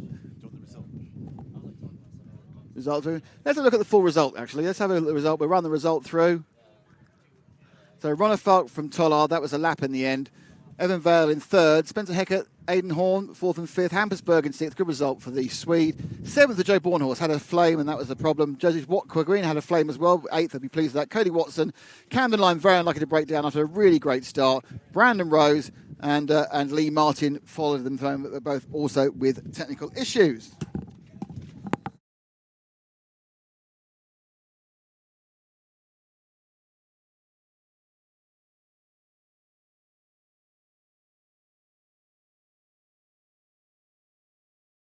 So now it's a chance to talk to the top 3. Where's Evan? Evan, congratulations. Third place. That was a real fight, wasn't it? Oh, yeah. Yeah, the beginning was terrible for me. I got a lap down 4 minutes in, but then just didn't wreck after that and kept my head in it. So big battle with Spencer towards the end. It's obviously you had more pace, but it was all about who was going to make those mistakes. Oh, yeah. The wind was gnarly out there. I was just basically trying to get through that double section, whatever it's called. So, yeah, I'm super excited about it. So it's awesome. It's my home track, and it felt like it was a pretty good run. Evan, great stuff, and a great third place for Beach RC. And now we need to introduce everyone to, very popular there. But in second place, it's Cole effing Tollard. Cole effing Tollard. What the effing heck were you doing in qualifying? You're rubbish in qualifying, great in finals. Yeah, I guess the gate starts were not my friend this weekend, but had a blast in the 60 minutes, and I felt like I had a really good car all weekend, and it just kept on getting better. But yeah, the longer events really seemed to suit myself, so.